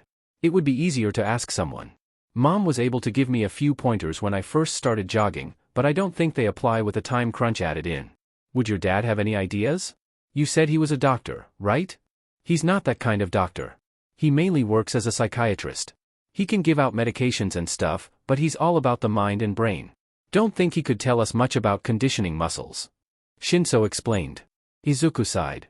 Let's sleep on it tonight and see what we come up with tomorrow. Sounds like a plan. You want to stop by my place quick? It's not too far from here. Izuku shook his head. Not tonight. I didn't think we'd be out this late, so I should probably head home before Mom starts to worry. Maybe after we figure out an actual schedule we can fit that in. Fair enough. See you tomorrow? Shinszo held out his fist and Izuku bumped it with his own. See ya. Midoriya, you got a minute to talk? Hisashi asked at the end of their next class. Sure. Midoriya said uncertainly. Shinszo raised an eyebrow at Midoriya, who shrugged and waved him off. The other boy nodded and headed out the door. You're not in any trouble. Hisashi started with, which made Midoriya visibly relax. I just wanted to say thank you. Thank you? What for? I heard from another listener about how you got up and talked to everyone when I had to run off to the USJ. It means a lot to me that you convinced the others to trust us and follow directions. Oh, well, you're welcome. Midoriya said, his cheeks turning pink. But it was nothing, really. You stepped up to Mike when no one else would. I'd hardly call that nothing. But are you refusing my thanks, little listener? Hisashi asked, making a show of looking scandalized. Of course not. I was glad to help.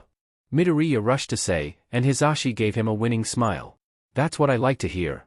Now, is there anything I can do for you before you head out? Midoriya opened his mouth, then shut it again, looking thoughtful. Well, are you busy after school? Not today. Why? Well, I sort of have a hobby of analyzing quirks, and I've been wanting to learn more about your support items for a while, so, if you didn't mind. I'd be happy to answer any questions you have after the final bell. Hisashi assured. Now, get to class before you're late. Yes, sir. Thank you, sir. Shinszo hadn't even needed to ask why Midoriya had been held back by present Mike. Midoriya had gone into a rapid-fire explanation as soon as he'd sat down, which may have been on purpose since they only had about a minute before class actually started. Or maybe it was just Midoriya being excitable, either one was likely. Whatever the case may be, Midoriya was able to communicate that he was meeting present Mike after school to grill him about his quirk. That was fortunate for Shinszo, in a way. Midoriya having plans after school gave him just enough of a push forward to talk to a different teacher after class ended. Did you have a question about the material? Mr. Aizawa asked when he came forward. Shinszo shook his head. I have a request actually, but I'd prefer to talk about it after everyone else is gone. Mr. Aizawa's eyebrows rose slightly. At least, he thought they did, the movement was hard to see under all the bandages. Seriously, shouldn't we have had a sub today?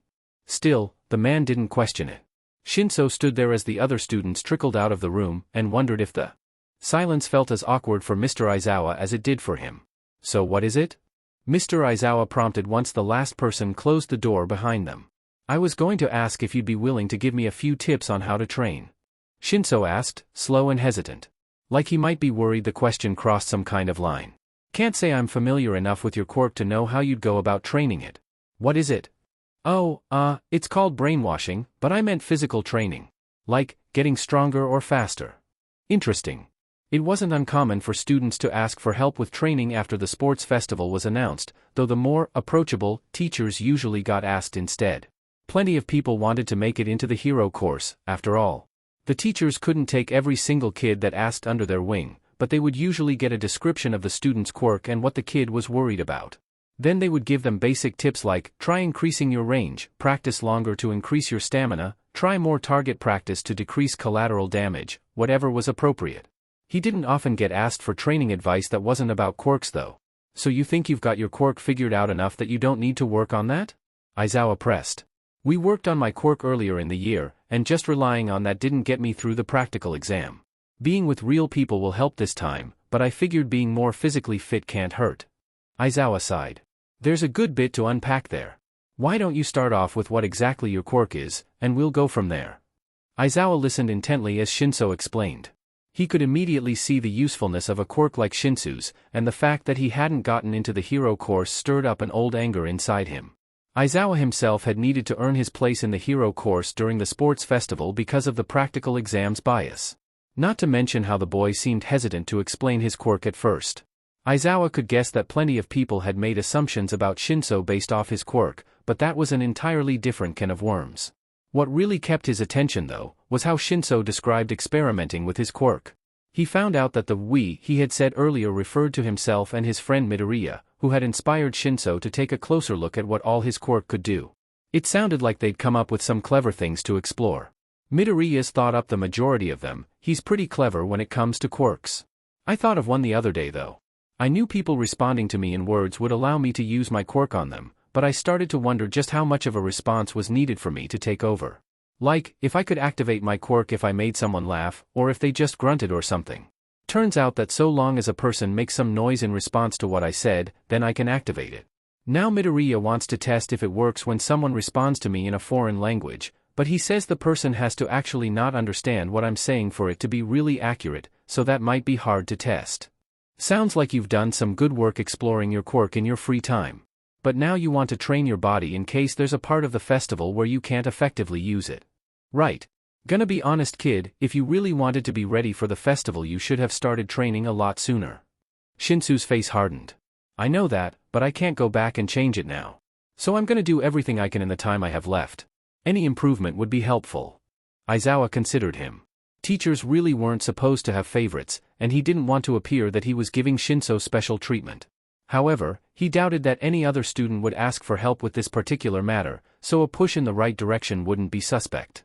Besides, as a teacher, he should do what he can to make sure his students didn't hurt themselves, and pushing your body too far could certainly do that. You're familiar with the after-school free time, right? That's the couple hours after school where some teachers stay on campus to help supervise study groups and stuff, right? There are a couple of supervised training areas too. Most people use it to develop their quirks more, but it should work for regular physical training too. Do you have anywhere to be right now? I don't work today, so no. Then you should have time to go down there and take a few tests for me. What kind of tests? Shinszo asked, his voice a mixture of wariness and curiosity. Just standard physical tests that each school requires. I do one at the beginning of each new school year for the hero course, to get an idea of what students need to work on. You do the same, and I can give you a few ideas of what to focus on before the sports festival. Okay, that would be very helpful, thank you. Don't thank me yet kid, I still might declare you a lost cause. Understood. Let's go see how pathetic I am. Aizawa snorted in amusement. As they walked down to the training field, a distant part of Aizawa's mind began to wonder how Shinszo might fit in with the dynamic of Class 1A. After Aizawa had graciously declared Shinszo not the worst he'd ever seen, the man did come through with recommendations for how he should train. It seemed to be mainly focused on improving stamina, with some strength building on the side. The list was more detailed than Shinszo had expected, as well as more taxing.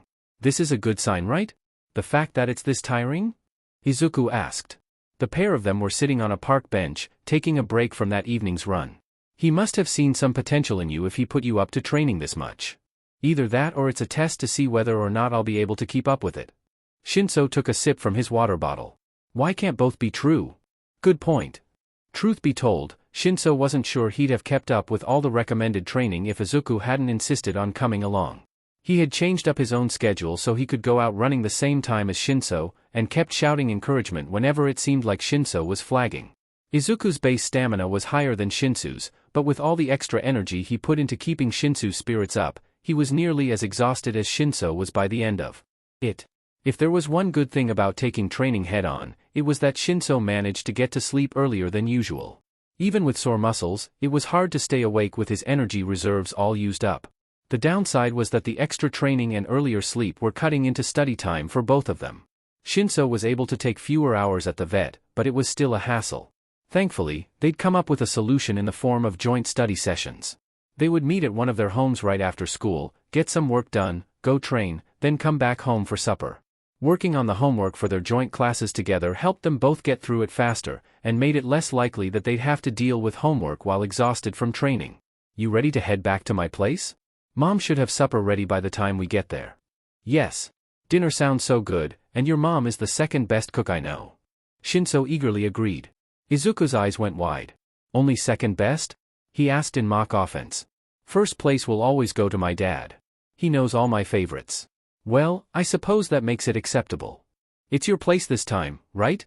Yep, Mom's planned a whole menu now that she knows more about what you like. Have I ever said how cool your mom is? Only every time you come over, but I'm sure she wouldn't mind hearing it again. Izuku gave Shinszo a grin, which was easily returned. She also said she'd try to talk to those 2 patients I mentioned before, so hopefully she'll be able to tell us if they were open to the idea. I'm still not sure how I feel about making a foreign person and a deaf person a part of our quirk experiments, at least not when they're stuck in hospital beds. We'll have hospital interpreters there to make sure they understand everything that's going on. So long as it's all voluntary, it should be fine. I'm not holding my breath on them agreeing to get brainwashed. Not everyone is as crazy as you. I think you'd be surprised. Mom says some patients will do really weird stuff if it means not being bored anymore. Weird and crazy are about the same thing, right? Shinszo huffed in amusement. I guess we'll see.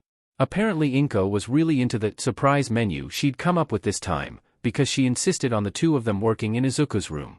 Normally they did homework in the living room, but Inko didn't want to risk them getting a look when she came home with the ingredients. They started with literature, since Cementos was a softie of a teacher who didn't like giving out super hard assignments. Once that was out of the way, they moved on to history, since Aizawa was the least forgiving about late assignments. And so they went, subject to subject, until it was almost time to leave for their jog. Izuku excused himself to the bathroom while Shinszo put things away in his school bag. While he did that, a part of Izuku's bookshelf caught his eye. The shelf itself tended to draw the eye, since it was one of the few things in here not covered in All Might posters. What Shinszo had noticed was that the middle shelf had a bunch of familiar-looking notebooks stacked up on it. Familiar because they were all the same type as the quirk analysis notebooks Izuku carted to school every day. He stood up and stepped over to look at them. He never realized just how much Izuku had written about quirks. Well, he knew how many notebooks Izuku had filled up, since he numbered all of them, but it didn't really strike him until he saw all of them stacked together like that. Just how long had Midoriya been writing in them? He took one off the very end, the one that would be first, assuming Izuku kept them in the right order. It turns out he did, as the notebook had a large number 1 drawn onto the cover. He opened the cover and flipped through it, smiling softly as he scanned the pages. The kanji were large and had a hard time staying in straight lines, much different from the small, neat writing his friend had now. Midoriya had clearly started this project very early in life, probably as soon as he figured out how to write decently. It didn't surprise him that, even at such a young age, Midoriya had been determined to learn and record everything he could about quirks. Which made it a real pity Izuku never had one of his own to use in experiments. Shinszo put the notebook back, and something else caught his eye. There was something just barely sticking out from behind the other notebooks. Curious, he pinched the edge and slid it out. It was another notebook, but this one was smaller than the others, like it was meant to be more travel size. It also didn't have a number on it, just the title, Quirk Journal. That's odd. I wonder why it has such a generic title. Maybe this is Journal 0, where it really started. If he had one at an even younger age, I can understand how even he might have trouble reading it later. Or maybe it's for something more specific, like one he takes when he travels places, or meant just for one person. Shinszo mused. He could picture Midoriya having one journal dedicated specifically to All Might or something. He opened the cover, and saw writing on the inside of it. Memento Mori? I've never heard of a hero or a quirk with that name. Just then, he heard the sound of the bathroom door closing. It very suddenly occurred to him that, even if Izuku didn't mind using the notebooks in public, taking journals off his friend's shelf the very first time he was invited into his friend's room might be considered an invasion of privacy. He quickly slotted the Quirk journal back behind the others and made sure that number 1 was sitting the way it had been before. Hey Shinszo, you ready to go? Yep, I'm good. What route are we taking this time? Did he say that too fast? He felt like he said that too fast. Well, if he did, Midoriya didn't seem to notice. We could take the one that goes by the park again, or the one that goes by the beach. Either way we'll have to do our stretches outside since Mom is still trying to block all of the kitchen from sight. That's fine, and let's do the path by the beach, since we just did the park the other day. Shinszo started to walk out and was glad when Izuku followed him right away. Hopefully that meant Izuku hadn't noticed Shinszo looking at the notebooks. Inko ushered them out when they had to pass the kitchen, making sure the boys didn't turn to look inside. They went out, found the start of their chosen trail, did their stretches, and started running. As usual. When Shinszo started to get tired out near the end, Izuku would call out encouragement and get Shinszo to promise to go just a little further, and then just further than that, until they'd made it the whole way. They were tired and sweaty when they got back, but immediately perked up when they finally got to see what Inko had been working on. In addition to the main course, she had also made candy apples. During a previous visit, Shinszo had mentioned that his favorite fruit was apples, and that he wished candied apples were more available outside of festivals. Apparently she had remembered. "You boys have both been working so hard lately, and I thought you could use a treat," Inko said, and suddenly Shinszo understood where Izuku got his blinding smile from. Izuku and Shinszo both thanked her profusely, then dug in. The food was amazing, and Inko had made enough candied apples for Shinszo to bring some home. He was so touched by the gesture, and so worn out by the time that he go home, that questions about Memento Mori had completely fled his mind. "Thank you for having me over again, Mrs. Shinszo," Midoriya said, bowing respectfully as he entered the house. "Midoriya, how many times do I have to tell you to call me Haya?" Shinsu's mother asked. She was noticeably taller than his own mother, and had frizzy, black hair that brushed her shoulders. It was from her that Hitoshi inherited his violet eyes. "As many times as it takes until Shinszo decides to call my mom Inkoda." It was not the first time he'd said that line. The first time was after Mrs. Shinszo had asked that question for the third time, and he suspected this wouldn't be the last time it was said. "Then I suppose calling me Hansuki is also out of the question?" Mr. Shinszo called from the kitchen. "It's only fair." Izuku called back. "Why do you have to place the responsibility of this decision on me?" Shinszo asked melodramatically. He didn't wait for an answer before heading to his room to get out of his training clothes. "So, has anything interesting happened down at the clinic recently?" Izuku asked Mrs. Shinszo. The first revelation that Izuku had received about his friend's home life after they started training together was that the vet clinic he worked out was actually run by his mother. Izuku had given him a good amount of grief for never mentioning that when the job was brought up before. "There's always something interesting going on down there, but we did have some additional excitement earlier today. Someone brought another feral cat in." The poor deer was hissing and spitting up a storm from inside the live trap he'd been caught in. "I was able to use by Quirk to calm him down enough for a checkup and everything, but he went right back to it after I shut it off. It's lucky that one of the staff has a minor healing quirk, otherwise my hands would still be covered in scratches." "Were you able to use it on him while he was in the trap, or did you give to open it to grab him?" "The wires were too close together for me to be able to touch him while it was closed, so we had to open it. He sped out right away, but I've had plenty of practice catching runaway critters by now." Shinszo Haya's quirk was similar to her son's in that it allowed her to control the actions of others. The differences were that her control was activated by touch rather than voice, and that hers worked better on animals while Shinsu's exclusively affected people. That was one experiment they had skipped over as soon as Izuku voiced it. Apparently Shinszo had already tried using his quirk on the animals at the clinic, and was very emphatic over the fact that it didn't work. Which was a great time saver, because Izuku hadn't thought far enough ahead to know how he would have quantified an animal talking back to Shinszo. Anyway, being able to use her quirk on animals made Mrs. Shinszo great at conducting physical examinations. She could activate her quirk while touching the animals and use it to calm them so she could perform checkups and give vaccinations without stressing the animals out. After handling a few particularly problematic patients, she gained a reputation among the local shelters and clinics, and often got people referred to her when they had wild or anxious animals that needed medical care. When Izuku had first heard about her quirk, he ended up grilling her on how much she needed to touch a person or animal in order to control them. It wasn't until Shinszo elbowed him that he realized he'd started another muttering session and hadn't even given her time to answer his questions. He had apologized profusely, and she had brushed it off with a smile, but a part of him still felt embarrassed. He'd made a conscious effort not to do the same with Shinsu's father. Speaking of Shinszo Hansuki, he was in the kitchen, which is where Izuku and Mrs. Shinszo walked to as they talked. The man had his back to them, and was inspecting the contents of a large frying pan. Just like how Izuku had inherited most of his looks from his mother, Shinszo looked so similar to his father that one could immediately tell they were related.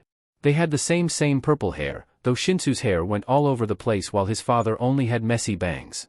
The rest of his hair was kept pulled back in a short ponytail.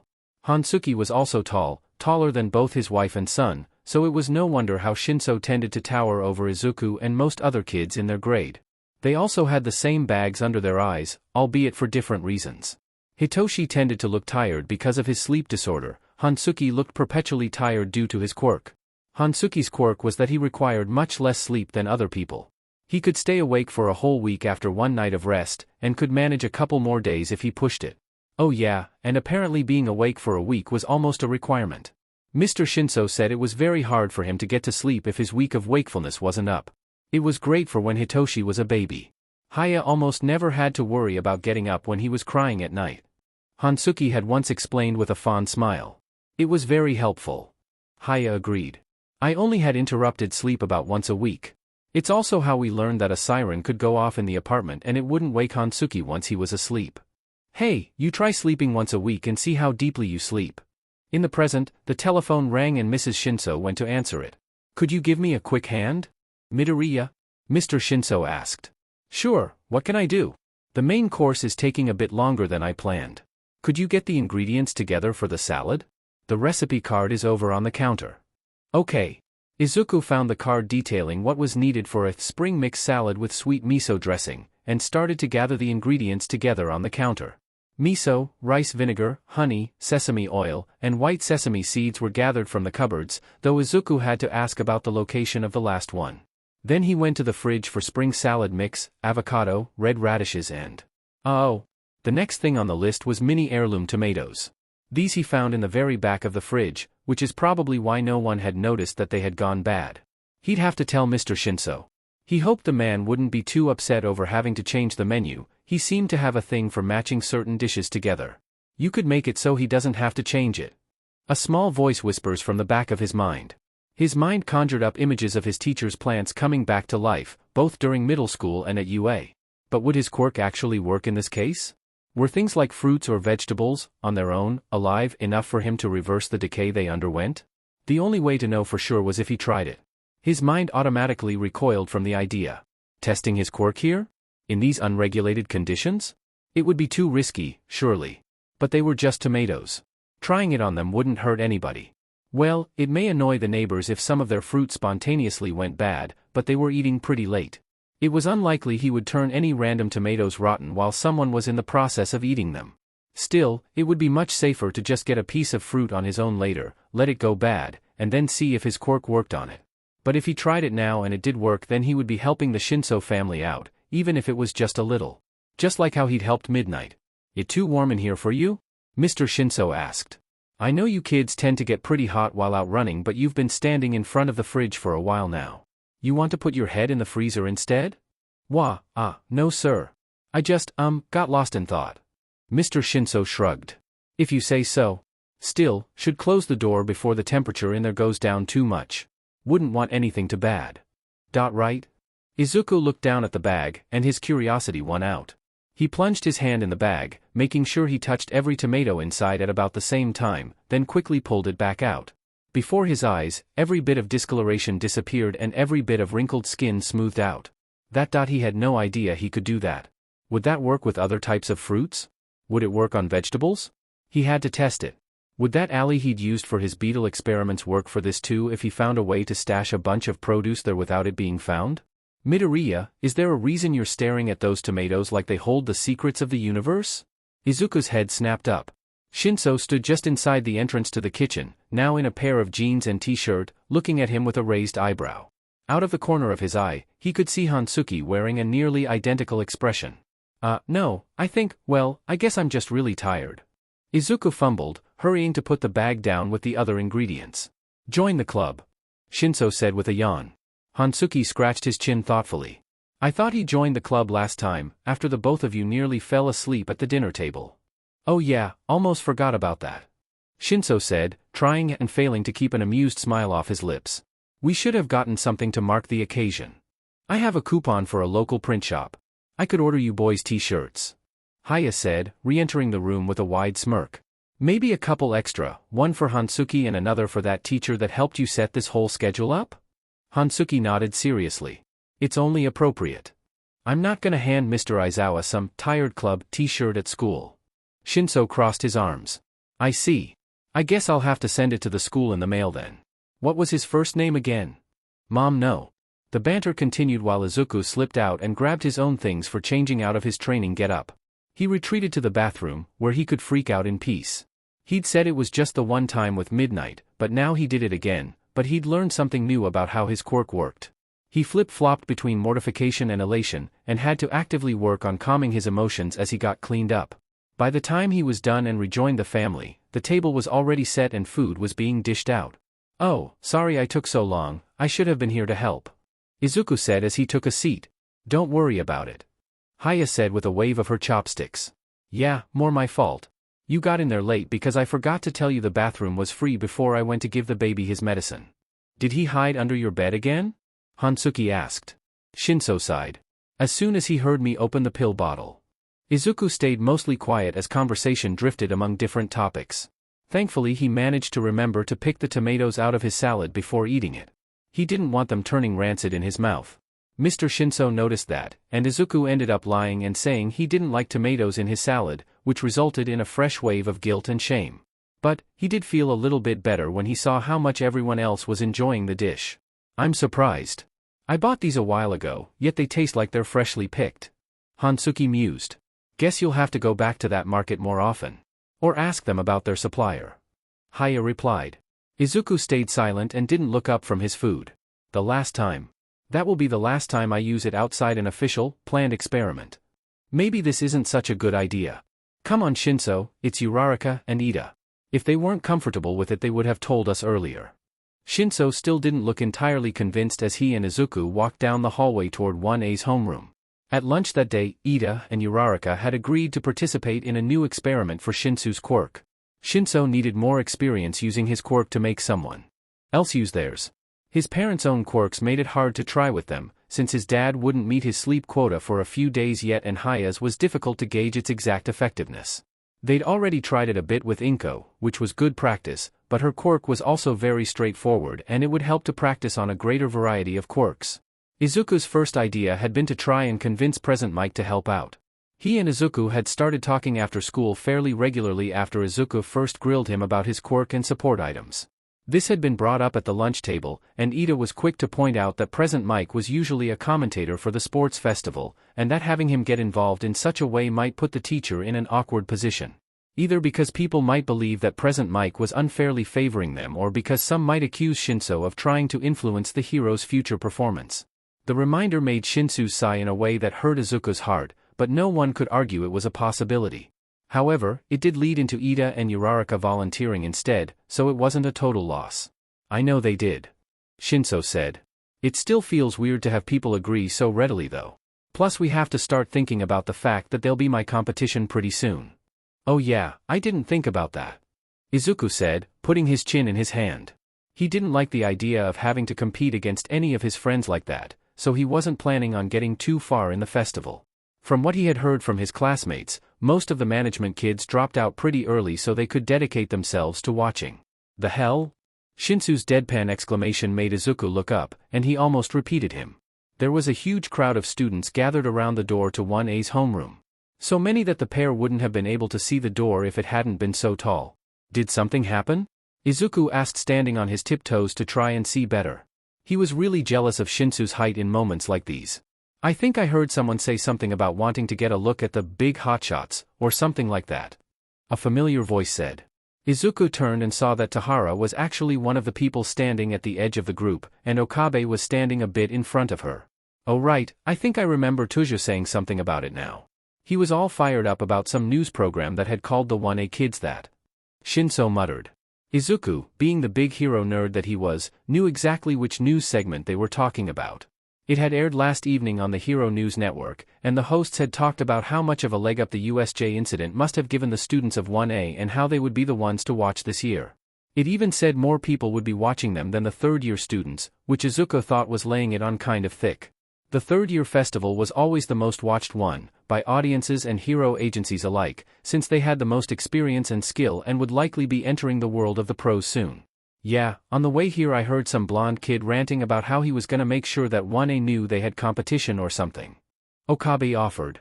She turned to Tahara. "You think this is gonna clear up soon? I have a train to catch.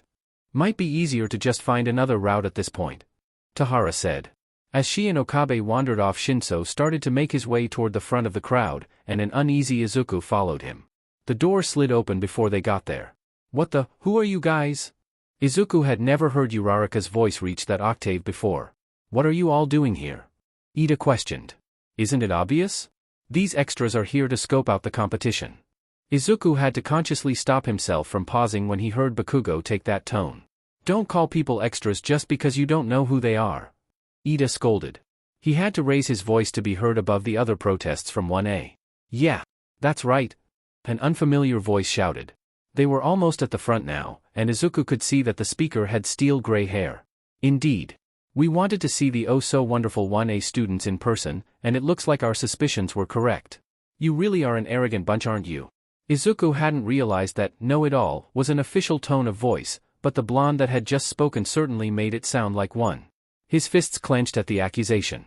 He hadn't met all of Class 1A, but the ones he did know were far from arrogant, and especially not about the USJ incident.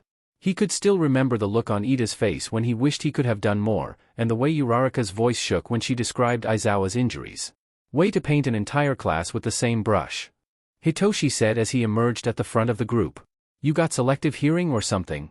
Because I heard the uproar the others got into over that extras comment and I was further back than you. The blonde just rolled his eyes. Clearly that was a show. They'll have plausible deniability if one of us complains. A show, right? And what do you call this little display you're putting on then? Hitoshi asked with a raised eyebrow. The blonde huffed and crossed his arms. I'm just making sure they know what's coming for them. Given what they went through, I'm pretty sure they know more about that than you do. Izuku said, finally finding his voice. He did his best not to flinch when Kachan's gaze snapped toward him. I'm not trying to get in your way, Kachan. Please don't make a scene now. He internally begged. Truth be told though, seeing him today hurt more than normal. He'd had one of his dreams the night before, one where Kachan actually played a part, and had been tired all day. It was actually part of the reason he'd suggested they do the training with Uraraka and Ida today, both because it would serve as a distraction and because it would be less physically demanding. Showing off how tired he was would make his friends worry, and ask questions. They couldn't do any training if 1A was all stuck in the classroom though.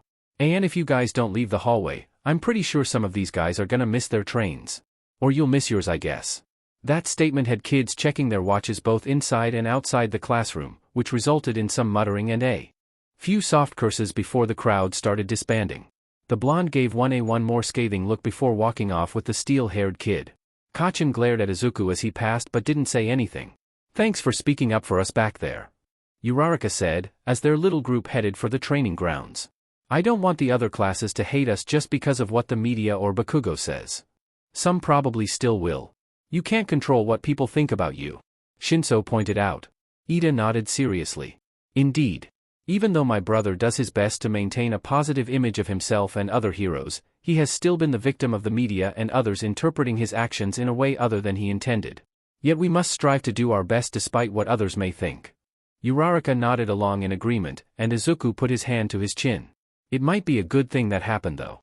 And not what that boy said, because, well, he was kinda being the arrogant one there, but just that the reminder happened. Because even if the media keeps ignoring everyone else, that doesn't mean there aren't other skilled kids here, and if anyone from 1A forgets that and doesn't train as hard or do as well when someone else does really well, they might not get to keep their spot, and I'd hate for someone deserving to lose out on their dream. Shinszo snorted. If someone from 1A, or even 1B, gets so arrogant that they don't try hard enough to keep their spot, then they deserve to lose it. He looked to Uraraka and Ida. You should make sure your class knows that there are plenty of kids here vying for that open spot in 1A, and plenty that are willing to take theirs if they don't defend it hard enough. Uraraka grinned. Why, Shinszo, is that a challenge I hear?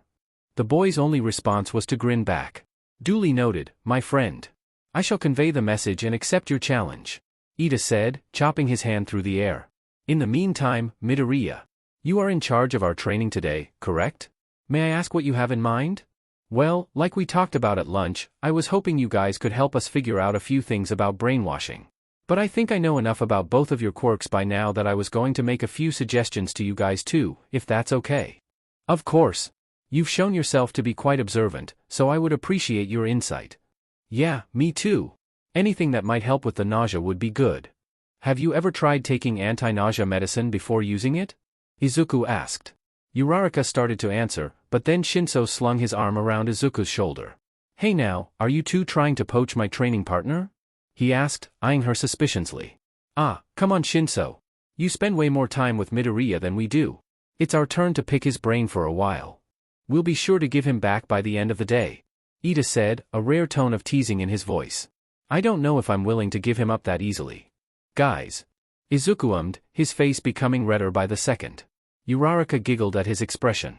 Shinszo laughed and ruffled Izuku's hair before taking his arm back. Weirdly enough, Izuku found himself missing the weight of it as they made it the locker rooms. Shinszo walked home alone that day. He'd done his strength training exercises after they had run out of experiments to try, and Izuku went off to give his highly sought-after advice to Uraraka and Ida. He was still kind of floored by how well they had taken to Shinszo brainwashing them. Even after they agreed to it, a part of him still expected them to be angry or disgusted after the deed was done, but they hadn't been. A little disoriented maybe. Apparently they didn't remember their time being brainwashed as well as Izuku did. He wondered if there was a reason for that. He would admit that Izuku insisting he try out his brainwashing on people with different quirks was a good idea. He discovered that he had to be a bit more specific about what he wanted the person to do if he was less familiar with how their quirk worked. He was still surprised that Ida wasn't more angry that he almost ran the guy into a wall by wording his command wrong, so maybe it was a good thing they didn't remember much. Anyway, with training his quirk and then working out, he was tired enough that he figured he would get supper and then work on his homework before trying to get some sleep. And, even if it gave his two friends an edge on him later, it might be a good idea to practice quirk control with them some more. I'm home. He called as he walked through the front door. Hitoshi, in here. His father's voice came from the kitchen. Shinszo followed it, and found both his parents sitting at the kitchen table. Hitoshi, please, sit down. We need to talk to you about something. His mother said quietly. The tone and words set off a lot of alarm bells, but he did as he was told. Soon any thought of homework or the next day's training had fled his mind. Shinszo wasn't at school and Izuku was worried. He'd seen Shinsu's empty seat when he got to literature, but hadn't thought much of it right away. It wouldn't be the first time that Shinszo had come in a bit late due to his perpetual fatigue. But then class had started without him, and he didn't show up at all during it. When lunchtime came around, Izuku sought out the table that Naya and Obara had claimed for their group. Shinszo wasn't with them either, and Nyakura told him that Shinszo hadn't been in homeroom either. The going theory among the group was that he was taking a sick day, letting his body have a rest day after all that training. Izuku tried to tell himself that it was probably something simple like that, but it seemed odd to him that Shinszo would take a rest day right after a day when they didn't do as much physical training. Then he checked his phone between classes, and saw he had a text from Shinszo asking Izuku to call him after he was done with classes. Needless to say, Izuku was unable to focus for the rest of the day. Hey, Midoriya. You free after school? I'm getting the support department to look at my gear because of what you said. Wanna see if they agree with your theories? Present Mike invited after English. It was a testament to Izuku's distraction that he barely registered the proposal. No, I can't today, thank you though. He said, hurrying from the room. Too bad, I'll tell you what they say. It was when Midoriya didn't even acknowledge that even present Mike began to worry. I wonder what's up with the little listener today. He's never turned down a chance to talk about anything related to heroes. Izuku didn't notice that Aizawa frowned at Shinsu's empty seat.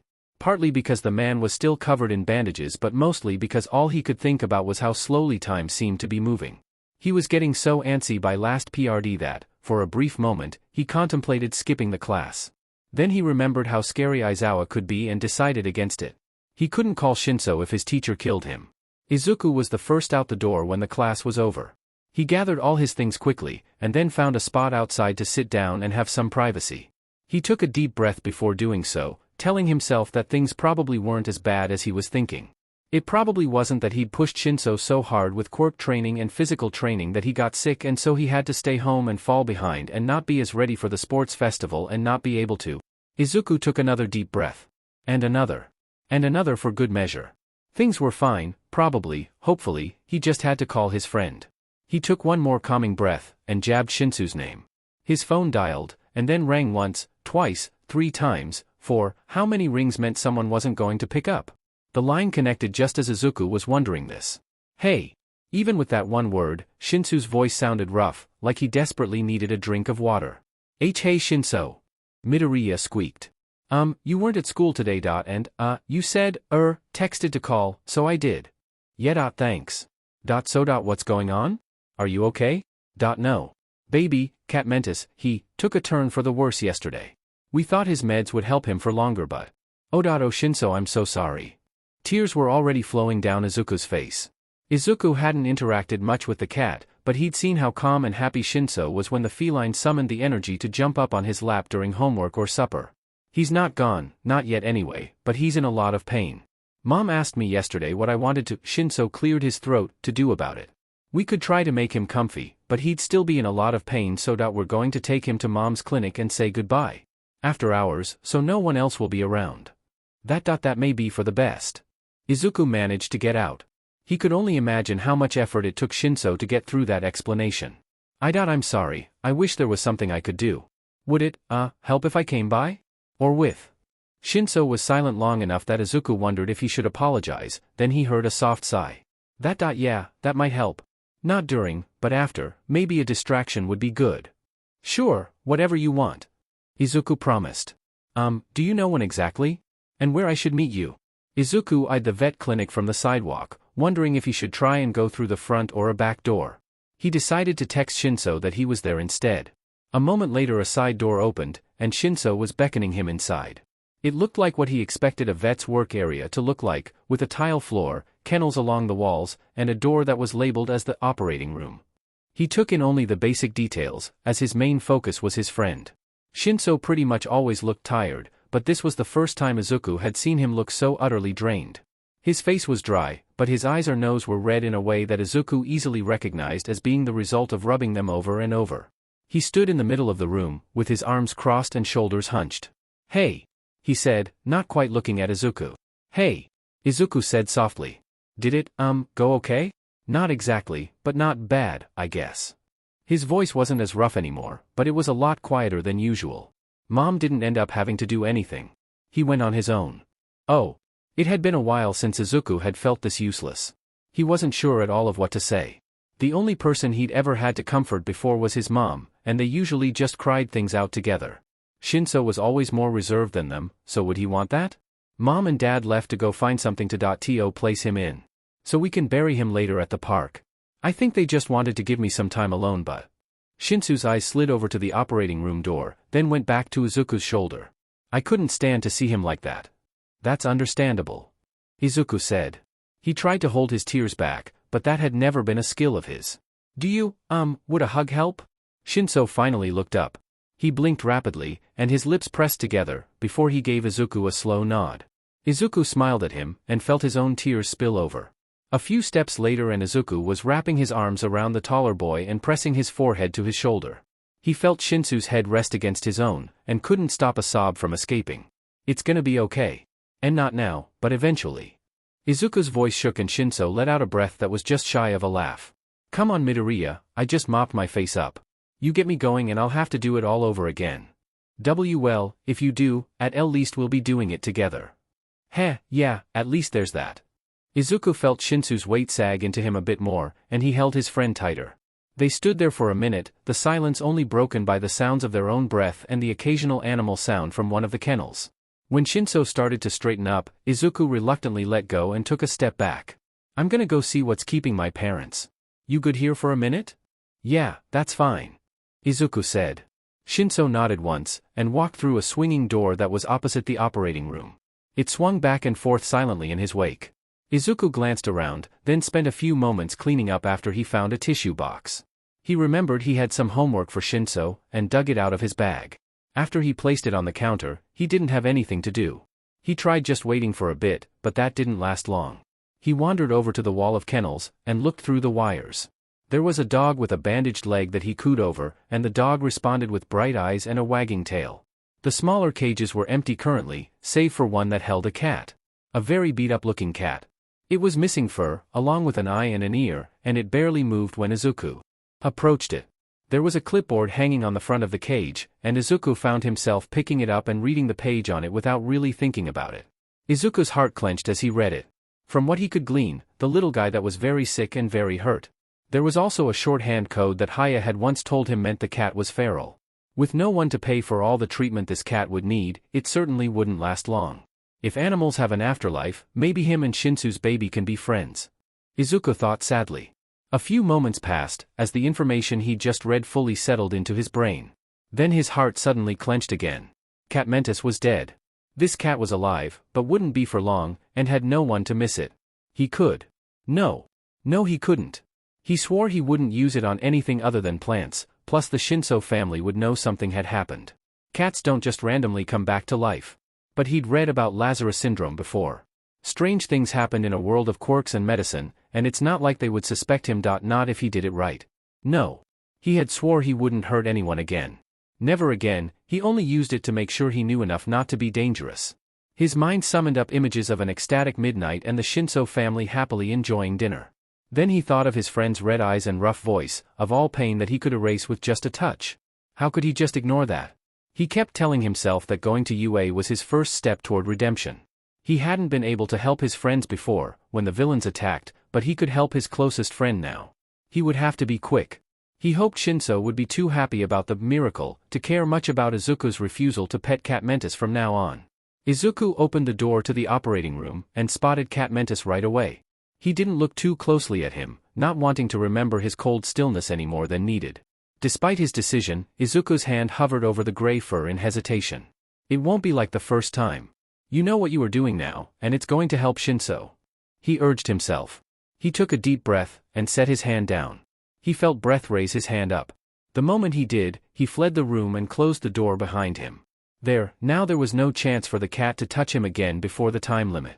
He steeled himself, and marched over to the cage that held the ailing stray. He stared at it, taking in all its obvious injuries and thinking about the ones that were too subtle for him to see. I always hear cats have 9 lives, I'm sorry this one was so hard on you. I hope things are better for you next time around. Izuku told the cat softly. He didn't count the exact seconds, he always lost track of them during his hyper-focus. But he knew it was over when the cat's breathing stopped. Izuku let out a sigh and murmured, "Thank you." Cat Mentis was meowing from behind the door now, and Izuku smiled softly as he heard him start pawing at the door. That was a good sign. He didn't know exactly how his quirk worked on biology, since that was too dangerous to test extensively, but Shinsu's baby sounded livelier than Izuku could ever remember. I didn't think about what I would say to Shinszo or his parents. It would be weird if I didn't open the door with that much sound coming through, right? Maybe I can go find the... Izuku's thoughts sputtered to a halt, and he went as still as the stray. Because he'd started to turn at the thought of finding the Shinsus, and was met with wide purple eyes and a pale hand shakily holding the swinging door open. Shinszo Hitoshi stood in the doorway to the clinic lobby, and Izuku's mind was screaming. Screaming at him to act natural, to say something, to act surprised as anyone should be at a dead cat suddenly making noise. It screamed questions at him too, about how long Shinszo had been there and if playing dumb could help at all. But none of it made it past his brain, and all Izuku could do was stand there try to keep breathing. Midoriya. Was that how? Shinsu's voices came out strained and confused and Izuku was finding it harder and harder to keep his breath.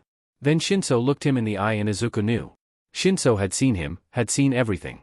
The next thing Izuku knew, he was bursting through the outside door and his feet were pounding the pavement. The sound of another pair of shoes followed him. Midoriya! Shinszo cried, running after him. He ignored it and pushed himself to run faster. Midoriya, stop! Midoriya! Izuku! More tears spilled as his friend's cries became more desperate. But he kept running until the cries and the footfalls were left behind, and didn't stop until he reached home. He threw himself onto his bed, and tried to muffle his sobs and harsh breathing with his pillow. Stupid Deku. Kachan's voice sneered at him. Fate gift wraps you a chance to be like a hero and you even mess that up. The hell you gonna do now, huh? Izuku shook his head because he didn't know. He had no idea what to do now. Just like he did 10 years ago, Izuku lay on his bed and wished he'd been born different. Back at the clinic, both Haya and Hansuki were as baffled as their son. Though not for quite the same reasons. Hitoshi was holding Cat Mentis, who was content to lay in his arms, and only made slight sounds of protest as Haya examined him. How the heck is this possible? Hansuki asked. He kept patting whatever part of Cat wasn't being examined, as though he still couldn't quite believe this was real. I have no idea. Haya confessed. Me neither. Hitoshi thought to himself. He stroked his baby's fur, feeling split between stunned joy and burning need to know more. He thought of the last look Midoriya had given him, and fear was added to the mix, and those emotions fused into a steely determination. But I'm going to find out. Izuku doesn't show up during the next school day and Shinszo is worried. Shinszo has tried calling and texting but got no response. While Shinszo is in class, thinking about everything that's happened, we overhear some kids talking to each other about how Stain has been in the news recently. Shinszo doesn't know exactly what Izuku did, but saw enough to know he did something. He saw Izuku rush out the door with a meowing cat sounding behind him and hadn't dared to believe Cat Mentis was back. He'd stood in shock as he saw Izuku stare down another cat until it stilled. Did Izuku kill it? Whatever happened, he's pretty sure it means Izuku has a quirk and that he lied to Shinszo and everyone else about being quirkless. Most kids avoided Shinszo growing up, but some did lie to him and get buddy-buddy just to try and use him for his quirk later. He doesn't want to think that Izuku was doing the same thing, but he's worried he did, and either way being lied to in that context still hurts. But why would Izuku lie about something like this? He knew being quirkless SCKED, both from media and from Izuku's anecdotes. So why would he put himself through that?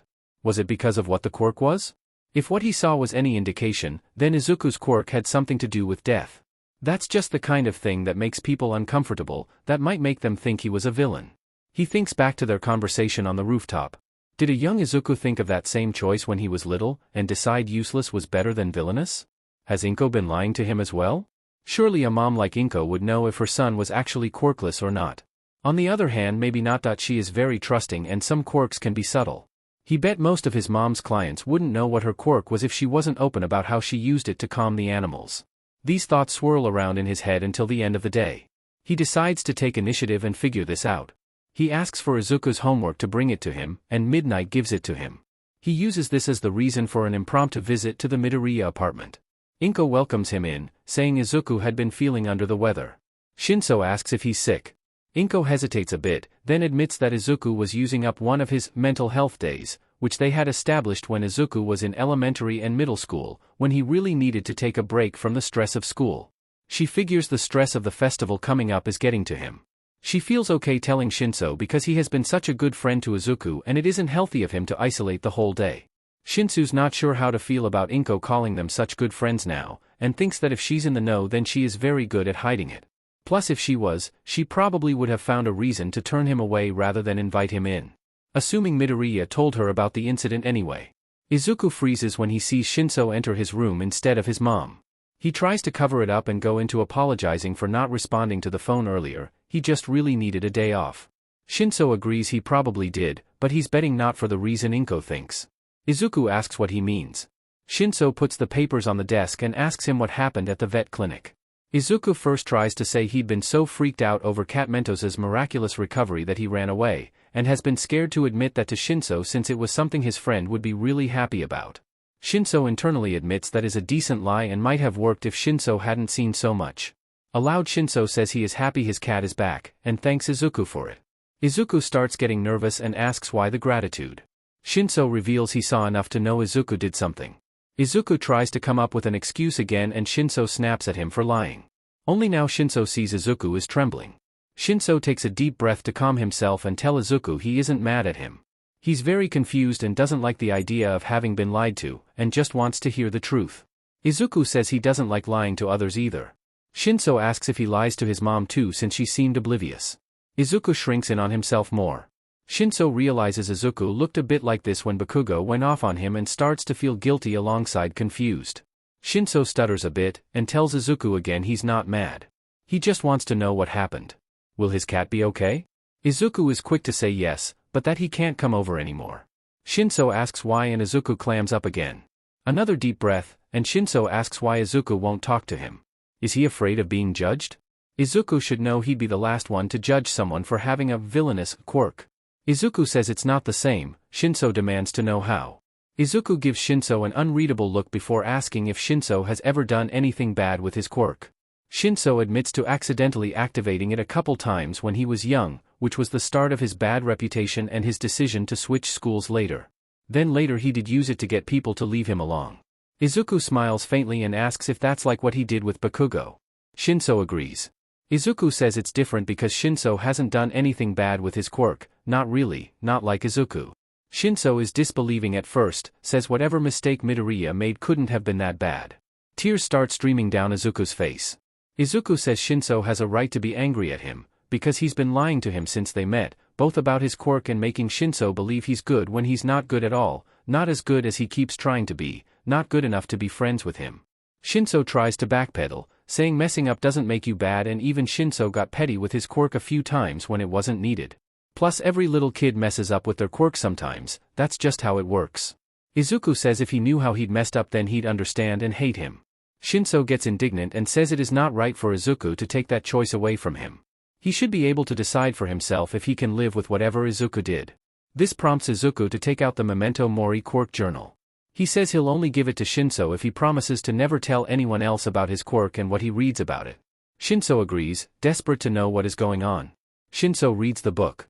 It's a lot to take in, having power over life and death. He tells Izuku he can understand why he'd be scared of his quirk for that reason, but he doesn't understand what Izuku did. Izuku quietly asks how Shinszo thinks he first found out about his quirk. A spark of realization hits and Shinszo asks who or what Izuku first used it on. Izuku finally admits that he used it on his father, and that using it is the reason that Bakugo no longer has a father. He starts crying and Shinszo holds him. Shinszo feels a bit numb as he does so, since he is still processing this. When Izuku calms down a bit, he asks Shinszo why he comforted him. He knows Izuku is a murderer now, he should hate him. Shinszo reminds Izuku that it's his job to decide how he feels, and that he thought about those feelings while Izuku was crying, and he feels that Izuku is more dumb than evil. This shocks Izuku out of his funk somewhat. Shinszo goes on to explain that he's not trying to be dismissive, this is really heavy and he can't imagine what it must feel like to carry that guilt around for so long.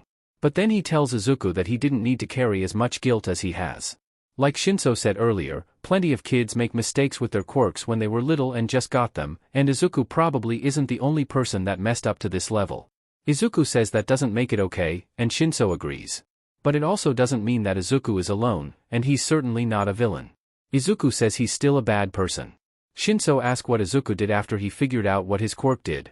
Izuku gives halting explanations of apologizing to Bakugo, but never saying what for, and learning about his quirk so that he would make sure not to mess it up again or let it be used by others. Shinszo tells him those are all signs that he's a good person at heart. After all, wouldn't a true villain have enjoyed the suffering they caused rather than trying not to do it again? Or hide it just so they could use it for themselves rather than to keep it from hurting others? Izuku admits to using it on the plants and Shinsu's cat, and that's for selfish reasons. Shinszo jokes that Izuku isn't going to be the next front-page villain via gardening and pet resurrection. Izuku worries it could escalate from there though, that he could keep using it until it hurts someone. Shinszo asks if he will, and Izuku says he doesn't want to. Shinszo says that's that then, unless he's somehow gotten addicted to using it then he can make the choice not to do that. Izuku says it doesn't feel that simple. Shinszo tells him that if they can figure out how to use brainwashing safely together, then they can do the same for Izuku's quirk too. Izuku says he might not want to use it ever again. Shinszo says that's up to him, but he'd be willing to help Izuku figure it out just like they did with his. Izuku just buries himself in Shinsu's chest. Shinszo thinks to himself that things aren't okay right now, but they'll figure out how to make them okay. Things return to a tentative normal. Midoriya does some demonstrations for Shinszo with bugs. Shinszo tries to make a couple suggestions about ways Izuku could possibly use his quirk for good, but Izuku's continued obvious reluctance makes him put a pause on it so that they can both focus on what's coming up, the sports festival. Shinszo wants to try and get into the hero course. As they start doing more outside training to make sure they are ready, they are both warned not to stay out late and avoid certain areas since Stain has become more active. It's revealed through conversations and the news that the police are having trouble tracking Stain down because of how he almost always manages to kill the heroes he attacks, so the police can't get crucial details and have to rely on whatever clues they can glean from other sources. One key detail they don't yet know is what Stain's quirk is. This leads Shinszo to come up with the idea that Izuku could bring the murdered heroes back from the dead to give quick statements about what happened during the fight. Izuku rejects it vehemently at first, saying 1 minute wouldn't be enough time and it would put others in danger. Shinszo, taking a leaf out of Midoriya's book, passionately argues back that this is his chance to use and see the good in his own quirk, just like he does for everyone else. That even a little bit of information could be useful, and that they could work with police to set things up in a way that would make sure Izuku could touch them again before the time limit ran out. Shinsu's words cause Izuku's vehemence to waver, but he isn't fully convinced just yet. The thing that ends up getting him to agree to use his quirk in this way is actually Todoroki. The changes to the timeline and such make it so that the student that Todoroki focuses on beating is Bakugo, since Midoriya isn't around or in possession of Ofa. Sometime before the sports festival Todoroki takes Bakugo aside for a private chat, like how he does to Midoriya during the SF in canon. Shinszo and Izuku happen to come across the pair and overhear everything. Todoroki tells Bakugo his backstory, partly as a warning not to become any more like Endeavor than he already is and to let Bakugo know he plans to beat him as further proof he doesn't need his father's quirk.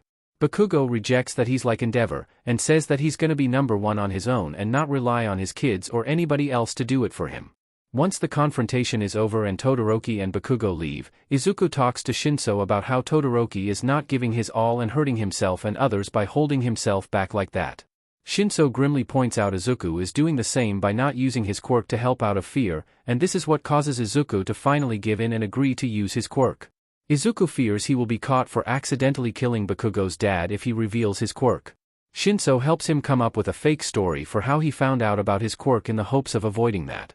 They don't have to completely lie about why he kept it a secret, just focus on how Izuku was afraid that people would be scared of him or kidnap him and force him to use his quirk. They end up talking to Present Mike about it, not sure if they should bother Aizawa when he's still so hurt. Present Mike brings in Aizawa anyway, as well as arranging for the principal and Tsukachi to meet with them to hear about this. The detective can tell that their story about how Izuku discovered his quirk is a lie, but the rest is true, so he decides to leave it be for now since he recognizes how helpful this could be. There is inevitably a very awkward and tearful conversation with Inko as well, but in the end she does agree to let Izuku work with the police on this investigation. She knows that a part of her boy still wants to be a hero after all, and this is a way he can directly help others and be heroic while also being safe. However, Izuku is purposefully vague about certain things about his quirk so that Inko won't figure out the connection between her husband and Bakugo Masaru. They use Izuku's power to interrogate the dead heroes and are able to figure out how Stain's quirk must work. This information is spread to people in hero work, but not media, and it allows Tensei to face Stain without being hurt so drastically, so he can continue being a hero after some recovery and physical therapy. Ida is still mad about situation, but not so much that he goes on a revenge rampage and ends up talking things out with bro and friends instead. Sports festival itself. Both boys make it through the first event like they do in canon, though Izuku isn't in first place since he isn't trained by All Might in this one. Izuku ends up being a part of Shinsu's chariot, though he shows surprise that Shinszo values his intelligence and stuff enough to want him on the team. Things end up being mainly a show of Todoroki and Bakugo going up against each other, so Shinsu's team is able to sneak enough points due to distraction, Shinszo power, and Izuku's advice. I didn't quite think ahead to who all would be on Shinsu's team but did decide that Izuku would convince Shinszo he doesn't need to use his quirk on his teammates, just on their opponents. So Shinszo doesn't gain so much bad rep with the other students.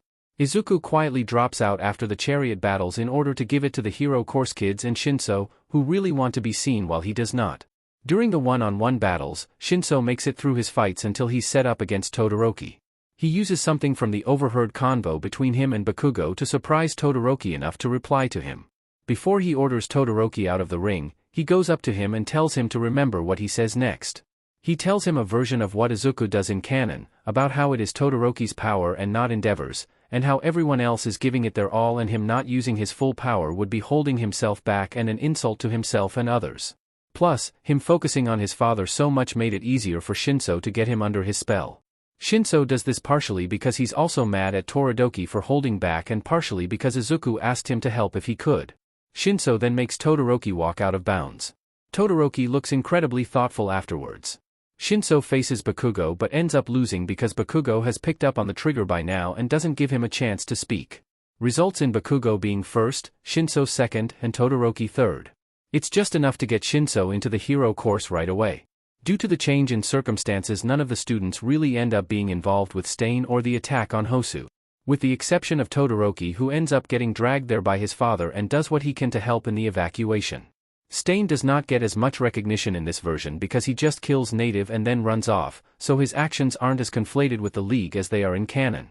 This does make it more difficult for the League to recruit people since they can't use Stain's reputation so easily. Izuku helps Shinszo prep for the exams where they fight the teachers. Izuku is also occasionally called in to help the police ask questions of someone who has died. Maybe results in Shinszo getting to be a part of things too because citizens aren't as likely to answer quickly or professionally within a 1-minute time limit, confused and asking questions. So Shinszo may be able to use his quirk to brainwash them to keep them focused. When the exam rolls around, Bakugo and Todoroki are the ones to fight All Might. Hitoshi gets paired with Momo, to build her confidence more by learning to quickly work with someone she isn't familiar with and to challenge Shinszo by putting him against the teacher whose fighting style he's been trying to learn. I thought of putting Shinszo against Midnight at first, but I figured Shinszo would be smart enough to have a respirator built into his voice changer so that wouldn't be as much of a challenge. Shinszo goes to summer camp with everyone of course, but he and Izuku do decide to start dating just before he leaves. Things do go differently as the summer camp, since the League wasn't able to recruit a couple of their usual people since they didn't have Stain's reputation to fall back on. Ragdoll doesn't get kidnapped, Koda isn't alone when the attack happens so he's okay, but Bakugo does still get kidnapped. Izuku hears about Bakugo's capture when he goes to visit Shinszo at the hospital where everyone is being kept. A combination of his innate heroic spirit and his continued guilt results in Izuku insisting he join in on the rescue mission. Shinszo was originally not planning to go but decides to join them so he can help keep Izuku and his new classmates' friends safe. His quirk makes him a lot more suited for a stealth mission compared to most of the others going after all. The group ends up at the fight between All Might and All for One. They stay to rescue Bakugo once he gets warped there, but they can't do it the same way that they did in canon since Midoriya doesn't have one for all. Izuku is still able to come up with a plan to get Bakugo out of there, but it takes longer and that results in Bakugo getting badly wounded before they can reach him. League was getting a little desperate to get out of there and Shigaraki figured Dr. Garaki could heal any injuries Bakugo got from them. The group gets themselves and Bakugo to a hospital, but with the chaos going on resources are spread thin. Bakugo dies during treatment. The group are allowed to see his body. Everyone is in shock, some are in denial. So when Izuku tells Shinszo to keep him from leaving, it takes Shinszo a moment to understand what Izuku is about to do. Izuku steps forward, pats Bakugo on the head, then immediately turns and bolts out of the room. Kirishima thinks that seeing his childhood friend like this became too much for Izuku, until Bakugo suddenly sits straight up and starts yelling. Izuku runs until he finds a live broadcast of the fight in Kamino. He counts the seconds off, and stares hard at the screen, making sure his focus never wavers from the image of All for One. Exactly 60 seconds after Izuku touched Bakugo, All for One falls to the ground dead. Back in the room with Bakugo, Shinszo had to put him under brainwashing to keep him from running off, either to see what's going on or to go after Deku and demand answers. A couple of the group object at first, and are very confused when he says he has to keep him here because if he ends up touching Izuku he'll die again. Flash forward a bit, doctors are all confused by Bakugo's recovery. Shinszo doesn't tell them exactly what happened, because he's worried about what will happen to Izuku now, until the detective eventually arrives for statements. Izuku and Shinszo ask to do their statement together and in private and they tell him about what Izuku did to Bakugo and All for One. The detective is grateful that All for One is dead, but still feels the need to ask if this is first time Izuku has killed someone with his quirk. He tells them about his lie detector quirk and tells them he knows their story about Izuku's quirk awakening is a lie. Izuku tearfully admits he has killed before and Shinszo is quick to jump in and say that it was an accident from his quirk awakening and that he shouldn't be punished for that. The detective assures them that kids usually aren't arrested or anything for quirk accidents, especially for when they first activate, but it is marked on their record and they have to attend quirk counseling. The Bakugos will also have to be told of course. Okay, sadly the chapter is over, and if you enjoyed the video just leave a like, and subscribe with post notification, so when the next chapter is ready, you will be notified. Okay, see you in the next video. Bye.